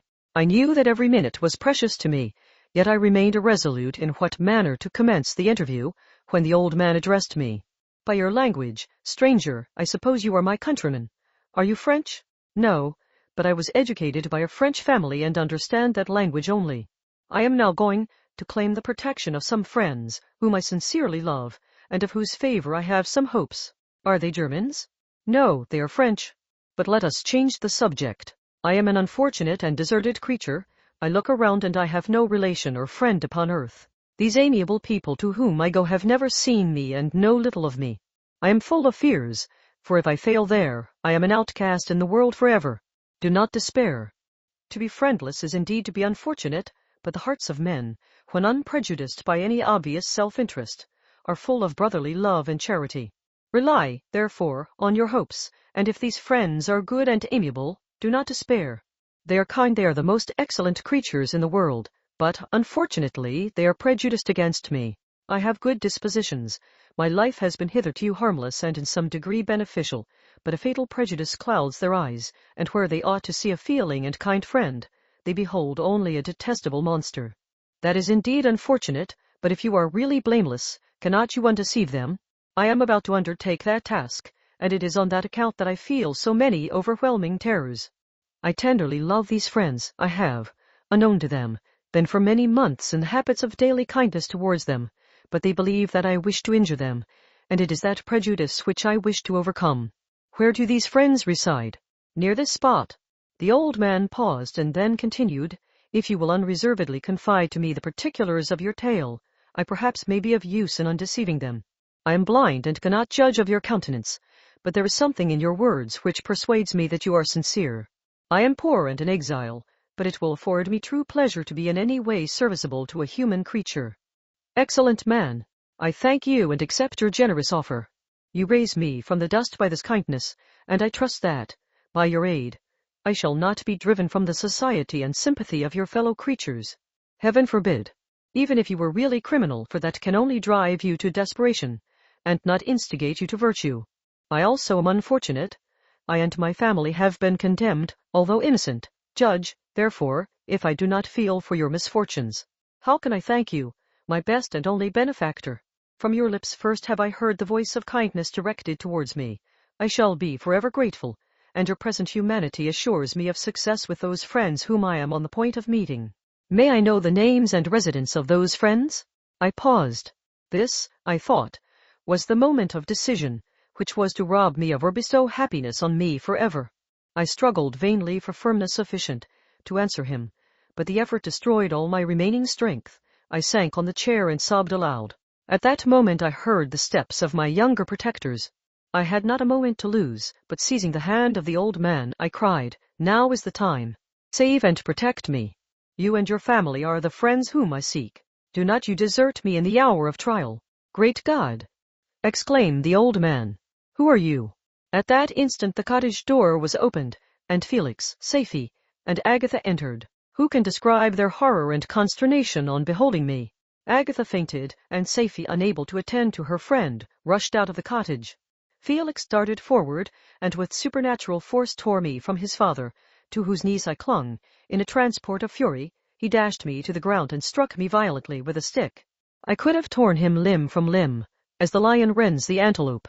But my heart sank within me as with bitter sickness, and I refrained. I saw him on the point of repeating his blow, when, overcome by pain and anguish, I quitted the cottage, and in the general tumult escaped unperceived to my hovel. Chapter 16. Cursed Creator. Why did I live? Why, in that instant, did I not extinguish the spark of existence which you had so wantonly bestowed? I know not. Despair had not yet taken possession of me. My feelings were those of rage and revenge. I could with pleasure have destroyed the cottage and its inhabitants, and have glutted myself with their shrieks and misery. When night came I quitted my retreat and wandered in the wood, and now, no longer restrained by the fear of discovery, I gave vent to my anguish in fearful howlings. I was like a wild beast that had broken the toils, destroying the objects that obstructed me, and ranging through the wood with a stag-like swiftness. Oh, what a miserable night I passed! The cold stars shone in mockery, and the bare trees waved their branches above me. Now and then the sweet voice of a bird burst forth amidst the universal stillness. All, save I, were at rest or in enjoyment. I, like the arch-fiend, bore hell within me, and finding myself unsympathized with, wished to tear up the trees, spread havoc and destruction around me, and then to have sat down and enjoyed the ruin. But this was a luxury of sensation that could not endure. I became fatigued with excessive bodily exertion, and sank on the damp grass in the sick impotence of despair. There was none among the myriads of men that existed who would pity or assist me, and should I feel kindness towards my enemies? No. From that moment I declared everlasting war against the species, and more than all, against him who had formed me and sent me forth to this insupportable misery. The sun rose. I heard the voices of men, and knew that it was impossible to return to my retreat during that day. Accordingly I hid myself in some thick underwood, determining to devote the ensuing hours to reflection on my situation. The pleasant sunshine and the pure air of day restored me to some degree of tranquillity, and when I considered what had passed at the cottage, I could not help believing that I had been too hasty in my conclusions. I had certainly acted imprudently.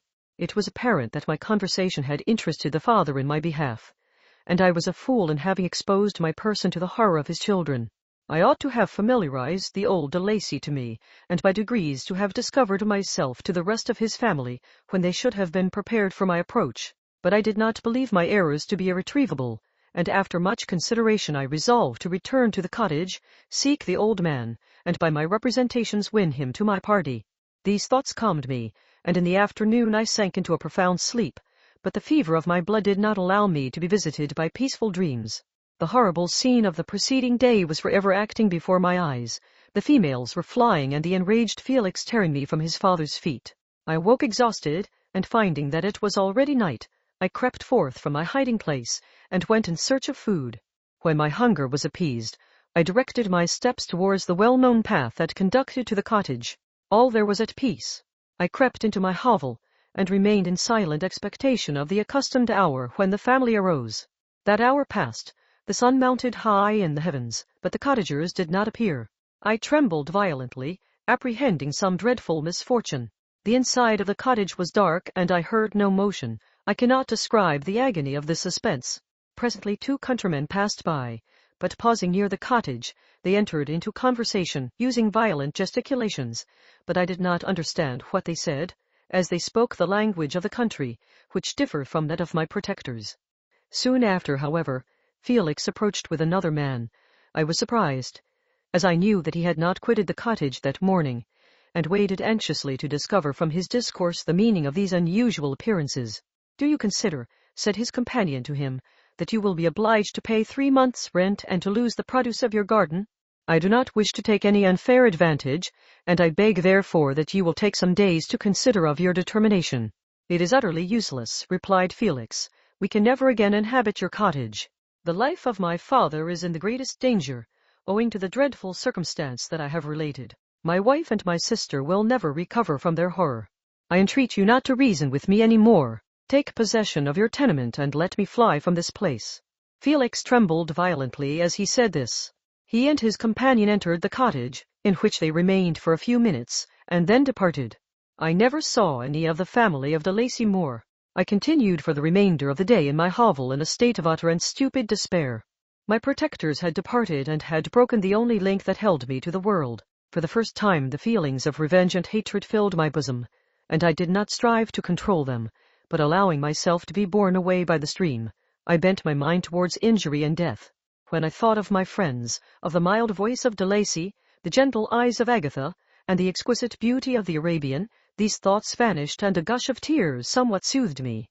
But again, when I reflected that they had spurned and deserted me, anger returned, a rage of anger, and unable to injure anything human, I turned my fury towards inanimate objects. As night advanced, I placed a variety of combustibles around the cottage, and after having destroyed every vestige of cultivation in the garden, I waited with forced impatience until the moon had sunk to commence my operations. As the night advanced, a fierce wind arose from the woods and quickly dispersed the clouds that had loitered in the heavens. The blast tore along like a mighty avalanche and produced a kind of insanity in my spirits that burst all bounds of reason and reflection. I lighted the dry branch of a tree and danced with fury around the devoted cottage, my eyes still fixed on the western horizon, the edge of which the moon nearly touched.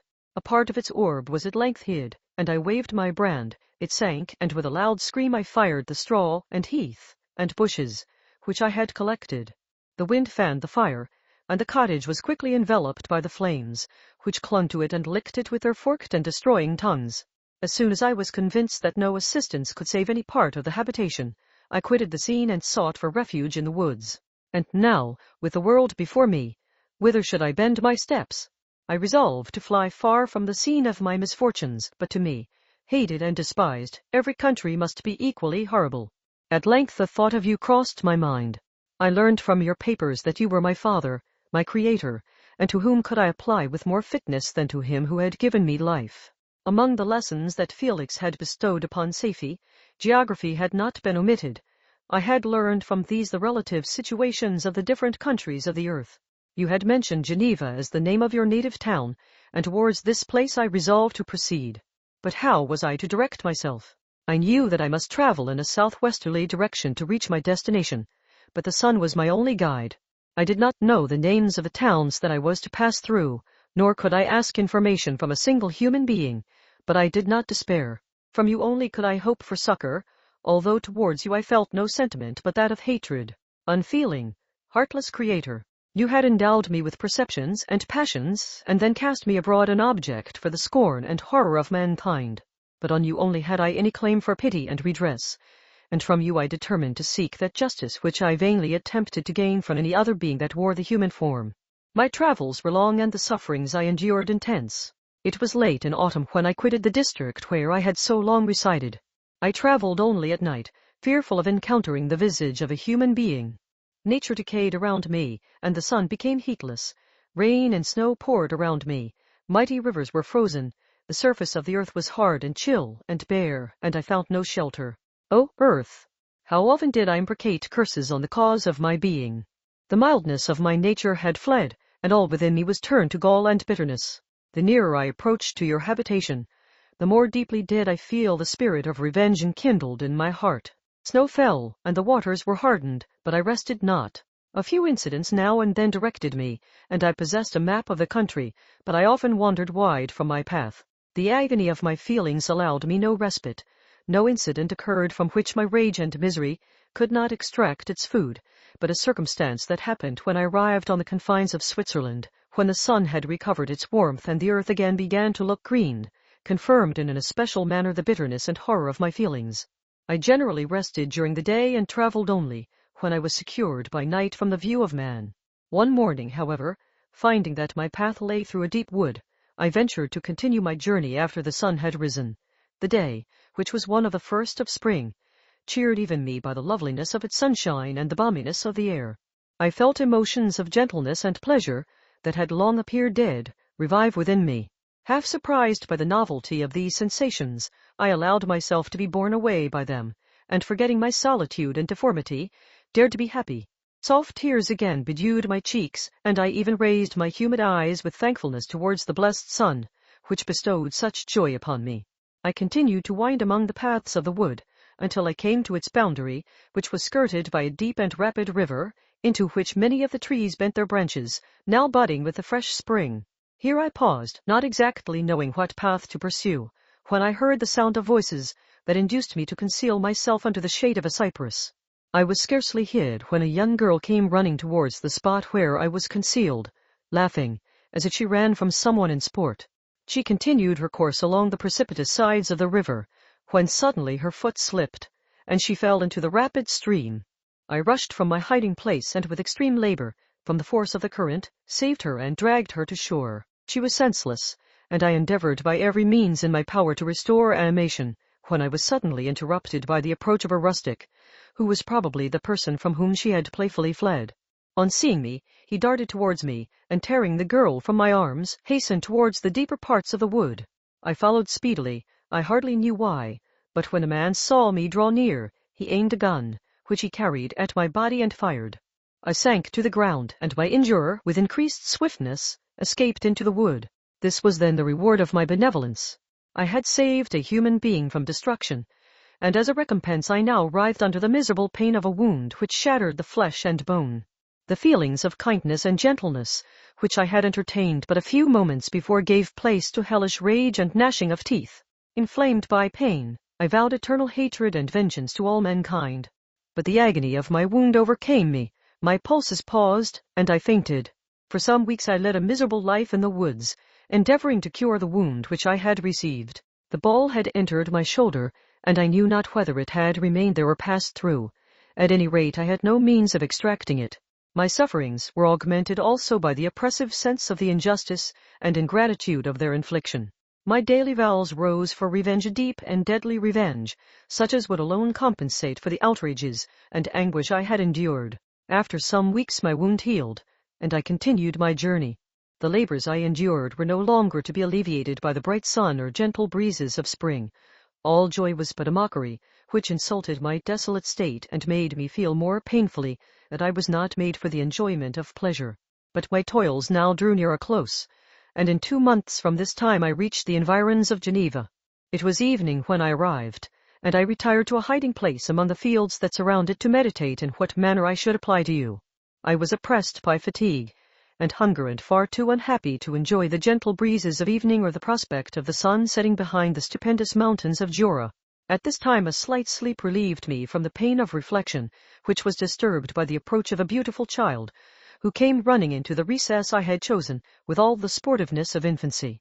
Suddenly, as I gazed on him, an idea seized me that this little creature was unprejudiced and had lived too short a time to have imbibed a horror of deformity. If, therefore, I could seize him and educate him as my companion and friend, I should not be so desolate in this peopled earth. Urged by this impulse, I seized on the boy as he passed and drew him towards me. As soon as he beheld my form, he placed his hands before his eyes and uttered a shrill scream. I drew his hand forcibly from his face and said, "Child, what is the meaning of this? I do not intend to hurt you. Listen to me." He struggled violently. "Let me go," he cried. "Monster! Ugly wretch! You wish to eat me and tear me to pieces. You are an ogre. Let me go, or I will tell my papa. Boy, you will never see your father again. You must come with me. Hideous monster! Let me go. My papa is a syndic, he is Frankenstein, he will punish you. You dare not keep me. Frankenstein! You belong then to my enemy, to him towards whom I have sworn eternal revenge. You shall be my first victim." The child still struggled and loaded me with epithets which carried despair to my heart. I grasped his throat to silence him, and in a moment he lay dead at my feet. I gazed on my victim, and my heart swelled with exultation and hellish triumph. Clapping my hands, I exclaimed, I too can create desolation. My enemy is not invulnerable. This death will carry despair to him, and 1,000 other miseries shall torment and destroy him.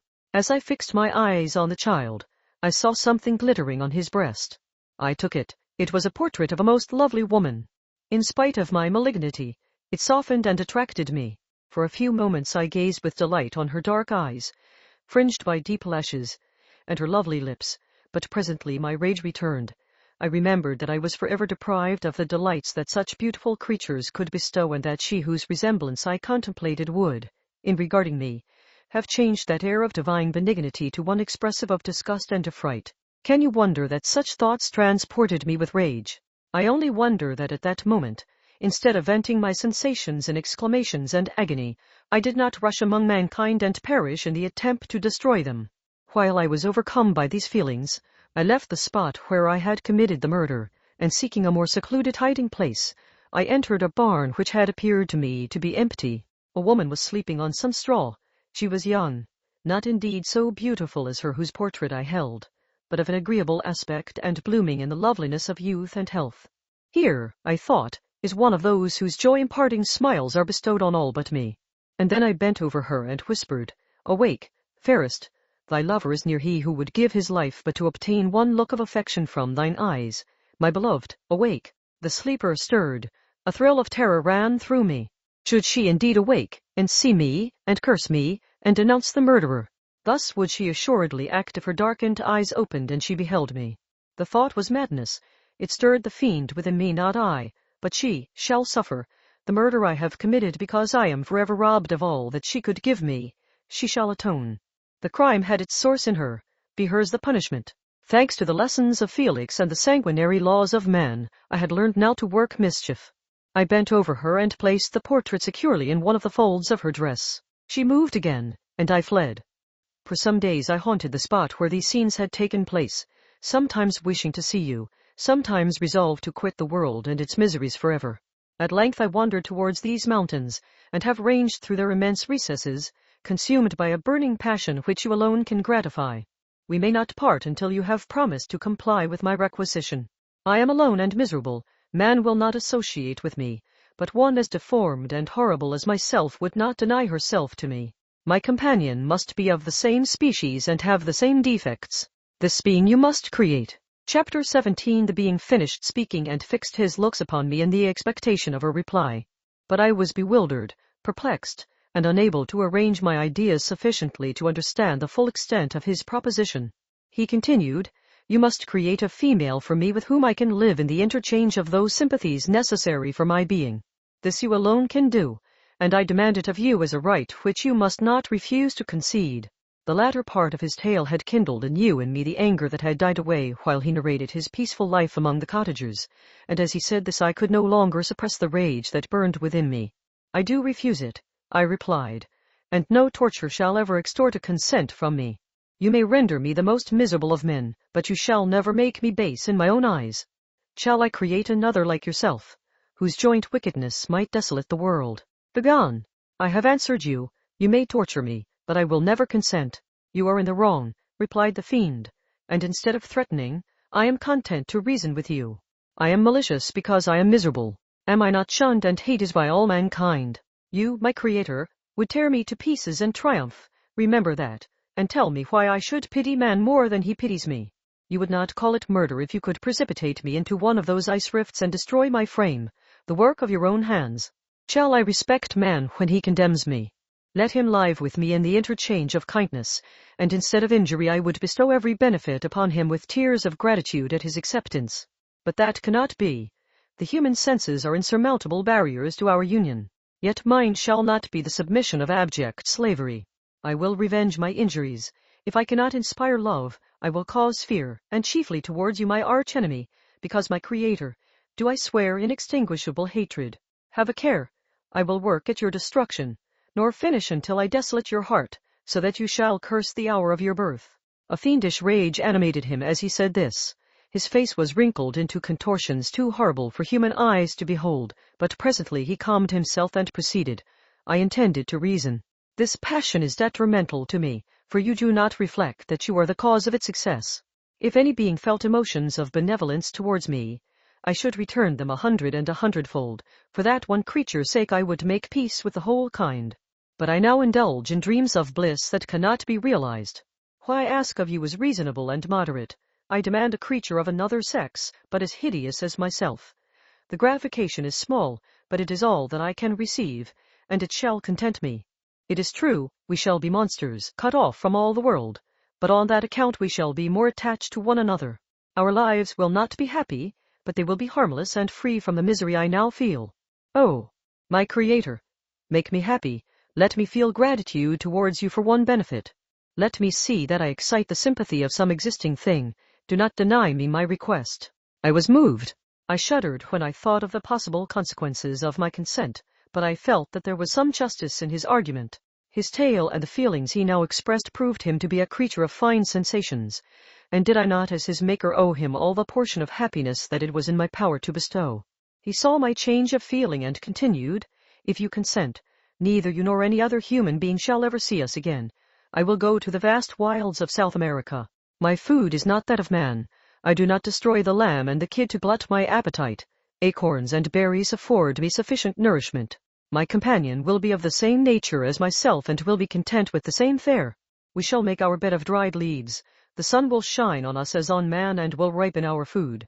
The picture I present to you is peaceful and human, and you must feel that you could deny it only in the wantonness of power and cruelty. Pitiless as you have been towards me, I now seek compassion in your eyes. Let me seize the favorable moment and persuade you to promise what I so ardently desire." "You propose," replied I, "to fly from the habitations of man, to dwell in those wilds where the beasts of the field will be your only companions. How can you, who long for the love and sympathy of man, persevere in this exile? You will return and again seek their kindness, and you will meet with their detestation. Your evil passions will be renewed, and you will then have a companion to aid you in the task of destruction. This may not be. Cease to argue the point, for I cannot consent. How inconstant are your feelings! But a moment ago you were moved by my representations, and why do you again harden yourself to my complaints? I swear to you, by the earth which I inhabit, and by you that made me, that with the companion you bestow, I will quit the neighborhood of man and dwell, as it may chance, in the most savage of places. My evil passions will have fled, for I shall meet with sympathy. My life will flow quietly away, and in my dying moments I shall not curse my Maker." His words had a strange effect upon me. I compassionated him and sometimes felt a wish to console him, but when I looked upon him, when I saw the filthy mass that moved and talked, my heart sickened and my feelings were altered to those of horror and hatred. I tried to stifle these sensations. I thought that as I could not sympathize with him, I had no right to withhold from him the small portion of happiness which was yet in my power to bestow. "You swear," I said, "to be harmless, but have you not already shown a degree of malice that should reasonably make me distrust you? May not even this be a feint that will increase your triumph by affording a wider scope for your revenge? How is this? I must not be trifled with, and I demand an answer. If I have no ties and no affections, hatred and vice must be my portion. The love of another will destroy the cause of my crimes, and I shall become a thing of whose existence everyone will be ignorant. My vices are the children of a forced solitude that I abhor, and my virtues will necessarily arise when I live in communion with an equal. I shall feel the affections of a sensitive being and become linked to the chain of existence and events from which I am now excluded." I paused some time to reflect on all he had related and the various arguments which he had employed. I thought of the promise of virtues which he had displayed on the opening of his existence, and the subsequent blight of all kindly feeling by the loathing and scorn which his protectors had manifested towards him. His power and threats were not omitted in my calculations. A creature who could exist in the ice caves of the glaciers and hide himself from pursuit among the ridges of inaccessible precipices was a being possessing faculties it would be vain to cope with. After a long pause of reflection, I concluded that the justice due both to him and my fellow creatures demanded of me that I should comply with his request. Turning to him, "Therefore," I said, "I consent to your demand, on your solemn oath to quit Europe for ever, and every other place in the neighborhood of man, as soon as I shall deliver into your hands a female who will accompany you in your exile." "I swear," he cried, "by the sun, and by the blue sky of heaven, and by the fire of love that burns my heart, that if you grant my prayer, while they exist you shall never behold me again." Depart to your home and commence your labors. I shall watch their progress with unutterable anxiety, and fear not but that when you are ready I shall appear. Saying this, he suddenly quitted me, fearful, perhaps, of any change in my sentiments. I saw him descend the mountain with greater speed than the flight of an eagle, and quickly lost among the undulations of the sea of ice. His tale had occupied the whole day, and the sun was upon the verge of the horizon when he departed.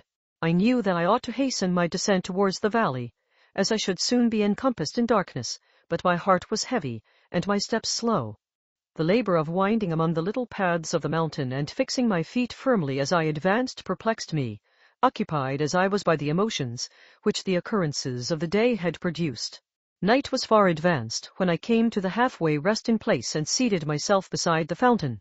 The stars shone at intervals as the clouds passed from over them. The dark pines rose before me, and every here and there a broken tree lay on the ground. It was a scene of wonderful solemnity and stirred strange thoughts within me. I wept bitterly, and clasping my hands in agony, I exclaimed, "Oh, stars and clouds and winds, ye are all about to mock me. If ye really pity me, crush sensation and memory. Let me become as naught, but if not, depart, and leave me in darkness." These were wild and miserable thoughts, but I cannot describe to you how the eternal twinkling of the stars weighed upon me, and how I listened to every blast of wind as if it were a dull ugly siroc on its way to consume me. Morning dawned before I arrived at the village of Chamonix. I took no rest, but returned immediately to Geneva.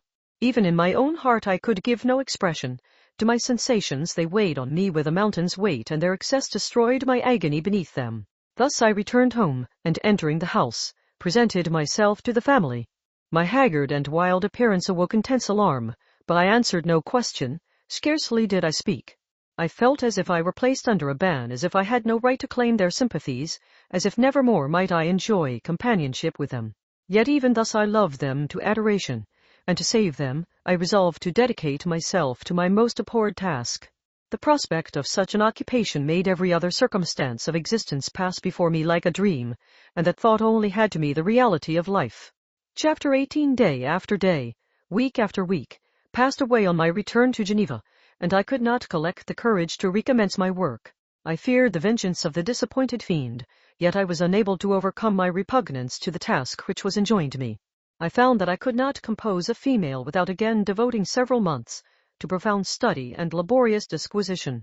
I had heard of some discoveries having been made by an English philosopher, the knowledge of which was material to my success, and I sometimes thought of obtaining my father's consent to visit England for this purpose. But I clung to every pretense of delay and shrank from taking the first step in an undertaking whose immediate necessity began to appear less absolute to me. A change indeed had taken place in me. My health, which had hitherto declined, was now much restored, and my spirits, when unchecked by the memory of my unhappy promise, rose proportionably. My father saw this change with pleasure, and he turned his thoughts towards the best method of eradicating the remains of my melancholy, which every now and then would return by fits, and with a devouring blackness overcast the approaching sunshine. At these moments I took refuge in the most perfect solitude.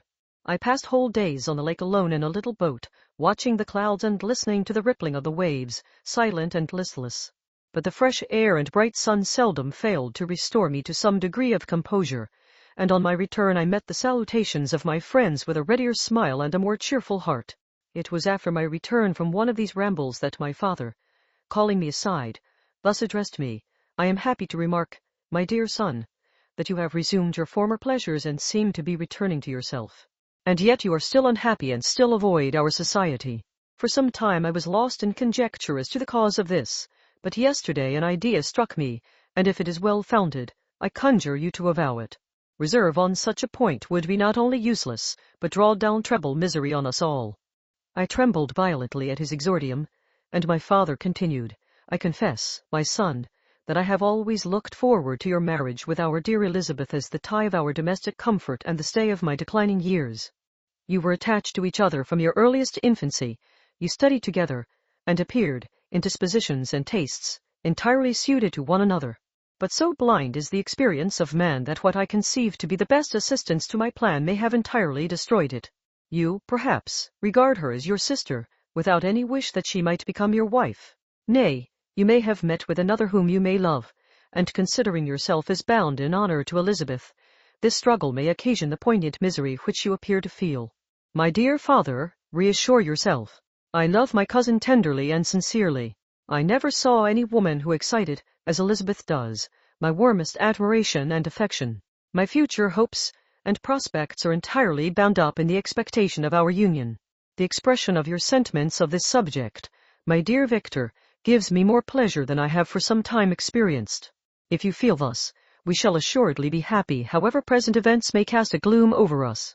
But it is this gloom which appears to have taken so strong a hold of your mind that I wish to dissipate. Tell me, therefore, whether you object to an immediate solemnization of the marriage. We have been unfortunate, and recent events have drawn us from that everyday tranquillity befitting my years and infirmities. You are younger, yet I do not suppose, possessed as you are of a competent fortune, that an early marriage would at all interfere with any future plans of honor and utility that you may have formed. Do not suppose, however, that I wish to dictate happiness to you, or that a delay on your part would cause me any serious uneasiness. Interpret my words with candor and answer me, I conjure you, with confidence and sincerity.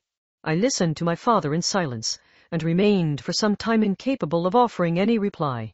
I revolved rapidly in my mind a multitude of thoughts and endeavored to arrive at some conclusion. Alas! To me the idea of an immediate union with my Elizabeth was one of horror and dismay. I was bound by a solemn promise which I had not yet fulfilled and dared not break, or if I did, what manifold miseries might not impend over me and my devoted family. Could I enter into a festival with this deadly weight yet hanging round my neck and bowing me to the ground?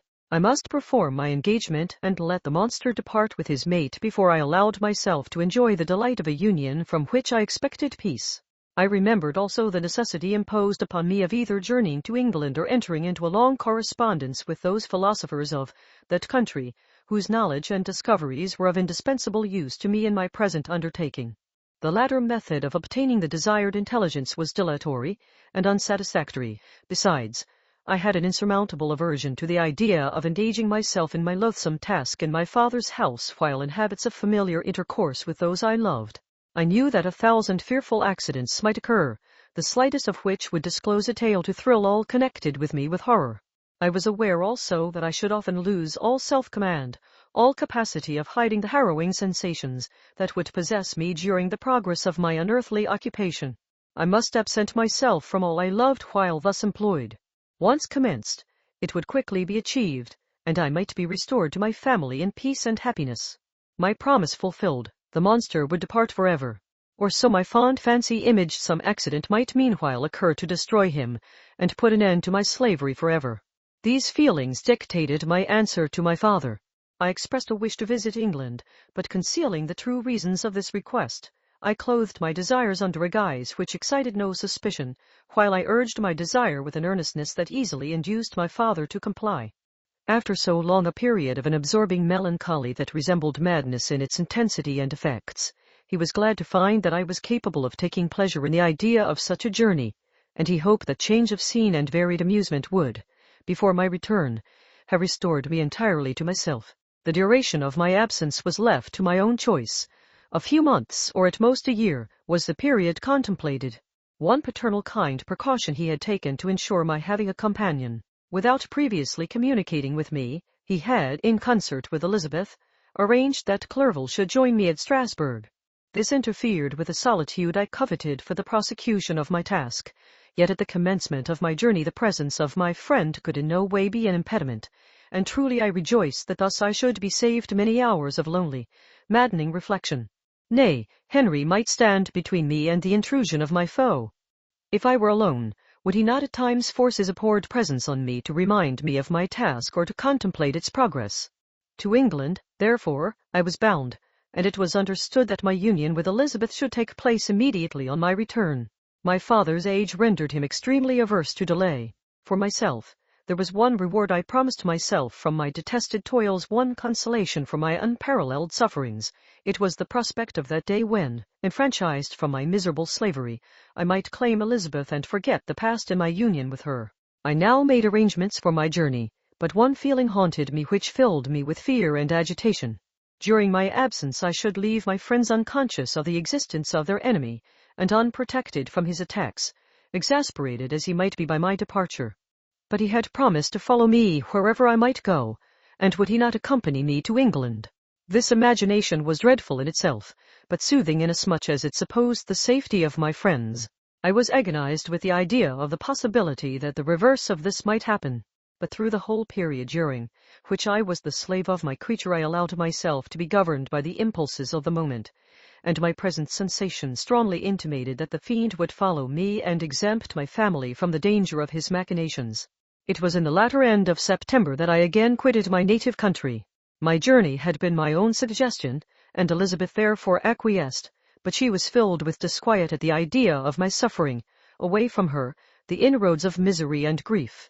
It had been her care which provided me a companion in Clerval, and yet a man is blind to 1,000 circumstances which call forth a woman's sedulous attention. She longed to bid me hasten my return. 1,000 conflicting emotions rendered her mute as she bade me a tearful, silent farewell. I threw myself into the carriage that was to convey me away, hardly knowing whither I was going, and careless of what was passing around. I remembered only, and it was with a bitter anguish that I reflected on it, to order that my chemical instruments should be packed to go with me. Filled with dreary imaginations, I passed through many beautiful and majestic scenes, but my eyes were fixed and unobserving. I could only think of the bourne of my travels, and the work which was to occupy me whilst they endured. After some days spent in listless indolence, during which I traversed many leagues, I arrived at Strasbourg, where I waited 2 days for Clerval. He came. Alas, how great was the contrast between us! He was alive to every new scene, joyful when he saw the beauties of the setting sun, and more happy when he beheld it rise and recommence a new day. He pointed out to me the shifting colors of the landscape and the appearances of the sky. "This is what it is to live," he cried. "Now I enjoy existence. But you, my dear Frankenstein, wherefore are you desponding and sorrowful?" In truth, I was occupied by gloomy thoughts, and neither saw the descent of the evening star nor the golden sunrise reflected in the Rhine. And you, my friend, would be far more amused with the journal of Clerval, who observed the scenery with an eye of feeling and delight, than in listening to my reflections. I, a miserable wretch, haunted by a curse that shut up every avenue to enjoyment. We had agreed to descend the Rhine in a boat from Strasbourg to Rotterdam, whence we might take shipping for London. During this voyage we passed many willowy islands and saw several beautiful towns. We stayed a day at Mannheim, and on the 5th from our departure from Strasbourg, arrived at Mainz. The course of the Rhine below Mainz becomes much more picturesque. The river descends rapidly and winds between hills, not high, but steep and of beautiful forms.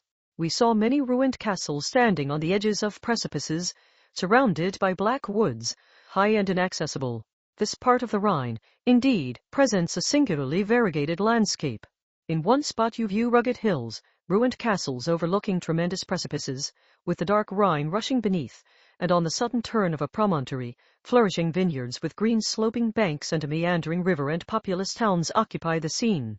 We traveled at the time of the vintage and heard the song of the laborers as we glided down the stream. Even I, depressed in mind, and my spirits continually agitated by gloomy feelings, even I was pleased.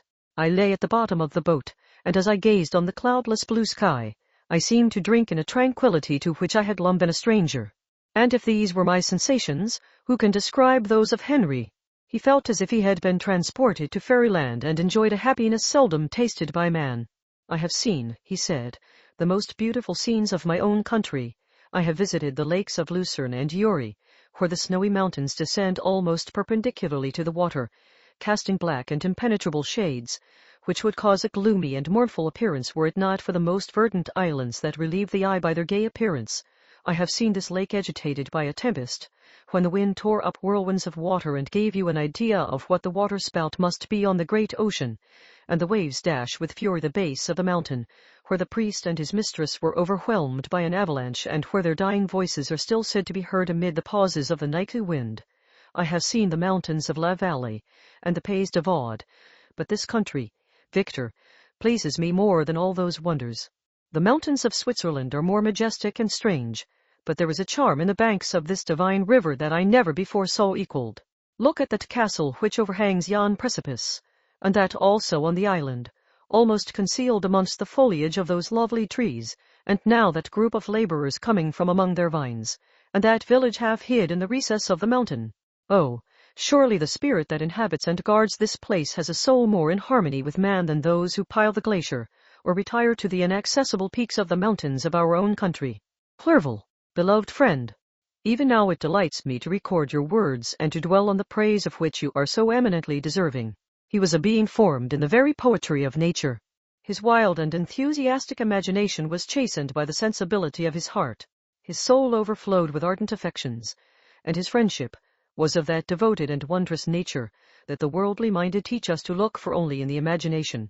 But even human sympathies were not sufficient to satisfy his eager mind.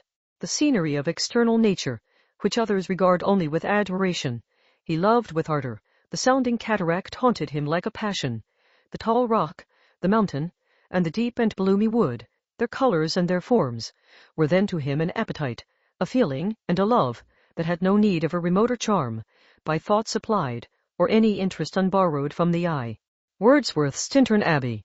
And where does he now exist? Is this gentle and lovely being lost forever? Has this mind, so replete with ideas, imaginations fanciful and magnificent, which formed a world, whose existence depended on the life of its creator, has this mind perished? Does it now only exist in my memory? No, it is not thus. Your form, so divinely wrought, and beaming with beauty, has decayed, but your spirit still visits and consoles your unhappy friend. Pardon this gush of sorrow. These ineffectual words are but a slight tribute to the unexampled worth of Henry, but they soothe my heart, overflowing with the anguish which his remembrance creates. I will proceed with my tale. Beyond Cologne we descended to the plains of Holland, and we resolved to post the remainder of our way, for the wind was contrary and the stream of the river was too gentle to aid us. Our journey here lost the interest arising from beautiful scenery, but we arrived in a few days at Rotterdam, whence we proceeded by sea to England. It was on a clear morning, in the latter days of December, that I first saw the white cliffs of Britain. The banks of the Thames presented a new scene. They were flat but fertile, and almost every town was marked by the remembrance of some story. We saw Tilbury Fort and remembered the Spanish Armada, Gravesend, Woolwich, and Greenwich places which I had heard of even in my country. At length we saw the numerous steeples of London, St. Paul's towering above all, and the tower famed in English history. Chapter 19. London was our present point of rest. We determined to remain several months in this wonderful and celebrated city. Clerval desired the intercourse of the men of genius and talent who flourished at this time, but this was with me a secondary object. I was principally occupied with the means of obtaining the information necessary for the completion of my promise, and quickly availed myself of the letters of introduction that I had brought with me, addressed to the most distinguished natural philosophers. If this journey had taken place during my days of study and happiness, it would have afforded me inexpressible pleasure. But a blight had come over my existence, and I only visited these people for the sake of the information they might give me on the subject in which my interest was so terribly profound. Company was irksome to me.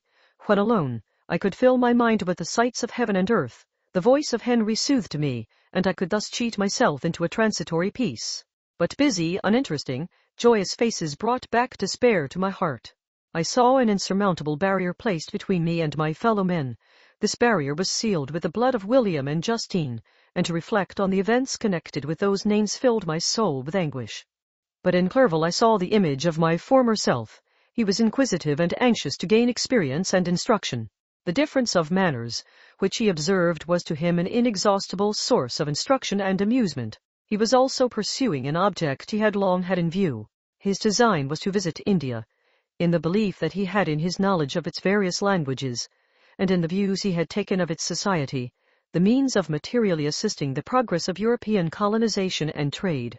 In Britain only could he further the execution of his plan. He was forever busy, and the only check to his enjoyments was my sorrowful and dejected mind. I tried to conceal this as much as possible, that I might not debar him from the pleasures natural to one who was entering on a new scene of life, undisturbed by any care or bitter recollection. I often refused to accompany him, alleging another engagement, that I might remain alone. I now also began to collect the materials necessary for my new creation, and this was to me like the torture of single drops of water continually falling on the head. Every thought that was devoted to it was an extreme anguish, and every word that I spoke in allusion to it caused my lips to quiver, and my heart to palpitate. After passing some months in London, we received a letter from a person in Scotland who had formerly been our visitor at Geneva. He mentioned the beauties of his native country and asked us if those were not sufficient allurements to induce us to prolong our journey as far north as Perth, where we resided. Clerval eagerly desired to accept this invitation, and I, although I abhorred society, wished to view again mountains and streams and all the wondrous works with which nature adorns her chosen dwelling places. We had arrived in England at the beginning of October, and it was now February. We accordingly determined to commence our journey towards the north at the expiration of another month. In this expedition we did not intend to follow the great road to Edinburgh, but to visit Windsor, Oxford, Matlock, and the Cumberland Lakes, resolving to arrive at the completion of this tour about the end of July. I packed up my chemical instruments and the materials I had collected, resolving to finish my labours in some obscure nook in the northern highlands of Scotland. We quitted London on the 27th of March and remained a few days at Windsor, rambling in its beautiful forest. This was a new scene to us mountaineers. The majestic oaks, the quantity of game, and the herds of stately deer were all novelties to us. From thence we proceeded to Oxford. As we entered this city, our minds were filled with the remembrance of the events that had been transacted there more than a century and a half before. It was here that Charles I had collected his forces. This city had remained faithful to him, after the whole nation had forsaken his cause to join the standard of Parliament and liberty. The memory of that unfortunate king and his companions, the amiable Falkland, the insolent Goring, his queen, and son, gave a peculiar interest to every part of the city which they might be supposed to have inhabited. The spirit of elder days found a dwelling here, and we delighted to trace its footsteps. If these feelings had not found an imaginary gratification, the appearance of the city had yet in itself sufficient beauty to obtain our admiration. The colleges are ancient and picturesque, the streets are almost magnificent, and the lovely Isis, which flows beside it through meadows of exquisite verdure, is spread forth into a placid expanse of waters, which reflects its majestic assemblage of towers and spires and domes, embosomed among aged trees.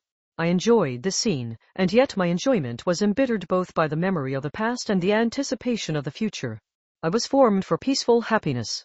During my youthful days discontent never visited my mind, and if I was ever overcome by ennui, the sight of what is beautiful in nature, or the study of what is excellent and sublime in the productions of man, could always interest my heart and communicate elasticity to my spirits.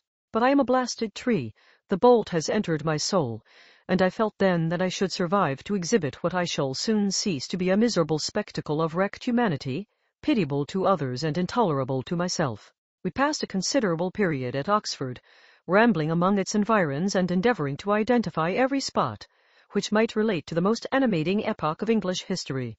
Our little voyages of discovery were often prolonged by the successive objects that presented themselves.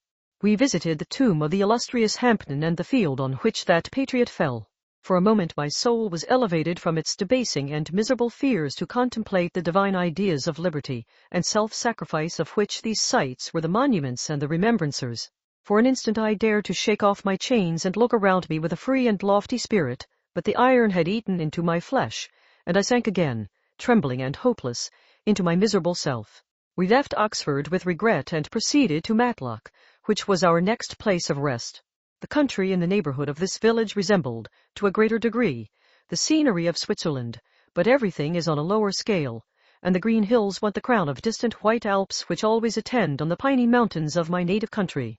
We visited the wondrous cave and the little cabinets of natural history, where the curiosities are disposed in the same manner as in the collections at Servox and Chamonix.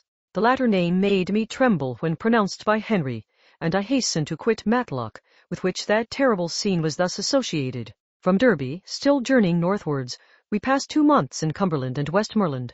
I could now almost fancy myself among the Swiss mountains. The little patches of snow which yet lingered on the northern sides of the mountains, the lakes, and the dashing of the rocky streams were all familiar and dear sights to me.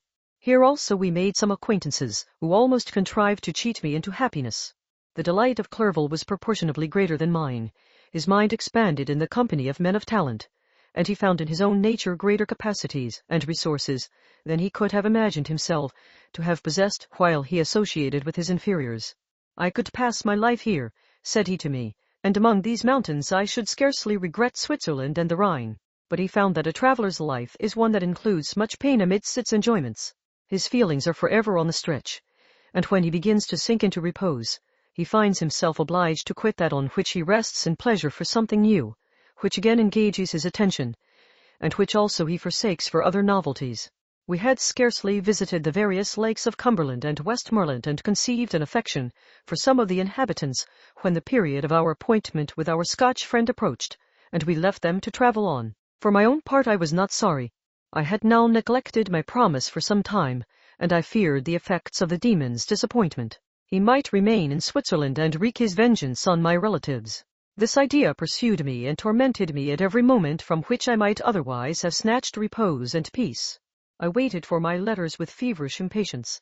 If they were delayed I was miserable and overcome by 1,000 fears, and when they arrived and I saw the superscription of Elizabeth or my father, I hardly dared to read and ascertain my fate. Sometimes I thought that the fiend followed me and might expedite my remissness by murdering my companion. When these thoughts possessed me, I would not quit Henry for a moment, but followed him as his shadow, to protect him from the fancied rage of his destroyer. I felt as if I had committed some great crime, the consciousness of which haunted me. I was guiltless, but I had indeed drawn down a horrible curse upon my head, as mortal as that of crime. I visited Edinburgh with languid eyes and mind, and yet that city might have interested the most unfortunate being. Clerval did not like it so well as Oxford, for the antiquity of the latter city was more pleasing to him. But the beauty and regularity of the new town of Edinburgh, its romantic castle and its environs, the most delightful in the world, Arthur's Seat, St. Bernard's Well, and the Pentland Hills, compensated him for the change and filled him with cheerfulness and admiration. But I was impatient to arrive at the termination of my journey. We left Edinburgh in a week, passing through Cupar, St.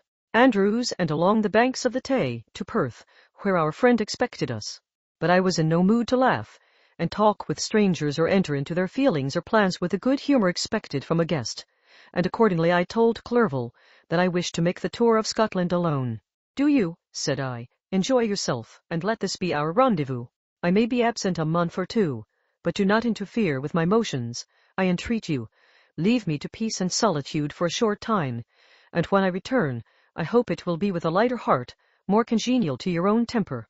Henry wished to dissuade me, but seeing me bent on this plan, ceased to remonstrate. He entreated me to write often. "I had rather be with you," he said, "in your solitary rambles, than with these Scotch people, whom I do not know. Hasten, then, my dear friend, to return, that I may again feel myself somewhat at home, which I cannot do in your absence." Having parted from my friend, I determined to visit some remote spot of Scotland and finish my work in solitude. I did not doubt but that the monster followed me and would discover himself to me when I should have finished, that he might receive his companion. With this resolution I traversed the northern highlands and fixed on one of the remotest of the Orkneys as the scene of my labours. It was a place fitted for such a work, being hardly more than a rock whose high sides were continually beaten upon by the waves. The soil was barren, scarcely affording pasture for a few miserable cows, and oatmeal for its inhabitants, which consisted of 5 persons, whose gaunt and scraggy limbs gave tokens of their miserable fare. Vegetables and bread, when they indulged in such luxuries, and even fresh water, was to be procured from the mainland, which was about 5 miles distant. On the whole island there were but 3 miserable huts, and one of these was vacant when I arrived. This I hired. It contained but 2 rooms, and these exhibited all the squalidness of the most miserable penury. The thatch had fallen in, the walls were unplastered, and the door was off its hinges. I ordered it to be repaired, bought some furniture, and took possession, an incident which would doubtless have occasioned some surprise had not all the senses of the cottagers been benumbed by want and squalid poverty. As it was, I lived ungazed at and unmolested, hardly thanked for the pittance of food and clothes which I gave. So much does suffering blunt even the coarsest sensations of men. In this retreat I devoted the morning to labor, but in the evening, when the weather permitted, I walked on the stony beach of the sea to listen to the waves as they roared and dashed at my feet. It was a monotonous yet ever-changing scene. I thought of Switzerland. It was far different from this desolate and appalling landscape. Its hills are covered with vines, and its cottages are scattered thickly in the plains. Its fair lakes reflect a blue and gentle sky, and when troubled by the winds, their tumult is but as the play of a lively infant when compared to the roarings of the giant ocean. In this manner I distributed my occupations when I first arrived, but as I proceeded in my labor, it became every day more horrible and irksome to me. Sometimes I could not prevail on myself to enter my laboratory for several days, and at other times I toiled day and night in order to complete my work. It was, indeed, a filthy process in which I was engaged. During my first experiment, a kind of enthusiastic frenzy had blinded me to the horror of my employment. My mind was intently fixed on the consummation of my labor, and my eyes were shut to the horror of my proceedings. But now I went to it in cold blood, and my heart often sickened at the work of my hands. Thus situated, employed in the most detestable occupation, immersed in a solitude where nothing could for an instant call my attention from the actual scene in which I was engaged, my spirits became unequal. I grew restless and nervous. Every moment I feared to meet my persecutor. Sometimes I sat with my eyes fixed on the ground, fearing to raise them lest they should encounter the object which I so much dreaded to behold. I feared to wander from the sight of my fellow creatures lest, when alone, he should come to claim his companion. In the meantime I worked on, and my labor was already considerably advanced. I looked towards its completion with a tremulous and eager hope, which I dared not trust myself to question, but which was intermixed with obscure forebodings of evil that made my heart sicken in my bosom. Chapter 20. I sat one evening in my laboratory. The sun had set, and the moon was just rising from the sea. I had not sufficient light for my employment, and I remained idle, in a pause of consideration of whether I should leave my labor for the night or hasten its conclusion by an unremitting attention to it. As I sat, a train of reflection occurred to me which led me to consider the effects of what I was now doing. 3 years before, I was engaged in the same manner, and had created a fiend whose unparalleled barbarity had desolated my heart and filled it forever with the bitterest remorse. I was now about to form another being of whose dispositions I was alike ignorant. She might become 10,000 times more malignant than her mate, and delight, for its own sake, in murder and wretchedness. He had sworn to quit the neighborhood of man and hide himself in deserts, but she had not, and she, who in all probability was to become a thinking and reasoning animal, might refuse to comply with a compact made before her creation. They might even hate each other. The creature who already lived loathed his own deformity, and might he not conceive a greater abhorrence for it when it came before his eyes in the female form? She also might turn with disgust from him to the superior beauty of man. She might quit him, and he be again alone, exasperated by the fresh provocation of being deserted by one of his own species. Even if they were to leave Europe and inhabit the deserts of the New World, yet one of the first results of those sympathies for which the demon thirsted would be children, and a race of devils would be propagated upon the earth, who might make the very existence of the species of man a condition precarious and full of terror. Had I right, for my own benefit, to inflict this curse upon everlasting generations? I had before been moved by the sophisms of the being I had created. I had been struck senseless by his fiendish threats, but now, for the first time, the wickedness of my promise burst upon me. I shudder to think that future ages might curse me as their pest, whose selfishness had not hesitated to buy its own peace at the price, perhaps, of the existence of the whole human race. I trembled, and my heart failed within me, when, on looking up, I saw by the light of the moon the demon at the casement.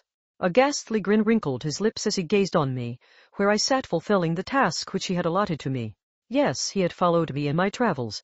He had loitered in forests, hid himself in caves, or taken refuge in wide and desert heaths, and he now came to mark my progress and claim the fulfillment of my promise.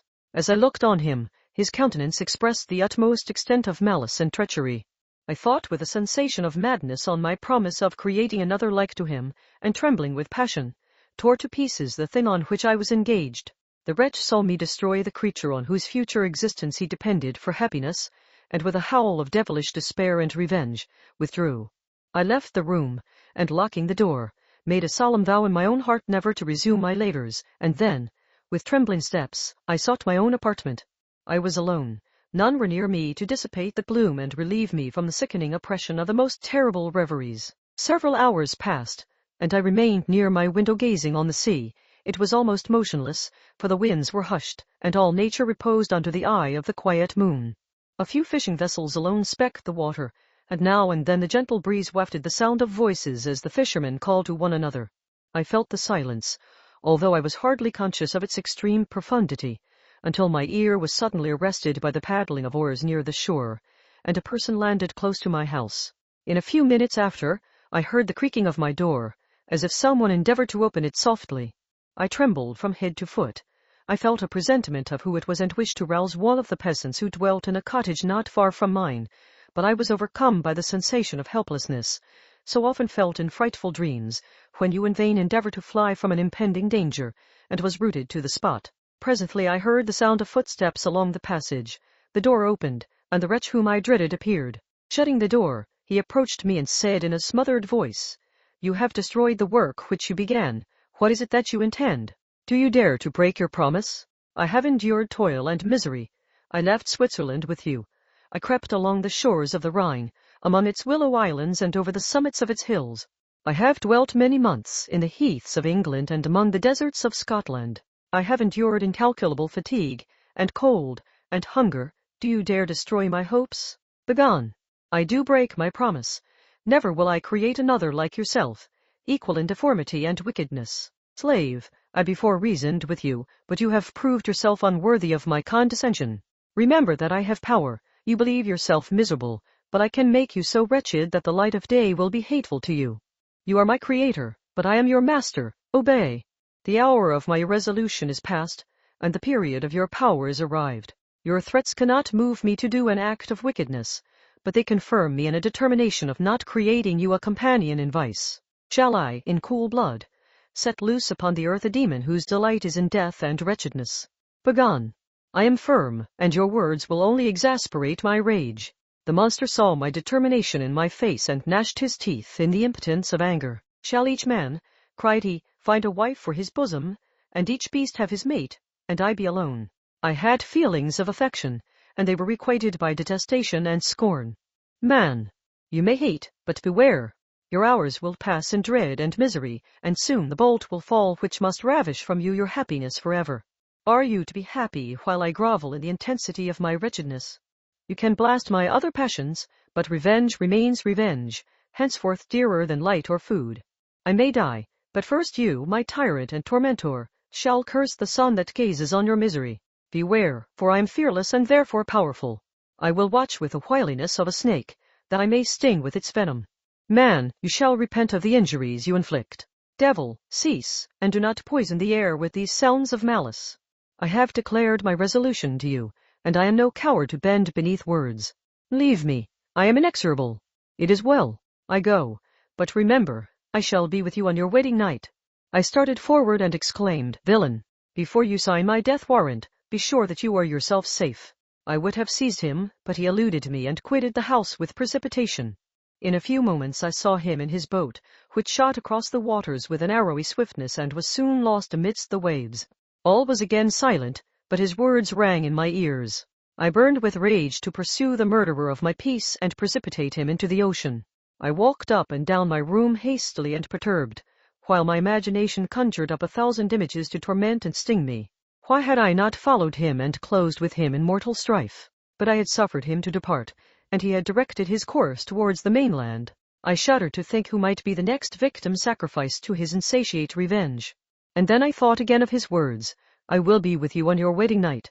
That, then, was the period fixed for the fulfillment of my destiny. In that hour I should die and at once satisfy and extinguish his malice. The prospect did not move me to fear, yet when I thought of my beloved Elizabeth, of her tears and endless sorrow, when she should find her lover so barbarously snatched from her, tears, the first I had shed for many months, streamed from my eyes, and I resolved not to fall before my enemy without a bitter struggle. The night passed away, and the sun rose from the ocean. My feelings became calmer, if it may be called calmness when the violence of rage sinks into the depths of despair. I left the house, the horrid scene of the last night's contention, and walked on the beach of the sea, which I almost regarded as an insuperable barrier between me and my fellow creatures. Nay, a wish that such should prove the fact stole across me. I desired that I might pass my life on that barren rock, wearily, it is true, but uninterrupted by any sudden shock of misery.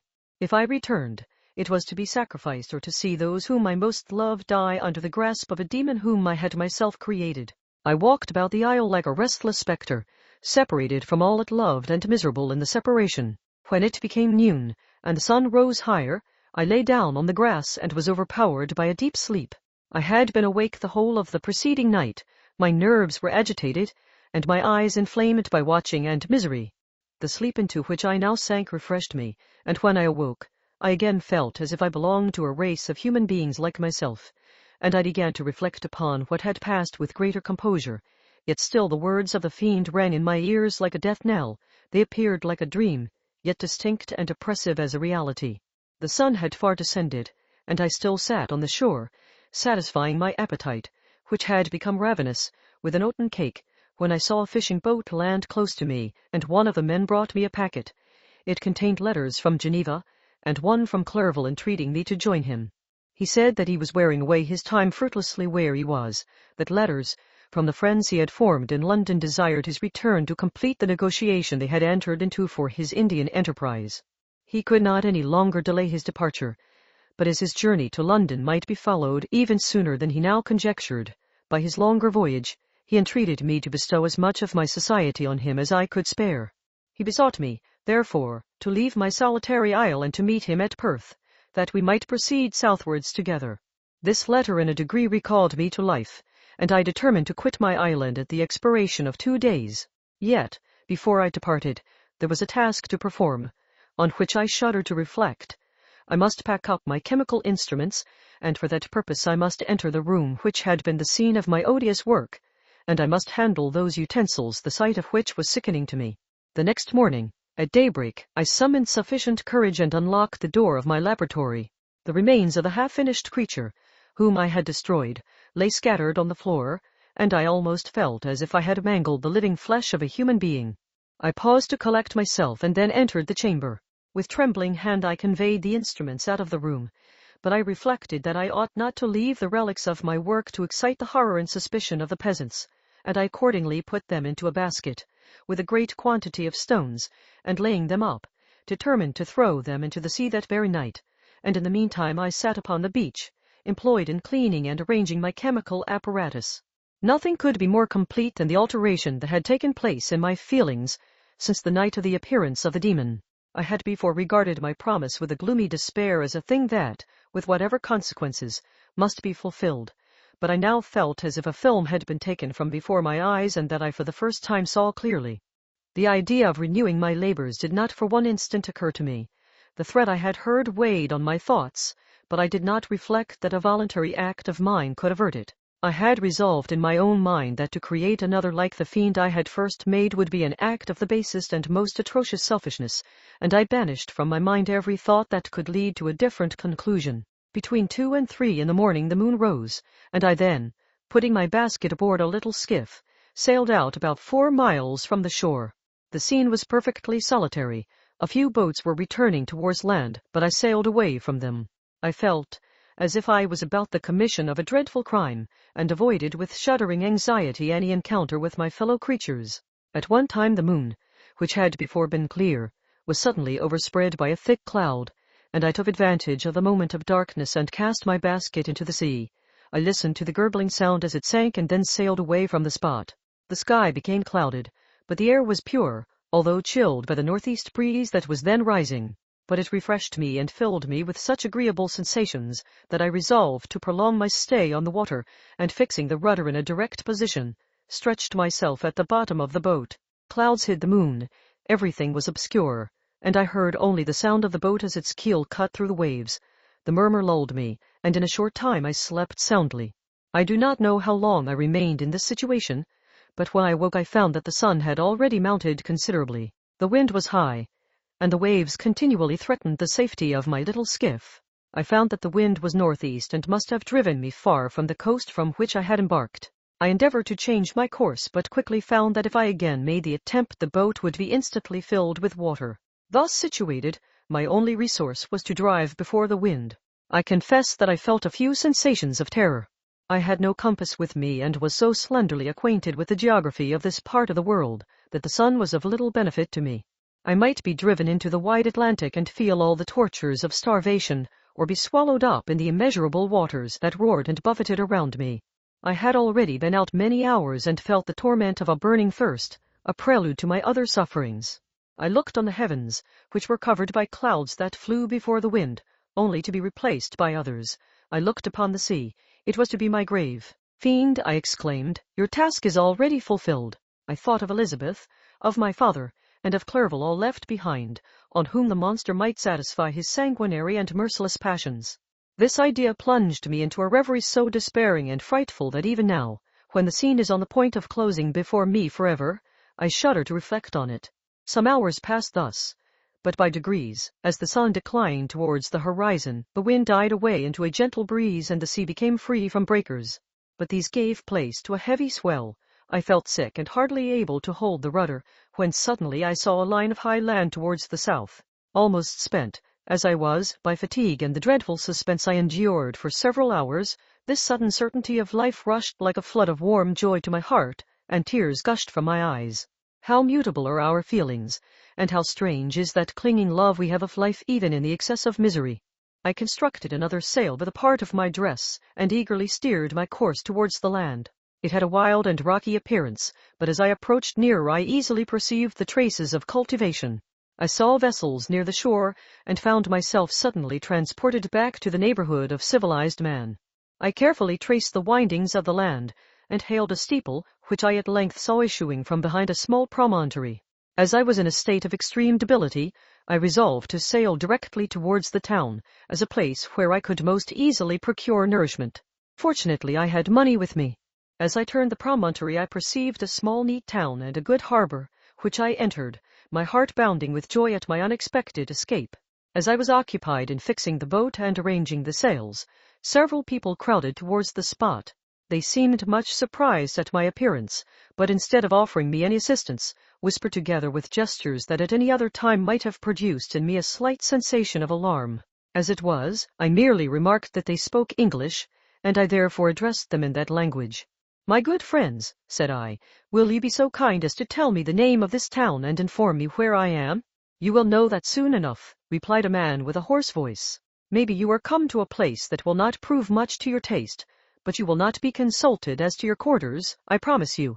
I was exceedingly surprised on receiving so rude an answer from a stranger, and I was also disconcerted on perceiving the frowning and angry countenances of his companions. "Why do you answer me so roughly?" I replied. "Surely it is not the custom of Englishmen to receive strangers so inhospitably."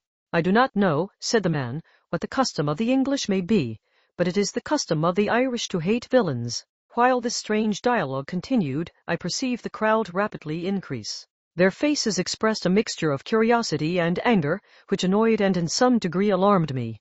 I inquired the way to the inn, but no one replied. I then moved forward, and a murmuring sound arose from the crowd as they followed and surrounded me, when an ill-looking man approaching tapped me on the shoulder and said, "Come, sir, you must follow me to Mr. Kerwin's to give an account of yourself." "Who's Mr. Kerwin? Why am I to give an account of myself? Is not this a free country?" "Aye, sir, free enough for honest folks. Mr. Kerwin is a magistrate, and you are to give an account of the death of a gentleman who was found murdered here last night." This answer startled me, but I presently recovered myself. I was innocent, that could easily be proved. Accordingly, I followed my conductor in silence and was led to one of the best houses in the town. I was ready to sink from fatigue and hunger, but being surrounded by a crowd, I thought it politic to rouse all my strength, that no physical debility might be construed into apprehension or conscious guilt. Little did I then expect the calamity that was in a few moments to overwhelm me and extinguish in horror and despair all fear of ignominy or death. I must pause here, for it requires all my fortitude to recall the memory of the frightful events which I am about to relate, in proper detail, to my recollection. Chapter 21. I was soon introduced into the presence of the magistrate, an old benevolent man with calm and mild manners. He looked upon me, however, with some degree of severity, and then, turning towards my conductors, he asked who appeared as witnesses on this occasion. About half a dozen men came forward, and, one being selected by the magistrate, he deposed that he had been out fishing the night before with his son and brother-in-law, Daniel Nugent, when, about 10 o'clock, they observed a strong northerly blast rising, and they accordingly put in for port. It was a very dark night. As the moon had not yet risen, they did not land at the harbor, but, as they had been accustomed, at a creek about 2 miles below.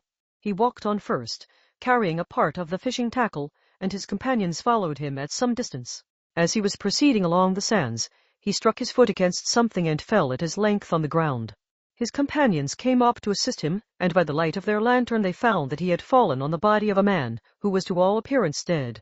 Their first supposition was that it was the corpse of some person who had been drowned and was thrown on shore by the waves, but on examination they found that the clothes were not wet and even that the body was not then cold.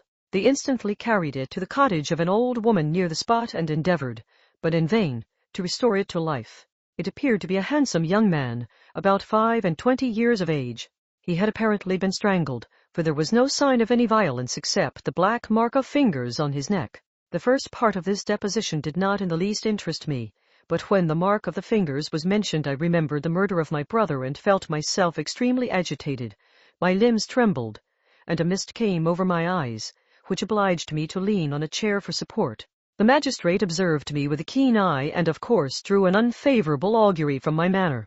The son confirmed his father's account, but when Daniel Nugent was called he swore positively that just before the fall of his companion, he saw a boat, with a single man in it, at a short distance from the shore, and as far as he could judge by the light of a few stars, it was the same boat in which I had just landed. A woman deposed that she lived near the beach and was standing at the door of her cottage, waiting for the return of the fishermen, about an hour before she heard of the discovery of the body, when she saw a boat with only one man in it push off from that part of the shore where the corpse was afterwards found. Another woman confirmed the account of the fishermen having brought the body into her house. It was not cold. They put it into a bed and rubbed it, and Daniel went to the town for an apothecary, but life was quite gone. Several other men were examined concerning my landing, and they agreed that, with a strong north wind that had arisen during the night, it was very probable that I had beaten about for many hours and had been obliged to return nearly to the same spot from which I had departed. Besides, they observed that it appeared that I had brought the body from another place, and it was likely that as I did not appear to know the shore, I might have put into the harbor ignorant of the distance of the town from the place where I had deposited the corpse. Mr. Kerwin, on hearing this evidence, desired that I should be taken into the room where the body lay for interment, that it might be observed what effect the sight of it would produce upon me. This idea was probably suggested by the extreme agitation I had exhibited when the mode of the murder had been described. I was accordingly conducted, by the magistrate and several other persons, to the inn. I could not help being struck by the strange coincidences that had taken place during this eventful night, but, knowing that I had been conversing with several persons in the island I had inhabited about the time that the body had been found, I was perfectly tranquil as to the consequences of the affair. I entered the room where the corpse lay and was led up to the coffin. How can I describe my sensations on beholding it? I feel yet parched with horror, nor can I reflect on that terrible moment without shuddering and agony. The examination, the presence of the magistrate and witnesses, passed like a dream from my memory when I saw the lifeless form of Henry Clerval stretched before me. I gasped for breath, and throwing myself on the body, I exclaimed, "Have my murderous machinations deprived you also, my dearest Henry, of life? 2 I have already destroyed. Other victims await their destiny, but you, Clerval, my friend, my benefactor, the human frame could no longer support the agonies that I endured, and I was carried out of the room in strong convulsions. A fever succeeded to this. I lay for 2 months on the point of death. My ravings, as I afterwards heard, were frightful. I called myself the murderer of William, of Justine, and of Clerval. Sometimes I entreated my attendants to assist me in the destruction of the fiend by whom I was tormented, and at others I felt the fingers of the monster already grasping my neck, and screamed aloud with agony and terror. Fortunately, as I spoke my native language, Mr. Kerwin alone understood me, but my gestures and bitter cries were sufficient to affright the other witnesses. Why did I not die? More miserable than man ever was before, why did I not sink into forgetfulness and rest? Death snatches away many blooming children, the only hopes of their doting parents. How many brides and youthful lovers have been one day in the bloom of health and hope, and the next a prey for worms and the decay of the tomb. Of what materials was I made that I could thus resist so many shocks, which, like the turning of the wheel, continually renewed the torture? But I was doomed to live, and in 2 months found myself as awaking from a dream, in a prison, stretched on a wretched bed, surrounded by jailers, turnkeys, bolts, and all the miserable apparatus of a dungeon. It was morning, I remember, when I thus awoke to understanding. I had forgotten the particulars of what had happened and only felt as if some great misfortune had suddenly overwhelmed me. But when I looked around and saw the barred windows and the squalidness of the room in which I was, all flashed across my memory, and I groaned bitterly. This sound disturbed an old woman who was sleeping in a chair beside me. She was a hired nurse, the wife of one of the turnkeys. and her countenance expressed all those bad qualities which often characterize that class. The lines of her face were hard and rude, like that of persons accustomed to see without sympathizing in sights of misery. Her tone expressed her entire indifference. She addressed me in English, and the voice struck me as one that I had heard during my sufferings. "Are you better now, sir?" said she. I replied in the same language, with a feeble voice, "I believe I am, but if it be all true, if indeed I did not dream, I am sorry that I am still alive to feel this misery and horror." "For that matter," replied the old woman, "if you mean about the gentleman you murdered, I believe that it were better for you if you were dead, for I fancy it will go hard with you. However, that's none of my business. I am sent to nurse you and get you well. I do my duty with a safe conscience. It were well if everybody did the same." I turned with loathing from the woman who could utter so unfeeling a speech to a person just saved, on the very edge of death, but I felt languid and unable to reflect on all that had passed. The whole series of my life appeared to me as a dream. I sometimes doubted if indeed it were all true, for it never presented itself to my mind with the force of reality. As the images that floated before me became more distinct, I grew feverish. A darkness pressed around me. No one was near me who soothed me with the gentle voice of love. No dear hand supported me. The physician came and prescribed medicines, and the old woman prepared them for me, but utter carelessness was visible in the first, and the expression of brutality was strongly marked in the visage of the second. Who could be interested in the fate of a murderer but the hangman who would gain his fee? These were my first reflections, but I soon learned that Mr. Curwen had shown me extreme kindness. He had caused the best room in the prison to be prepared for me. Wretched indeed was the best, and it was he who had provided a physician and a nurse. It is true, he seldom came to see me, for although he ardently desired to relieve the sufferings of every human creature, he did not wish to be present at the agonies and miserable ravings of a murderer. He came, therefore, sometimes to see that I was not neglected, but his visits were short and with long intervals. One day, while I was gradually recovering, I was seated in a chair, my eyes half open and my cheeks livid like those in death. I was overcome by gloom and misery, and often reflected I had better seek death than desire to remain in a world which to me was replete with wretchedness. At one time I considered whether I should not declare myself guilty and suffer the penalty of the law, less innocent than poor Justine had been. Such were my thoughts when the door of my apartment was opened and Mr. Curwen entered. His countenance expressed sympathy and compassion. He drew a chair close to mine and addressed me in French. "I fear that this place is very shocking to you. Can I do anything to make you more comfortable?" "I thank you, but all that you mention is nothing to me. On the whole earth there is no comfort which I am capable of receiving. I know that the sympathy of a stranger can be but of little relief to one borne down as you are by so strange a misfortune. But you will, I hope, soon quit this melancholy abode, for doubtless evidence can easily be brought to free you from the criminal charge.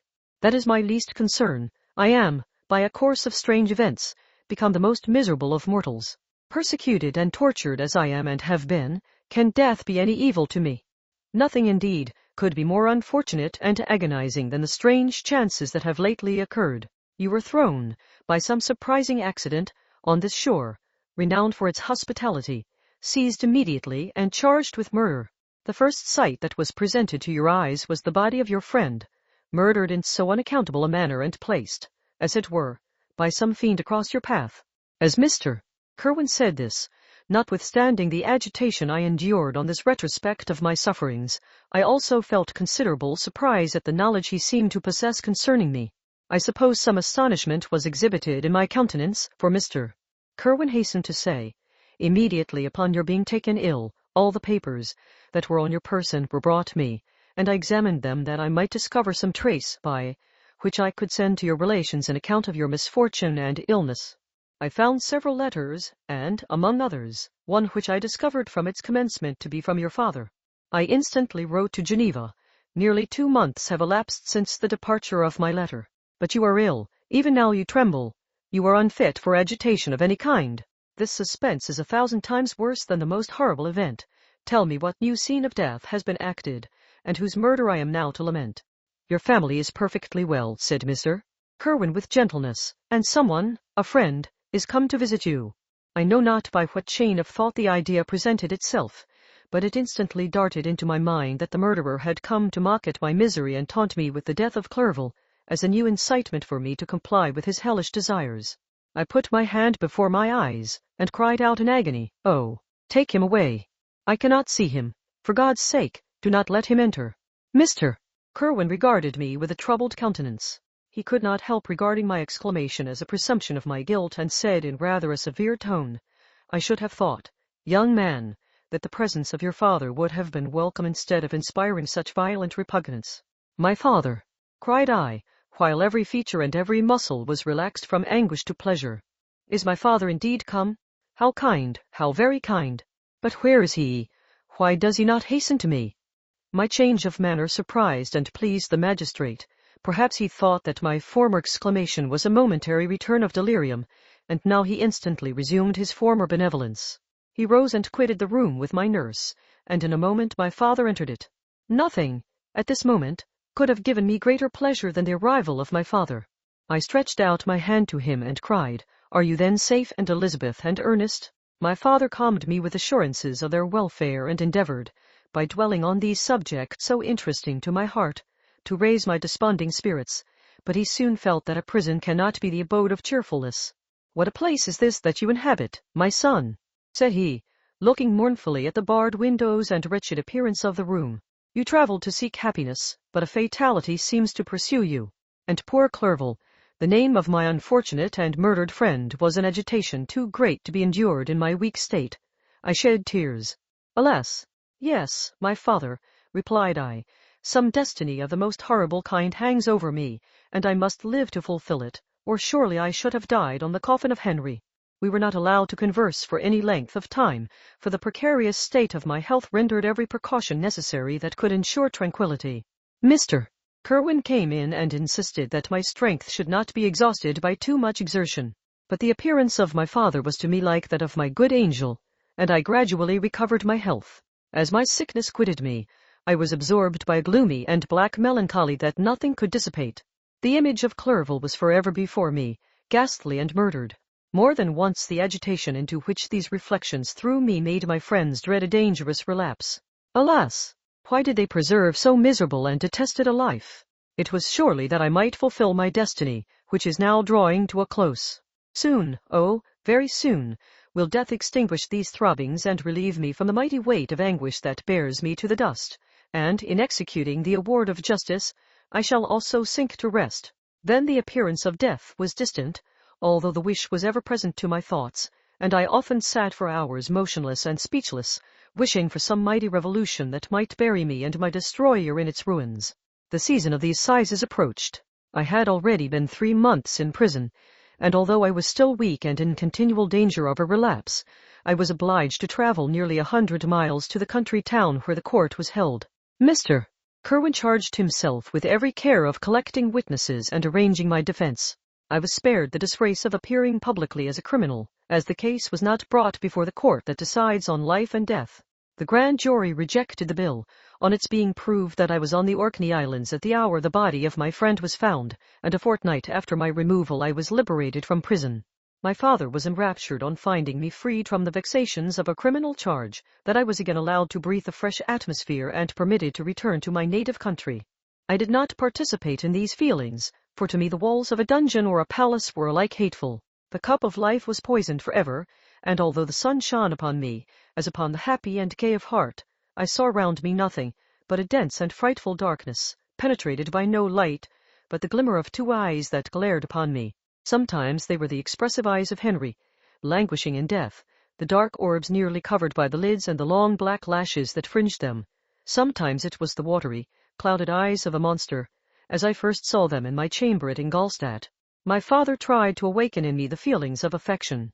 He talked of Geneva, which I should soon visit, of Elizabeth and Ernest, but these words only drew deep groans from me. Sometimes, indeed, I felt a wish for happiness and thought with melancholy delight of my beloved cousin, or longed, with a devouring malady du pays, to see once more the blue lake and rapid Rhone that had been so dear to me in early childhood.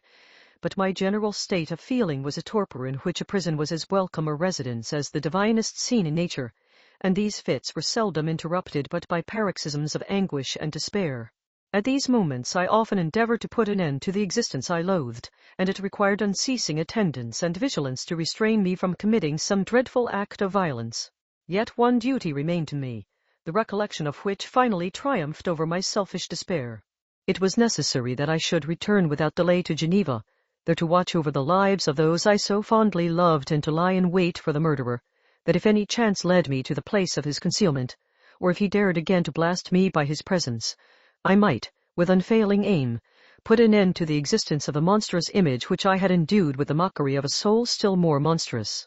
My father still desired to delay our departure, fearful that I could not sustain the fatigues of a journey, for I was a shattered wreck, the shadow of a human being. My strength was gone. I was a mere skeleton, and fever night and day preyed upon my wasted frame. Still, as I urged our leaving Ireland with such inquietude and impatience, my father thought it best to yield. We took our passage on board a vessel bound for Havre de Grace, and sailed with a fair wind from the Irish shores. It was midnight. I lay on the deck looking at the stars and listening to the dashing of the waves. I hailed the darkness that shut Ireland from my sight, and my pulse beat with a feverish joy when I reflected that I should soon see Geneva. The past appeared to me in the light of a frightful dream, yet the vessel in which I was, the wind that blew me from the detested shore of Ireland, and the sea which surrounded me, told me too forcibly that I was deceived by no vision, and that Clerval, my friend and dearest companion, had fallen a victim to me and the monster of my creation. I repassed, in my memory, my whole life, my quiet happiness while residing with my family in Geneva, the death of my mother, and my departure for Ingolstadt. I remembered, shuddering, the mad enthusiasm that hurried me on to the creation of my hideous enemy, and I called to mind the night in which he first lived. I was unable to pursue the train of thought. 1,000 feelings pressed upon me, and I wept bitterly. Ever since my recovery from the fever, I had been in the custom of taking every night a small quantity of laudanum, for it was by means of this drug only that I was enabled to gain the rest necessary for the preservation of life. Oppressed by the recollection of my various misfortunes, I now swallowed double my usual quantity and soon slept profoundly. But sleep did not afford me respite from thought and misery. My dreams presented 1,000 objects that scared me. Towards morning I was possessed by a kind of nightmare. I felt the fiend's grasp in my neck and could not free myself from it. Groans and cries rang in my ears. My father, who was watching over me, perceiving my restlessness, awoke me. The dashing waves were around, the cloudy sky above. The fiend was not here. A sense of security, a feeling that a truce was established between the present hour and the irresistible, disastrous future imparted to me a kind of calm forgetfulness, of which the human mind is by its structure peculiarly susceptible. Chapter 22. The voyage came to an end. We landed and proceeded to Paris. I soon found that I had overtaxed my strength and that I must repose before I could continue my journey. My father's care and attentions were indefatigable, but he did not know the origin of my sufferings and sought erroneous methods to remedy the incurable ill. He wished me to seek amusement in society. I abhorred the face of man. Oh, not abhorred. They were my brethren, my fellow beings, and I felt attracted even to the most repulsive among them, as to creatures of an angelic nature and celestial mechanism. But I felt that I had no right to share their intercourse.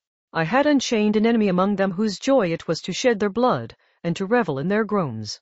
How they would, each and all, abhor me and hunt me from the world, did they know my unhallowed acts and the crimes which had their source in me. My father yielded at length to my desire to avoid society and strove by various arguments to banish my despair. Sometimes he thought that I felt deeply the degradation of being obliged to answer a charge of murder, and he endeavored to prove to me the futility of pride. Alas! My father, said I, how little do you know me? Human beings, their feelings and passions, would indeed be degraded if such a wretch as I felt pride. Justine, poor unhappy Justine, was as innocent as I, and she suffered the same charge. She died for it, and I am the cause of this. I murdered her. William, Justine, and Henry, they all died by my hands. My father had often, during my imprisonment, heard me make the same assertion. When I thus accused myself, he sometimes seemed to desire an explanation, and at others he appeared to consider it as the offspring of delirium, and that, during my illness, some idea of this kind had presented itself to my imagination, the remembrance of which I preserved in my convalescence. I avoided explanation and maintained a continual silence concerning the wretch I had created. I had a persuasion that I should be supposed mad, and this in itself would forever have chained my tongue. But, besides, I could not bring myself to disclose a secret which would fill my hearer with consternation and make fear and unnatural horror the inmates of his breast. I checked, Therefore, my impatient thirst for sympathy and was silent when I would have given the world to have confided the fatal secret. Yet, still, words like those I have recorded would burst uncontrollably from me. I could offer no explanation of them, but their truth in part relieved the burden of my mysterious woe. Upon this occasion my father said, with an expression of unbounded wonder, "My dearest Victor, what infatuation is this? My dear son, I entreat you never to make such an assertion again." "I am not mad," I cried energetically. "The sun and the heavens, who have viewed my operations, can bear witness of my truth. I am the assassin of those most innocent victims. They died by my machinations. 1,000 times would I have shed my own blood, drop by drop, to have saved their lives, but I could not, my father, indeed I could not sacrifice the whole human race." The conclusion of this speech convinced my father that my ideas were deranged, and he instantly changed the subject of our conversation and endeavored to alter the course of my thoughts. He wished as much as possible to obliterate the memory of the scenes that had taken place in Ireland, and never alluded to them or suffered me to speak of my misfortunes. As time passed away I became more calm.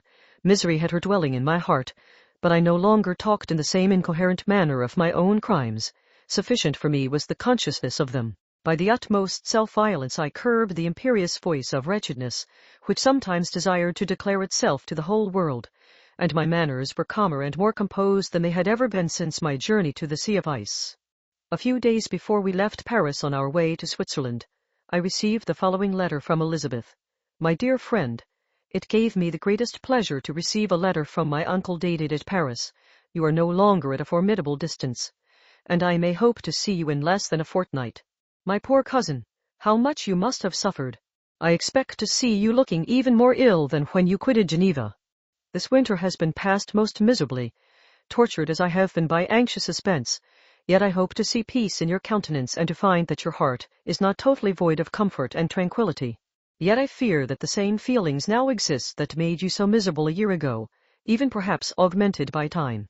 I would not disturb you at this period, when so many misfortunes weigh upon you, but a conversation that I had with my uncle previous to his departure renders some explanation necessary before we meet. Explanation, you may possibly say. What can Elizabeth have to explain? If you really say this, my questions are answered and all my doubts satisfied. But you are distant from me, and it is possible that you may dread and yet be pleased with this explanation. And in a probability of this being the case, I dare not any longer postpone writing what, during your absence, I have often wished to express to you but have never had the courage to begin. You well know, Victor, that our union had been the favorite plan of your parents ever since our infancy. We were told this when young, and taught to look forward to it as an event that would certainly take place. We were affectionate playfellows during childhood, and, I believe, dear and valued friends to one another as we grew older. But as brother and sister often entertain a lively affection towards each other without desiring a more intimate union, may not such also be our case? Tell me, dearest Victor, answer me, I conjure you by our mutual happiness, with simple truth, do you not love another? You have traveled, you have spent several years of your life at Ingolstadt, and I confess to you, my friend, that when I saw you last autumn so unhappy, flying to solitude from the society of every creature, I could not help supposing that you might regret our connection and believe yourself bound in honor to fulfill the wishes of your parents, although they opposed themselves to your inclinations. But this is false reasoning. I confess to you, my friend, that I love you and that in my airy dreams of futurity you have been my constant friend and companion. But it is your happiness I desire as well as my own, when I declare to you that our marriage would render me eternally miserable unless it were the dictate of your own free choice. Even now I weep to think that, worn down as you are by the cruelest misfortunes, you may stifle, by the word honor, all hope of that love and happiness which would alone restore you to yourself. I, who have so disinterested an affection for you, may increase your miseries tenfold by being an obstacle to your wishes. Ah, Victor, be assured that your cousin and playmate has too sincere a love for you not to be made miserable by the supposition. Be happy, my friend, and if you obey me in this one request, remain satisfied that nothing on earth will have the power to interrupt my tranquillity. Do not let this letter disturb you. Do not answer tomorrow, or the next day, or even until you come, if it will give you pain.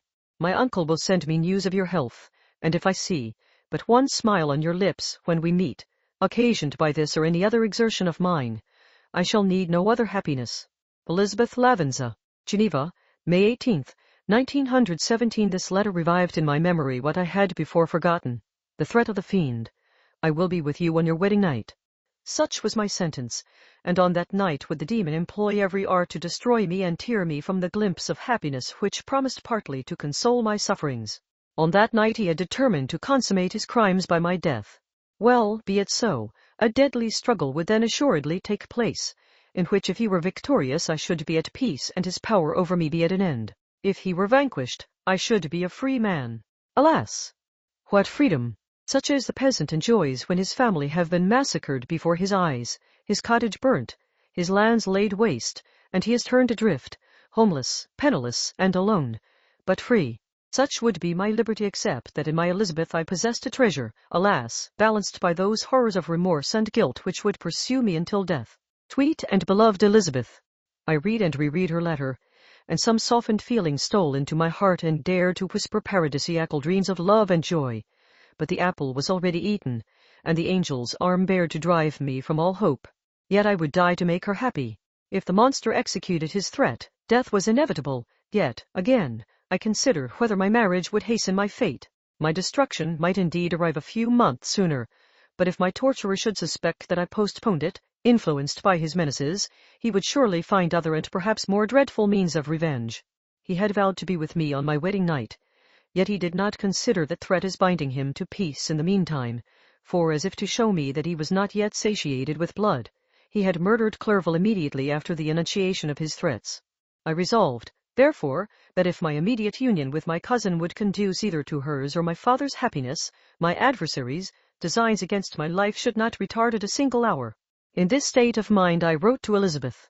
My letter was calm and affectionate. I fear, my beloved girl, I said, little happiness remains for us on earth, yet all that I may one day enjoy is centered in you. Chase away your idle fears. To you alone do I consecrate my life and my endeavors for contentment. I have one secret, Elizabeth, a dreadful one. When revealed to you, it will chill your frame with horror, and then, far from being surprised at my misery, you will only wonder that I survive what I have endured. I will confide this tale of misery and terror to you the day after our marriage shall take place, for, my sweet cousin, there must be perfect confidence between us. But until then, I conjure you, do not mention or allude to it. This I most earnestly entreat, and I know you will comply. In about a week after the arrival of Elizabeth's letter we returned to Geneva. The sweet girl welcomed me with warm affection, yet tears were in her eyes as she beheld my emaciated frame and feverish cheeks.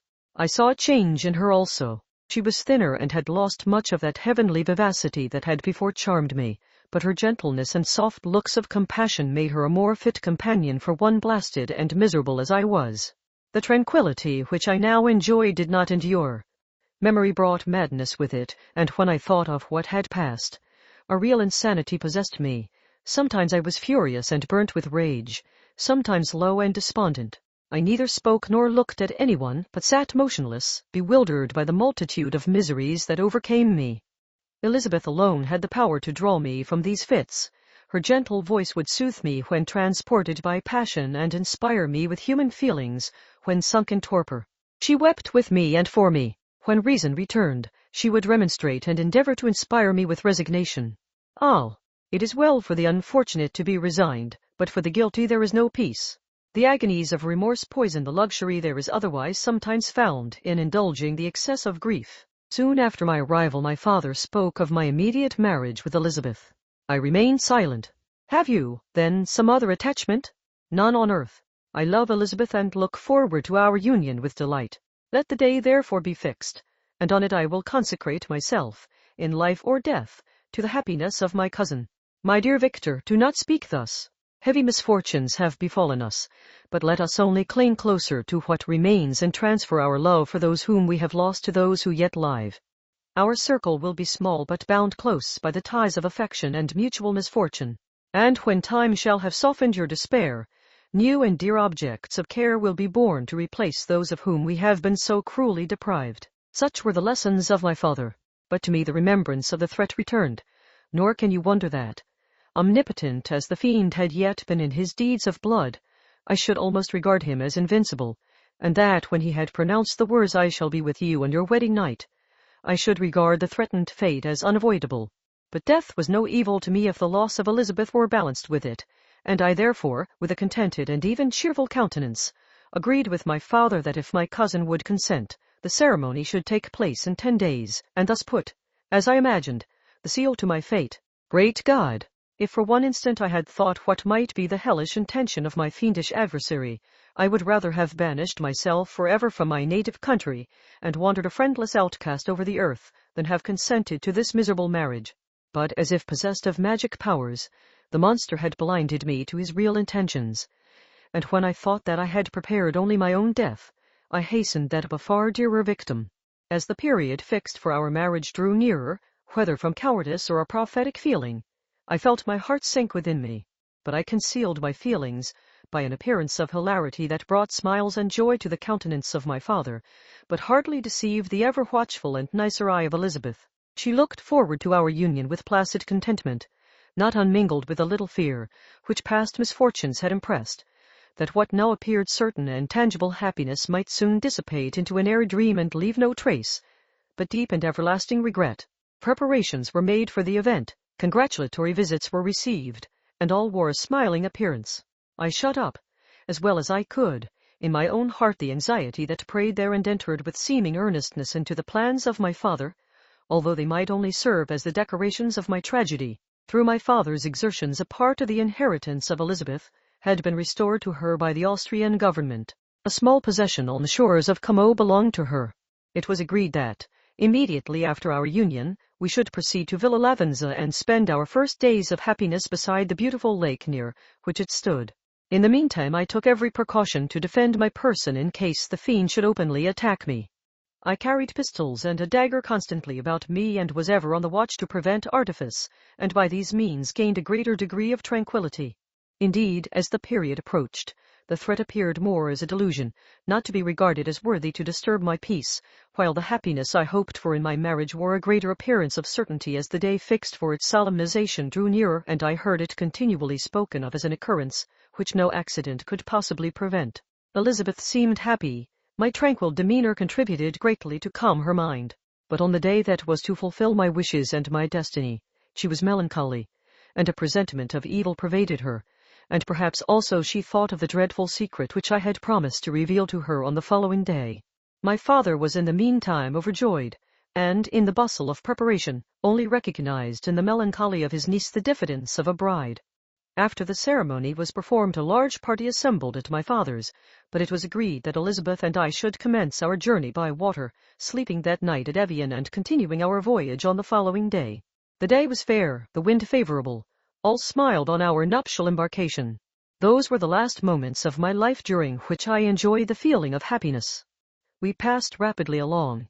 The sun was hot, but we were sheltered from its rays by a kind of canopy while we enjoyed the beauty of the scene.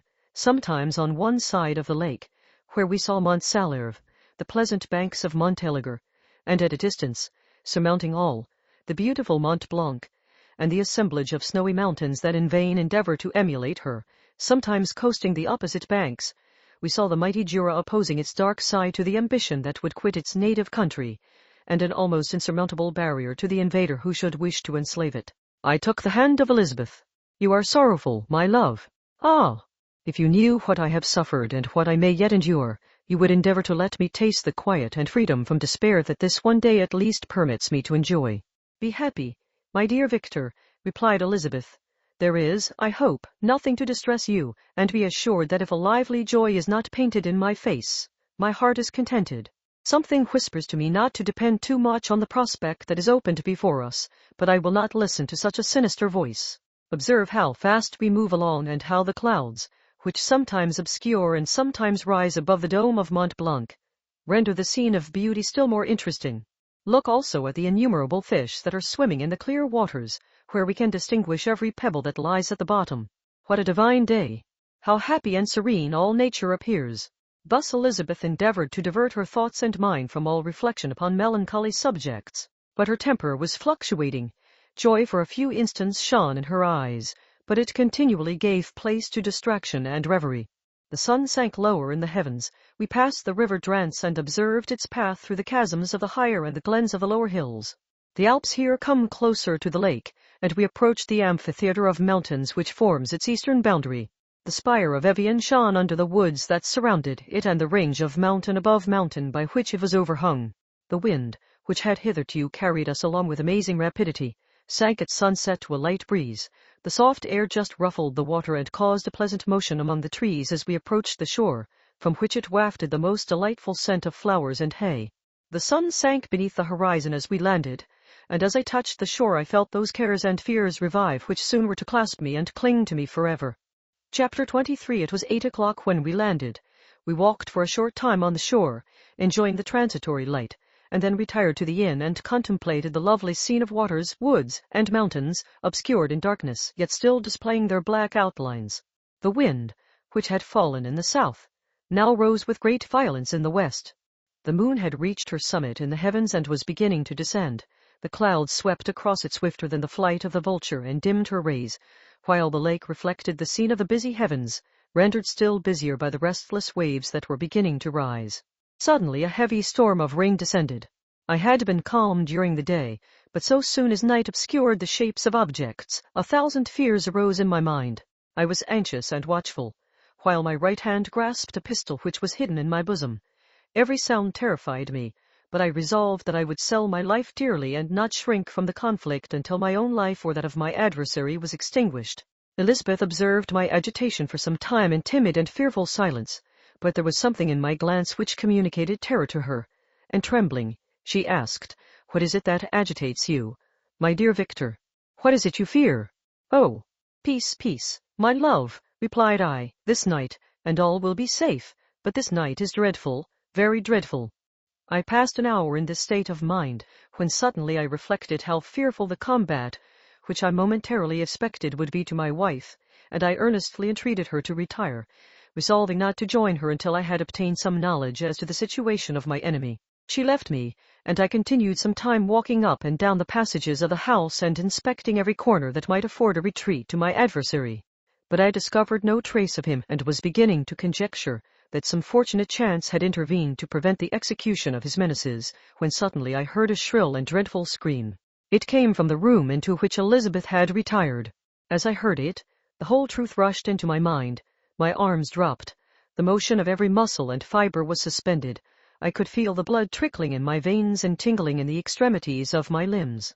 This state lasted but for an instant. The scream was repeated, and I rushed into the room. Great God! Why did I not then expire? Why am I here to relate the destruction of the best hope and the purest creature on earth? She was there, lifeless and inanimate, thrown across the bed, her head hanging down and her pale and distorted features half covered by her hair. Everywhere I turn I see the same figure, her bloodless arms and relaxed form flung by the murderer on its bridal bier. Could I behold this and live? Alas! Life is obstinate and clings closest where it is most hated. For a moment only did I lose recollection. I fell senseless on the ground. When I recovered I found myself surrounded by the people of the inn. Their countenances expressed a breathless terror, but the horror of others appeared only as a mockery, a shadow of the feelings that oppressed me. I escaped from them to the room where lay the body of Elizabeth, my love, my wife, so lately living, so dear, so worthy. She had been moved from the posture in which I had first beheld her, and now, as she lay, her head upon her arm and a handkerchief thrown across her face and neck, I might have supposed her asleep. I rushed towards her and embraced her with ardor, but the deadly languor and coldness of the limbs told me that what I now held in my arms had ceased to be the Elizabeth whom I had loved and cherished. The murderous mark of the fiend's grasp was on her neck, and the breath had ceased to issue from her lips. While I still hung over her in the agony of despair, I happened to look up. The windows of the room had before been darkened, and I felt a kind of panic on seeing the pale yellow light of the moon illuminate the chamber. The shutters had been thrown back, and with a sensation of horror not to be described, I saw at the open window a figure the most hideous and abhorred. A grin was on the face of the monster. He seemed to jeer, as with his fiendish finger he pointed towards the corpse of my wife. I rushed towards the window, and drawing a pistol from my bosom, fired, but he eluded me, leaped from his station, and running with the swiftness of lightning, plunged into the lake. The report of the pistol brought a crowd into the room. I pointed to the spot where he had disappeared, and we followed the track with boats. Nets were cast, but in vain. After passing several hours, we returned hopeless, most of my companions believing it to have been a form conjured up by my fancy. After having landed, they proceeded to search the country, parties going in different directions among the woods and vines. I attempted to accompany them and proceeded a short distance from the house, but my head whirled round, my steps were like those of a drunken man. I fell at last in a state of utter exhaustion. A film covered my eyes, and my skin was parched with the heat of fever. In this state I was carried back and placed on a bed, hardly conscious of what had happened. My eyes wandered round the room as if to seek something that I had lost. After an interval I arose, and as if by instinct, crawled into the room where the corpse of my beloved lay. There were women weeping around. I hung over it and joined my sad tears to theirs. All this time no distinct idea presented itself to my mind, but my thoughts rambled to various subjects, reflecting confusedly on my misfortunes and their cause. I was bewildered, in a cloud of wonder and horror. The death of William, the execution of Justine, the murder of Clerval, and lastly of my wife. Even at that moment I knew not that my only remaining friends were safe from the malignity of the fiend.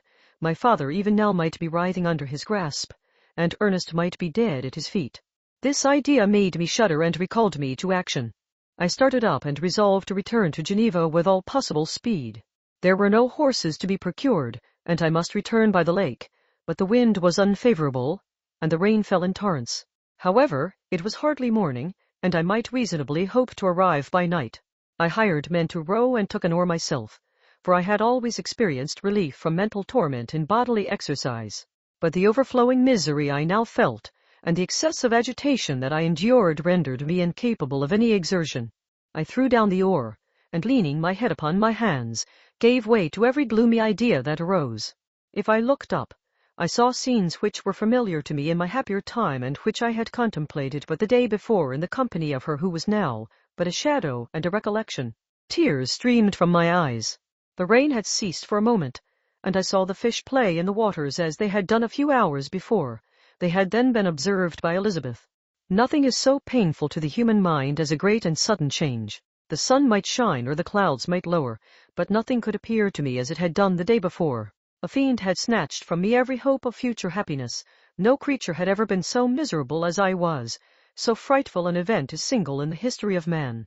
But why should I dwell upon the incidents that followed this last overwhelming event? Mine has been a tale of horrors. I have reached their acme, and what I must now relate can but be tedious to you. Know that, one by one, my friends were snatched away. I was left desolate. My own strength is exhausted, and I must tell, in a few words, what remains of my hideous narration. I arrived at Geneva. My father and Ernest yet lived, but the former sunk under the tidings that I bore. I see him now, excellent and venerable old man. His eyes wandered in vacancy, for they had lost their charm, and their delight is Elizabeth, his more than daughter, whom he doted on with all that affection which a man feels, who in the decline of life, having few affections, clings more earnestly to those that remain. Cursed be the fiend that brought misery on his grey hairs and doomed him to waste and wretchedness. He could not live under the horrors that were accumulated around him. The springs of existence suddenly gave way. He was unable to rise from his bed, and in a few days he died in my arms. What then became of me? I know not. I lost sensation, and chains and darkness were the only objects that pressed upon me. Sometimes, indeed, I dreamt that I wandered in flowery meadows and pleasant vales with the friends of my youth, but I awoke and found myself in a dungeon. Melancholy followed, but by degrees I gained a clear conception of my miseries and situation and was then released from my prison, for they had called me mad, and during many months, as I understood, a solitary cell had been my habitation. Liberty, however, had been a useless gift to me, had I not, as I awakened to reason, at the same time awakened to revenge. As the memory of past misfortunes pressed upon me, I began to reflect on their cause, the monster whom I had created, the miserable demon whom I had sent abroad into the world for my destruction. I was possessed by a maddening rage when I thought of him, and desired and ardently prayed that I might have him within my grasp to wreak a great and signal revenge on his cursed head. Nor did my hate long confine itself to useless wishes. I began to reflect on the best means of securing him, and for this purpose, about a month after my release, I repaired to a criminal judge in the town and told him that I had an accusation to make, that I knew the destroyer of my family, and that I required him to exert his whole authority for the apprehension of the murderer. The magistrate listened to me with attention and kindness. Be assured, Sir, said he, no pains or exertions on my part shall be spared to discover the villain. I thank you, replied I. Listen, therefore, to the deposition that I have to make. It is indeed a tale so strange that I should fear you would not credit it were there not something in truth which, however wonderful, forces conviction. The story is too connected to be mistaken for a dream, and I have no motive for falsehood. My manner as I thus addressed him was impressive, but calm. I had formed in my own heart a resolution to pursue my destroyer to death, and this purpose quieted my agony and for an interval reconciled me to life. I now related my history briefly but with firmness and precision, marking the dates with accuracy and never deviating into invective or exclamation. The magistrate appeared at first perfectly incredulous, but as I continued he became more attentive and interested. I saw him sometimes shudder with horror, at others a lively surprise, unmingled with disbelief, was painted on his countenance. When I had concluded my narration, I said, "This is the being whom I accuse, and for whose seizure and punishment I call upon you to exert your whole power. It is your duty as a magistrate, and I believe and hope that your feelings as a man will not revolt from the execution of those functions on this occasion." This address caused a considerable change in the physiognomy of my own auditor. He had heard my story with that half kind of belief that is given to a tale of spirits and supernatural events, but when he was called upon to act officially in consequence, the whole tide of his incredulity returned. He, however, answered mildly, "I would willingly afford you every aid in your pursuit, but the creature of whom you speak appears to have powers which would put all my exertions to defiance. Who can follow an animal which can traverse the sea of ice and inhabit caves and dens where no man would venture to intrude? Besides, some months have elapsed since the commission of his crimes, and no one can conjecture to what place he has wandered or what region he may now inhabit. I do not doubt that he hovers near the spot which I inhabit, and if he has indeed taken refuge in the Alps, he may be hunted like the chamois and destroyed as a beast of prey. But I perceive your thoughts. You do not credit my narrative and do not intend to pursue my enemy with the punishment which is his desert." As I spoke, rage sparkled in my eyes. The magistrate was intimidated. "You are mistaken," said he. "I will exert myself, and if it is in my power to seize the monster, be assured that he shall suffer punishment proportionate to his crimes. But I fear, from what you have yourself described to be his properties, that this will prove impracticable, and thus, while every proper measure is pursued, you should make up your mind to disappointment. That cannot be, but all that I can say will be of little avail. My revenge is of no moment to you, yet, while I allow it to be a vice, I confess that it is the devouring and only passion of my soul.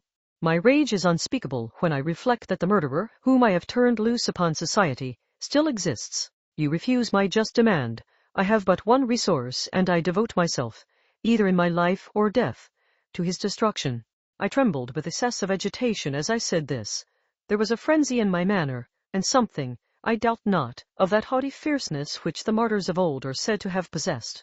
But to a Genevan magistrate, whose mind was occupied by far other ideas than those of devotion and heroism, this elevation of mind had much the appearance of madness. He endeavored to soothe me as a nurse does a child, and reverted to my tale as the effects of delirium. "Man," I cried, "how ignorant art thou in thy pride of wisdom! Cease, you know not what it is you say." I broke from the house angry and disturbed, and retired to meditate on some other mode of action. Chapter 24. My present situation was one in which all voluntary thought was swallowed up and lost. I was hurried away by fury. Revenge alone endowed me with strength and composure. It molded my feelings and allowed me to be calculating and calm at periods when otherwise delirium or death would have been my portion. My first resolution was to quit Geneva forever. My country, which, when I was happy and beloved, was dear to me, now, in my adversity, became hateful. I provided myself with a sum of money, together with a few jewels which had belonged to my mother, and departed. And now my wanderings began, which are to cease but with life. I have traversed a vast portion of the earth, and have endured all the hardships which travelers in deserts and barbarous countries are wont to meet. How I have lived I hardly know. Many times have I stretched my failing limbs upon the sandy plain and prayed for death. But revenge kept me alive. I dared not die and leave my adversary in being. When I quitted Geneva, my first labor was to gain some clue by which I might trace the steps of my fiendish enemy. But my plan was unsettled, and I wandered many hours round the confines of the town, uncertain what path I should pursue. As night approached, I found myself at the entrance of the cemetery where William, Elizabeth, and my father reposed. I entered it and approached the tomb which marked their graves. Everything was silent except the leaves of the trees, which were gently agitated by the wind. The night was nearly dark, and the scene would have been solemn and affecting even to an uninterested observer. The spirits of the departed seemed to flit around and to cast a shadow, which was felt but not seen, around the head of the mourner. The deep grief which this scene had at first excited quickly gave way to rage and despair. They were dead, and I lived. Their murderer also lived, and to destroy him I must drag out my weary existence. I knelt on the grass and kissed the earth, and with quivering lips exclaimed, "By the sacred earth on which I kneel, by the shades that wander near me, by the deep and eternal grief that I feel, I swear, and by thee, O night, and the spirits that preside over thee, to pursue the demon who caused this misery, until he or I shall perish in mortal conflict. For this purpose I will preserve my life. To execute this dear revenge will I again behold the sun and tread the green herbage of earth, which otherwise should vanish from my eyes forever. And I call on you, spirits of the dead, and on you, wandering ministers of vengeance, to aid and conduct me in my work. Let the cursed and hellish monster drink deep of agony. Let him feel the despair that now torments me." I had begun my adjuration with solemnity and an awe which almost assured me that the shades of my murdered friends heard and approved my devotion, but the furies possessed me as I concluded, and rage choked my utterance. I was answered through the stillness of night by a loud and fiendish laugh. It rang on my ears long and heavily. The mountains re-echoed it, and I felt as if all hell surrounded me with mockery and laughter. Surely in that moment I should have been possessed by frenzy and have destroyed my miserable existence, but that my vow was heard and that I was reserved for vengeance. The laughter died away, when a well-known and abhorred voice, apparently close to my ear, addressed me in an audible whisper, "I am satisfied, miserable wretch. You have determined to live, and I am satisfied." I darted towards the spot from which the sound proceeded, but the devil eluded my grasp. Suddenly the broad disk of the moon arose and shone full upon his ghastly and distorted shape, as he fled with more than mortal speed. I pursued him, and for many months this has been my task. Guided by a slight clue, I followed the windings of the Rhone, but vainly. The blue Mediterranean appeared, and by a strange chance, I saw the fiend enter by night and hide himself in a vessel bound for the Black Sea. I took my passage in the same ship, but he escaped, I know not how. Amidst the wilds of Tartary and Russia, although he still evaded me, I have ever followed in his track. Sometimes the peasants, scared by this horrid apparition, informed me of his path. Sometimes he himself, who feared that if I lost all trace of him I should despair and die, left some mark to guide me. The snows descended on my head, and I saw the print of his huge step on the white plain. To you first entering on life, to whom care is new and agony unknown, how can you understand what I have felt and still feel? Cold, want, and fatigue were the least pains which I was destined to endure. I was cursed by some devil and carried about with me my eternal hell, yet still a spirit of good followed and directed my steps, and when I most murmured would suddenly extricate me from seemingly insurmountable difficulties. Sometimes, when nature, overcome by hunger, sank under the exhaustion, a repast was prepared for me in the desert that restored and inspirited me. The fare was, indeed, coarse, such as the peasants of the country ate, but I will not doubt that it was set there by the spirits that I had invoked to aid me. Often, when all was dry, the heavens cloudless, and I was parched by thirst, a slight cloud would bedim the sky, shed the few drops that revived me, and vanish. I followed, when I could, the courses of the rivers, but the demon generally avoided these, as it was here that the population of the country chiefly collected. In other places human beings were seldom seen, and I generally subsisted on the wild animals that crossed my path.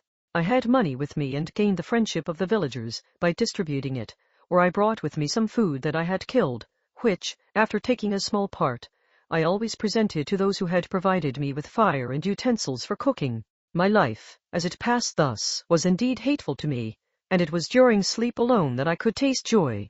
O blessed sleep! Often, when most miserable, I sank to repose, and my dreams lulled me even to rapture. The spirits that guarded me had provided these moments, or rather hours, of happiness that I might retain strength to fulfill my pilgrimage. Deprived of this respite, I should have sunk under my hardships. During the day I was sustained and inspirited by the hope of night, for in sleep I saw my friends, my wife, and my beloved country. Again I saw the benevolent countenance of my father, heard the silver tones of my Elizabeth's voice, and beheld Clerval enjoying health and youth. Often, when wearied by a toilsome march, I persuaded myself that I was dreaming until night should come and that I should then enjoy reality in the arms of my dearest friends. What agonizing fondness did I feel for them! How did I cling to their dear forms, as sometimes they haunted even my waking hours, and persuade myself that they still lived. At such moments vengeance, that burned within me, died in my heart, and I pursued my path towards the destruction of the demon more as a task enjoined by heaven, as the mechanical impulse of some power of which I was unconscious, than as the ardent desire of my soul. What his feelings were whom I pursued I cannot know. Sometimes, indeed, he left marks in writing on the barks of the trees or cut in stone that guided me and instigated my fury. My reign is not yet over. These words were legible in one of these inscriptions: "You live, and my power is complete. Follow me. I seek the everlasting ices of the north, where you will feel the misery of cold and frost, to which I am impassive. You will find near this place, if you follow not too tardily, a dead hare. Eat and be refreshed. Come on, my enemy. We have yet to wrestle for our lives, but many hard and miserable hours must you endure until that period shall arrive. Scoffing devil, again do I vow vengeance, again do I devote thee, miserable fiend, to torture and death. Never will I give up my search until he or I perish, and then with what ecstasy shall I join my Elizabeth and my departed friends, who even now prepare for me the reward of my tedious toil and horrible pilgrimage." As I still pursued my journey to the northward, the snows thickened and the cold increased in a degree almost too severe to support. The peasants were shut up in their hovels, and only a few of the most hardy ventured forth to seize the animals whom starvation had forced from their hiding places to seek for prey. The rivers were covered with ice, and no fish could be procured, and thus I was cut off from my chief article of maintenance. The triumph of my enemy increased with the difficulty of my labors. One inscription that he left was in these words: "Prepare. Your toils only begin. Wrap yourself in furs and provide food, for we shall soon enter upon a journey where your sufferings will satisfy my everlasting hatred." My courage and perseverance were invigorated by these scoffing words. I resolved not to fail in my purpose, and calling on heaven to support me, I continued with unabated fervor to traverse immense deserts, until the ocean appeared at a distance and formed the utmost boundary of the horizon. Oh, how unlike it was to the blue seasons of the south! Covered with ice, it was only to be distinguished from land by its superior wildness and ruggedness. The Greeks wept for joy when they beheld the Mediterranean from the hills of Asia, and hailed with rapture the boundary of their toils. I did not weep, but I knelt down and with a full heart thanked my guiding spirit for conducting me in safety to the place where I hoped, notwithstanding my adversary's jibe, to meet and grapple with him. Some weeks before this period I had procured a sledge and dogs and thus traversed the snows with inconceivable speed. I know not whether the fiend possessed the same advantages, but I found that, as before I had daily lost ground in the pursuit, I now gained on him, so much so that when I first saw the ocean he was but 1 day's journey in advance, and I hoped to intercept him before he should reach the beach. With new courage, therefore, I pressed on, and in 2 days arrived at a wretched hamlet on the seashore. I inquired of the inhabitants concerning the fiend and gained accurate information. A gigantic monster, they said, had arrived the night before, armed with a gun and many pistols, putting to flight the inhabitants of a solitary cottage through fear of his terrific appearance. He had carried off their store of winter food, and placing it in a sledge, to draw which he had seized on a numerous drove of trained dogs, he had harnessed them, and the same night, to the joy of the horror-struck villagers, had pursued his journey across the sea in a direction that led to no land, and they conjectured that he must speedily be destroyed by the breaking of the ice or frozen by the eternal frosts. On hearing this information I suffered a temporary access of despair.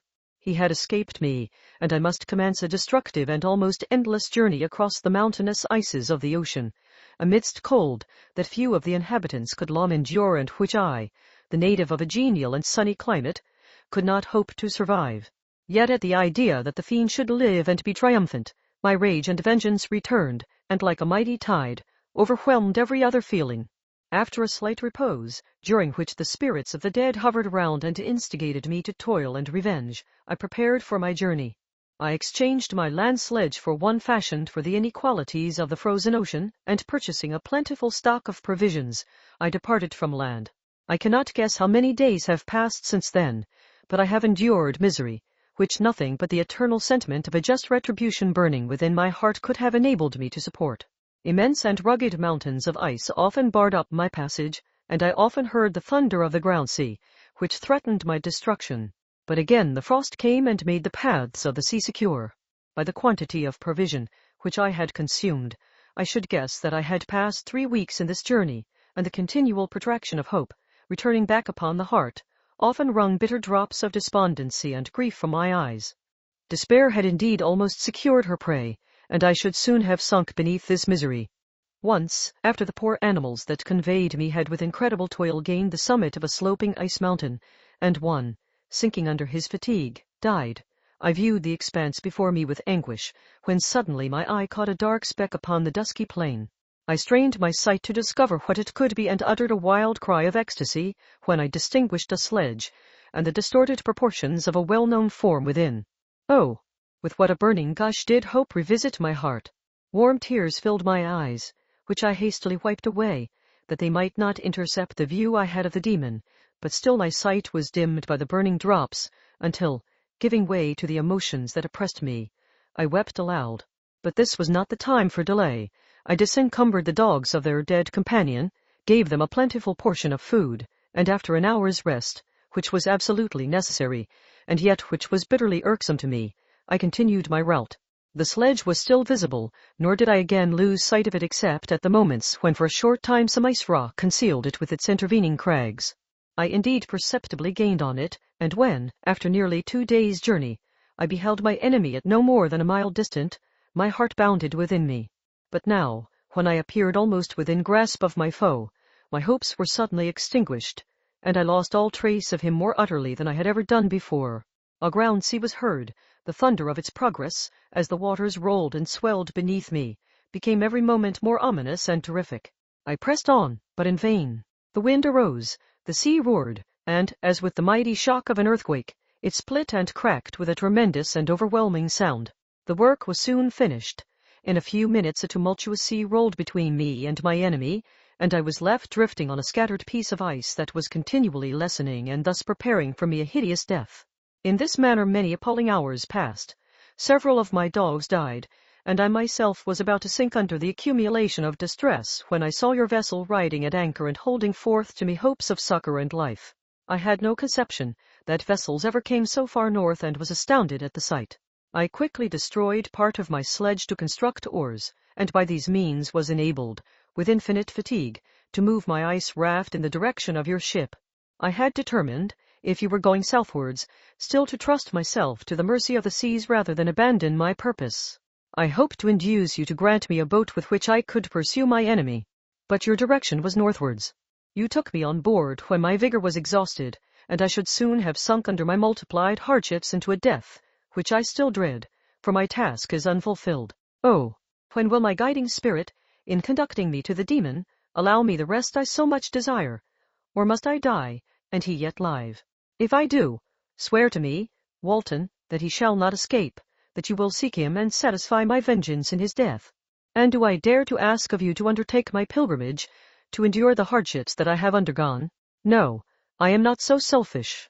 Yet, when I am dead, if he should appear, if the ministers of vengeance should conduct him to you, swear that he shall not live, swear that he shall not triumph over my accumulated woes and survive to add to the list of his dark crimes. He is eloquent and persuasive, and once his words had even power over my heart, but trust him not. His soul is as hellish as his form, full of treachery and fiend-like malice. Hear him not. Call on the names of William, Justine, Clerval, Elizabeth, my father, and of the wretched Victor, and thrust your sword into his heart. I will hover near and direct the steel aright. Walton, in continuation. August 26th, 1917. You have read this strange and terrific story, Margaret, and do you not feel your blood congeal with horror, like that which even now curdles mine? Sometimes, seized with sudden agony, he could not continue his tale. At others, his voice broken, yet piercing, uttered with difficulty the words so replete with anguish. His fine and lovely eyes were now lighted up with indignation, now subdued to downcast sorrow and quenched in infinite wretchedness. Sometimes he commanded his countenance and tones and related the most horrible incidents with a tranquil voice, suppressing every mark of agitation. Then, like a volcano bursting forth, his face would suddenly change to an expression of the wildest rage as he shrieked out imprecations on his persecutor. His tale is connected and told with an appearance of the simplest truth, Yet I own to you that the letters of Felix and Safie, which he showed me, and the apparition of the monster seen from our ship, brought to me a greater conviction of the truth of his narrative than his asseverations, however earnest and connected. Such a monster has, then, really existence. I cannot doubt it, yet I am lost in surprise and admiration. Sometimes I endeavor to gain from Frankenstein the particulars of his creature's formation, but on this point he was impenetrable. "Are you mad, my friend?" said he. "Or whither does your senseless curiosity lead you? Would you also create for yourself and the world a demoniacal enemy? Peace, peace! Learn my miseries and do not seek to increase your own." Frankenstein discovered that I made notes concerning his history. He asked to see them and then himself corrected and augmented them in many places, but principally in giving the life and spirit to the conversations he held with his enemy. "Since you have preserved my narration," said he, "I would not that a mutilated one should go down to posterity. Thus has a week passed away, while I have listened to the strangest tale that ever imagination formed. My thoughts and every feeling of my soul have been drunk up by the interest for my guest, which this tale and his own elevated and gentle manners have created. I wish to soothe him, yet can I counsel one so infinitely miserable, so destitute of every hope of consolation, to live? Oh no! The only joy that he can now know will be when he composes his shattered spirit to peace and death. Yet he enjoys one comfort, the offspring of solitude and delirium. He believes that when in dreams he holds converse with his friends and derives from that communion consolation for his miseries or excitements to his vengeance, that they are not the creations of his fancy, but the beings themselves who visit him from the regions of a remote world. This faith gives a solemnity to his reveries that render them to me almost as imposing and interesting as truth. Our conversations are not always confined to his own history and misfortunes. On every point of general literature he displays unbounded knowledge and a quick and piercing apprehension. His eloquence is forcible and touching, nor can I hear him, when he relates a pathetic incident or endeavors to move the passions of pity or love, without tears. What a glorious creature must he have been in the days of his prosperity, when he is thus noble and godlike in ruin. He seems to feel his own worth and the greatness of his fall. "When younger," said he, "I believed myself destined for some great enterprise. My feelings are profound, but I possessed a coolness of judgment that fitted me for illustrious achievements. The sentiment of the worth of my nature supported me when others would have been oppressed, for I deemed it criminal to throw away in useless grief those talents that might be useful to my fellow creatures. When I reflected on the work I had completed, no less a one than the creation of a sensitive and rational animal, I could not rank myself with a herd of common projectors. But this thought, which supported me in the commencement of my career, now serves only to plunge me lower in the dust. All my speculations and hopes are as nothing, and like the archangel who aspired to omnipotence, I am chained in an eternal hell. My imagination was vivid, yet my powers of analysis and application were intense. By the union of these qualities I conceived the idea and executed the creation of a man. Even now I cannot recollect without passion my reveries while the work was incomplete.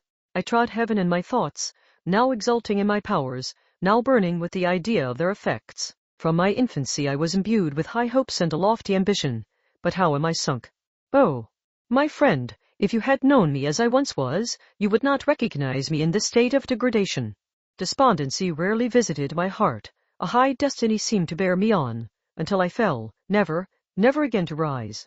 Must I then lose this admirable being? I have longed for a friend. I have sought one who would sympathize with and love me. Behold, on these desert seas I have found such a one, but I fear I have gained him only to know his value and lose him. I would reconcile him to life, but he repulses the idea.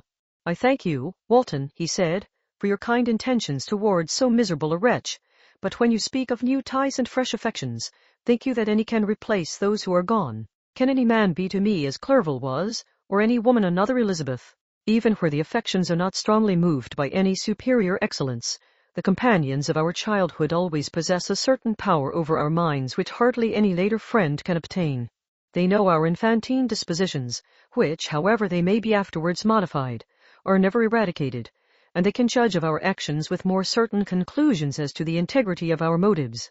A sister or a brother can never, unless indeed such symptoms have been shown early, suspect the other of fraud or false dealing, when another friend, however strongly he may be attached, may, in spite of himself, be contemplated with suspicion. But I enjoyed friends, dear not only through habit and association, but from their own merits, and wherever I am, The soothing voice of my Elizabeth and the conversation of Clerval will be ever whispered in my ear.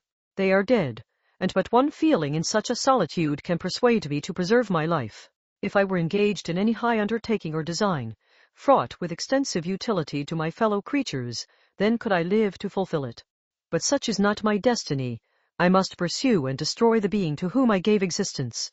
Then my lot on earth will be fulfilled, and I may die. My beloved sister, September 2d. I write to you, encompassed by peril and ignorant whether I am ever doomed to see again dear England and the dearer friends that inhabit it. I am surrounded by mountains of ice, which admit of no escape and threaten every moment to crush my vessel. The brave fellows whom I have persuaded to be my companions look towards me for aid, but I have none to bestow. There is something terribly appalling in our situation, yet my courage and hopes do not desert me. Yet it is terrible to reflect that the lives of all these men are endangered through me. If we are lost, my mad schemes are the cause. And what, Margaret, will be the state of your mind? You will not hear of my destruction, and you will anxiously await my return. Years will pass, and you will have visitings of despair and yet be tortured by hope. Oh, my beloved sister, the sickening failing of your heartfelt expectations is, in prospect, more terrible to me than my own death. But you have a husband and lovely children. You may be happy. Heaven bless you and make you so. My unfortunate guest regards me with the tenderest compassion. He endeavors to fill me with hope, and talks as if life were a possession which he valued. He reminds me how often the same accidents have happened to other navigators who have attempted the sea, and in spite of myself, he fills me with cheerful auguries. Even the sailors feel the power of his eloquence. When he speaks, they no longer despair. He rouses their energies, and while they hear his voice they believe these vast mountains of ice are molehills which will vanish before the resolutions of man. These feelings are transitory. Each day of expectation delayed fills them with fear, and I almost dread a mutiny caused by this despair. September 5th. A scene has just passed of such uncommon interest that, although it is highly probable that these papers may never reach you, yet I cannot forbear recording it. We are still surrounded by mountains of ice, still in imminent danger of being crushed in their conflict. The cold is excessive, and many of my unfortunate comrades have already found a grave amidst this scene of desolation. Frankenstein has daily declined in health. A feverish fire still glimmers in his eyes, but he is exhausted, and when suddenly roused to any exertion, he speedily sinks again into apparent lifelessness. I mentioned in my last letter the fears I entertained of a mutiny. This morning, as I sat watching the wan countenance of my friend, his eyes half closed and his limbs hanging listlessly, I was roused by half a dozen of the sailors, who demanded admission into the cabin. They entered, and their leader addressed me. He told me that he and his companions had been chosen by the other sailors to come in deputation to me to make me a requisition which, in justice, I could not refuse. We were immured in ice and should probably never escape, but they feared that if, as was possible, the ice should dissipate and a free passage be opened, I should be rash enough to continue my voyage and lead them into fresh dangers, after they might happily have surmounted this. They insisted, therefore, that I should engage with a solemn promise that if the vessel should be freed I would instantly direct my course southwards. This speech troubled me. I had not despaired, nor had I yet conceived the idea of returning if set free. Yet could I, in justice, or even in possibility, refuse this demand? I hesitated before I answered, when Frankenstein, who had at first been silent, and indeed appeared hardly to have force enough to attend, now roused himself. His eyes sparkled, and his cheeks flushed with momentary vigor. Turning towards the men, he said, "What do you mean? What do you demand of your captain? Are you, then, so easily turned from your design? Did you not call this a glorious expedition? And wherefore was it glorious? Not because the way was smooth and placid as a southern sea, but because it was full of dangers and terror, because at every new incident your fortitude was to be called forth and your courage exhibited, because danger and death surrounded it, and these you were to brave and overcome. For this was it a glorious, for this was it an honorable undertaking. You were hereafter to be hailed as the benefactors of your species, your names adored as belonging to brave men who encountered death for honor and the benefit of mankind. And now, behold, with the first imagination of danger, or, if you will, the first mighty and terrific trial of your courage, you shrink away and are content to be handed down as men who had not strength enough to endure cold and peril. And so, poor souls, they were chilly and returned to their warm firesides. Why, that requires not this preparation, Ye need not have come thus far and dragged your captain to the shame of a defeat merely to prove yourselves cowards. Oh, be men, or be more than men. Be steady to your purposes and firm as a rock. This ice is not made of such stuff as your hearts may be. It is mutable and cannot withstand you if you say that it shall not. Do not return to your families with the stigma of disgrace marked on your brows. Return as heroes who have fought and conquered and who know not what it is to turn their backs on the foe. He spoke this with a voice so modulated to the different feelings expressed in his speech, with an eye so full of lofty design and heroism, that can you wonder that these men were moved? They looked at one another and were unable to reply. I spoke. I told them to retire and consider of what had been said, that I would not lead them farther north if they strenuously desired the contrary, but that I hoped that, with reflection, their courage would return. They retired, and I turned towards my friend, but he was sunken, languor, and almost deprived of life. How all this will terminate, I know not, but I had rather die than return shamefully, my purpose unfulfilled. Yet I fear such will be my fate. The men, unsupported by ideas of glory and honor, can never willingly continue to endure their present hardships. September 7th. The die is cast. I have consented to return if we are not destroyed. Thus are my hopes blasted by cowardice and indecision. I come back ignorant and disappointed. It requires more philosophy than I possess to bear this injustice with patience. September 12th. It is past. I am returning to England. I have lost my hopes of utility and glory. I have lost my friend. But I will endeavor to detail these bitter circumstances to you, my dear sister, and while I am wafted towards England and towards you, I will not despond. September 9th. The ice began to move, and roarings like thunder were heard at a distance as the island split and cracked in every direction. We were in the most imminent peril, but as we could only remain passive, my chief attention was occupied by my unfortunate guest, whose illness increased in such a degree that he was entirely confined to his bed. The ice cracked behind us and was driven with force towards the north. A breeze sprang from the west, and on the 11th the passage towards the south became perfectly free. When the sailors saw this and that their return to their native country was apparently assured, a shout of tumultuous joy broke from them, loud and long continued. Frankenstein, who was dozing, awoke and asked the cause of the tumult. They shout, I said, because they will soon return to England. Do you then really return? Alas! Yes, I cannot withstand their demands.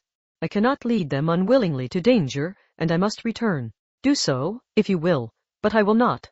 You may give up your purpose, but mine is assigned to me by heaven, and I dare not. I am weak, but surely the spirits who assist my vengeance will endow me with sufficient strength. Saying this, he endeavored to spring from the bed, but the exertion was too great for him. He fell back and fainted. It was long before he was restored, and I often thought that life was entirely extinct. At length he opened his eyes. He breathed with difficulty and was unable to speak. The surgeon gave him a composing draught and ordered us to leave him undisturbed. In the meantime he told me that my friend had certainly not many hours to live. His sentence was pronounced, and I could only grieve and be patient. I sat by his bed, watching him. His eyes were closed, and I thought he slept, but presently he called to me in a feeble voice, and bidding me come near, said, Alas! The strength I relied on is gone. I feel that I shall soon die, and he, my enemy and persecutor, may still be in being. Think not, Walton, that in the last moments of my existence I feel that burning hatred and ardent desire of revenge I once expressed, but I feel myself justified in desiring the death of my adversary.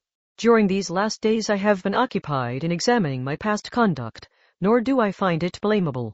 In a fit of enthusiastic madness I created a rational creature and was bound towards him to assure, as far as was in my power, his happiness and well-being. This was my duty, but there was another still paramount to that. My duties towards the beings of my own species had greater claims to my attention, because they included a greater proportion of happiness or misery.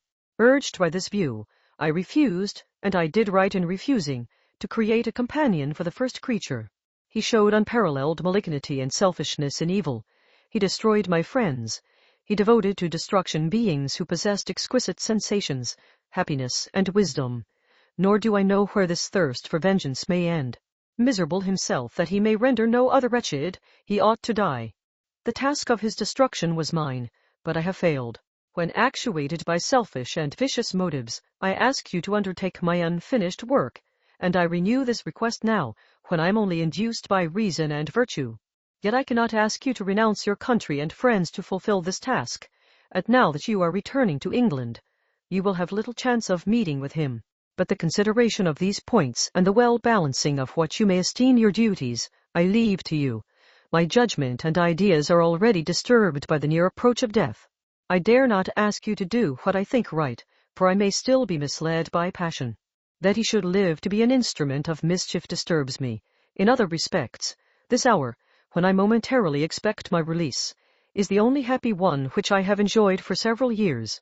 The forms of the beloved dead flit before me, and I hasten to their arms. Farewell, Walton. Seek happiness and tranquillity, and avoid ambition, even if it be only the apparently innocent one of distinguishing yourself in science and discoveries. Yet why do I say this? I have myself been blasted in these hopes, yet another may succeed. His voice became fainter as he spoke, and at length, exhausted by his effort, he sank into silence. About half an hour afterwards he attempted again to speak, but was unable. He pressed my hand feebly, and his eyes closed forever, while the irradiation of a gentle smile passed away from his lips. Margaret, what comment can I make on the untimely extinction of this glorious spirit? What can I say that will enable you to understand the depth of my sorrow? All that I should express would be inadequate and feeble. My tears flow, my mind is overshadowed by a cloud of disappointment, but I journey towards England, and I may there find consolation. I am interrupted. What do these sounds portend? It is midnight, the breeze blows fairly, and the watch on deck scarcely stir. Again there is a sound as of a human voice, but hoarser. It comes from the cabin where the remains of Frankenstein still lie. I must arise and examine.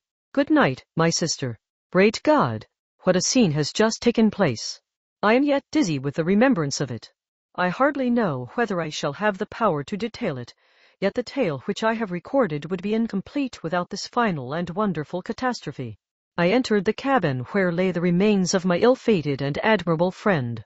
Over him hung a form which I cannot find words to describe, gigantic in stature, yet uncouth and distorted in its proportions.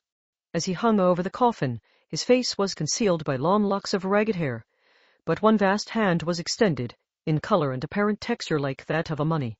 When he heard the sound of my approach, he ceased to utter exclamations of grief and horror and sprung towards the window. Never did I behold a vision, so horrible as his face, of such loathsome yet appalling hideousness. I shut my eyes involuntarily and endeavored to recollect what were my duties with regard to this destroyer. I called on him to stay. He paused, looking on me with wonder, and again turning towards the lifeless form of his creator, he seemed to forget my presence, and every feature and gesture seemed instigated by the wildest rage of some uncontrollable passion. That is also my victim, he exclaimed. In his murder my crimes are consummated. The miserable series of my being is wound to its close. Oh, Frankenstein, generous and self-devoted being, what does it avail that I now ask thee to pardon me? I, who irretrievably destroyed thee by destroying all thou lovedst. Alas! He is cold, he cannot answer me. His voice seemed suffocated, and my first impulses, which had suggested to me the duty of obeying the dying request of my friend in destroying his enemy, were now suspended by a mixture of curiosity and compassion. I approached this tremendous being. I dared not again raise my eyes to his face. There was something so scaring and unearthly in his ugliness. I attempted to speak, but the words died away on my lips. The monster continued to utter wild and incoherent self-reproaches. At length I gathered resolution to address him, in a pause of the tempest of his passion. Your repentance, I said, is now superfluous.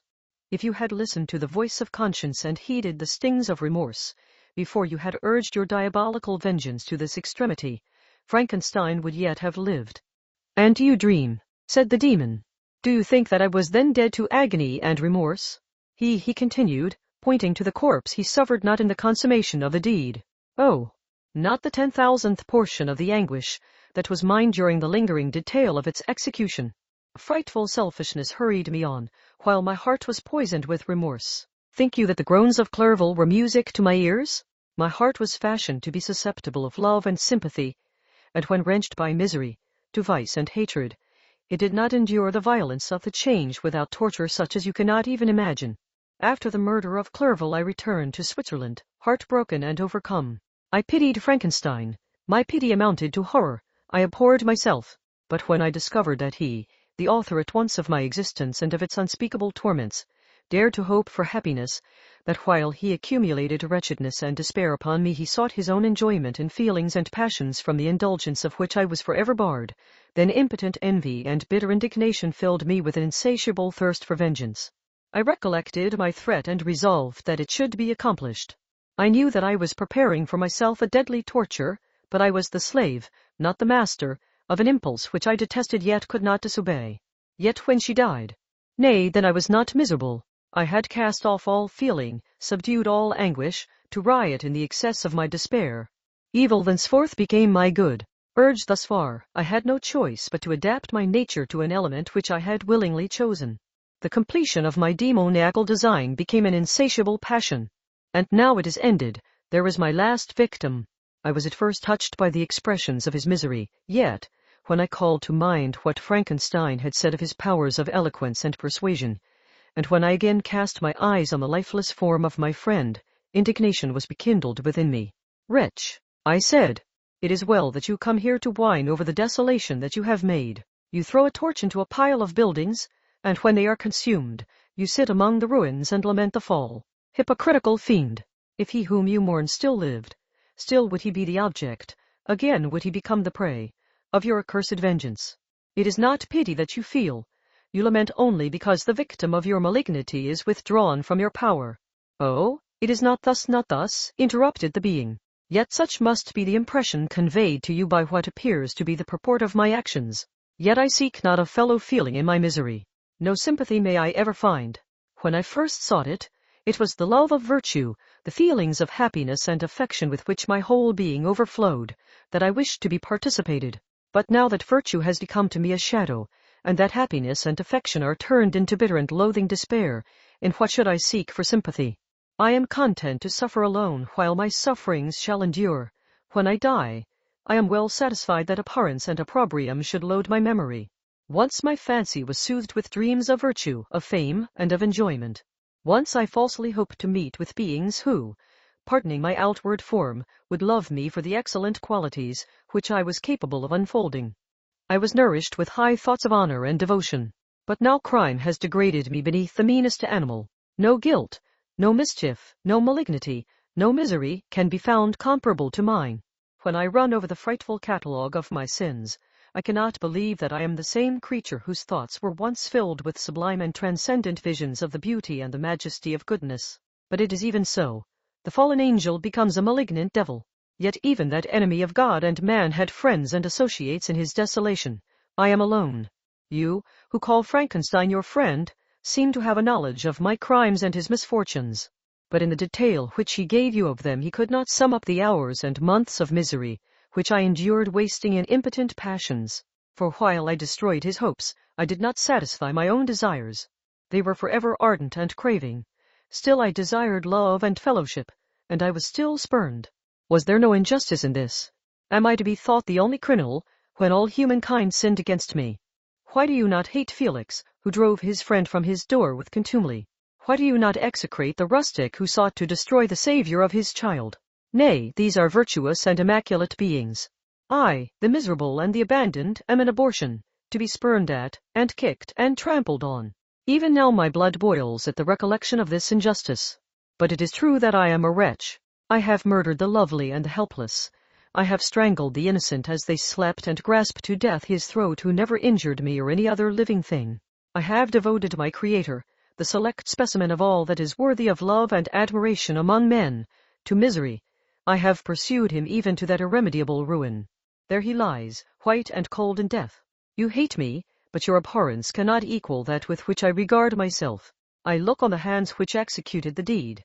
I think on the heart in which the imagination of it was conceived, and long for the moment when these hands will meet my eyes, when that imagination will haunt my thoughts no more. Fear not that I shall be the instrument of future mischief. My work is nearly complete. Neither yours nor any man's death is needed to consummate the series of my being and accomplish that which must be done, but it requires my own. Do not think that I shall be slow to perform this sacrifice.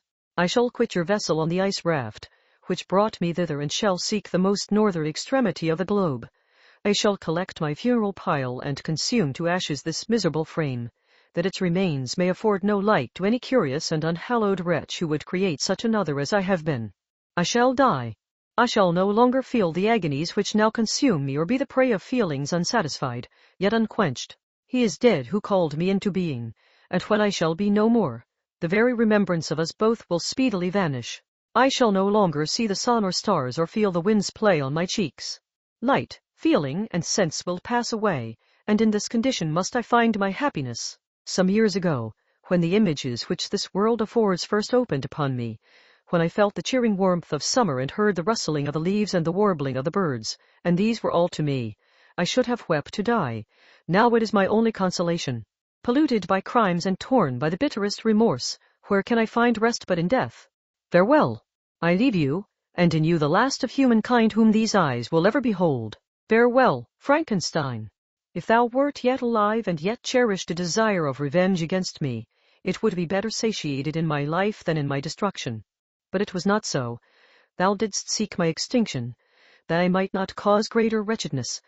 And if yet, in some mode unknown to me, thou hadst not ceased to think and feel, thou wouldst not desire against me a vengeance greater than that which I feel. Blasted as thou wert, my agony was still superior to thine, for the bitter sting of remorse will not cease to rankle in my wounds, until death shall close them forever. But soon, he cried with sad and solemn enthusiasm, I shall die, and what I now feel be no longer felt.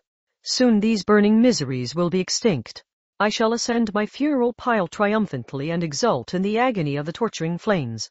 The light of that conflagration will fade away. My ashes will be swept into the sea by the winds. My spirit will sleep in peace, or if it thinks, it will not surely think thus. Farewell. He sprang from the cabin window as he said this, upon the ice raft, which lay close to the vessel. He was soon borne away by the waves and lost in darkness and distance.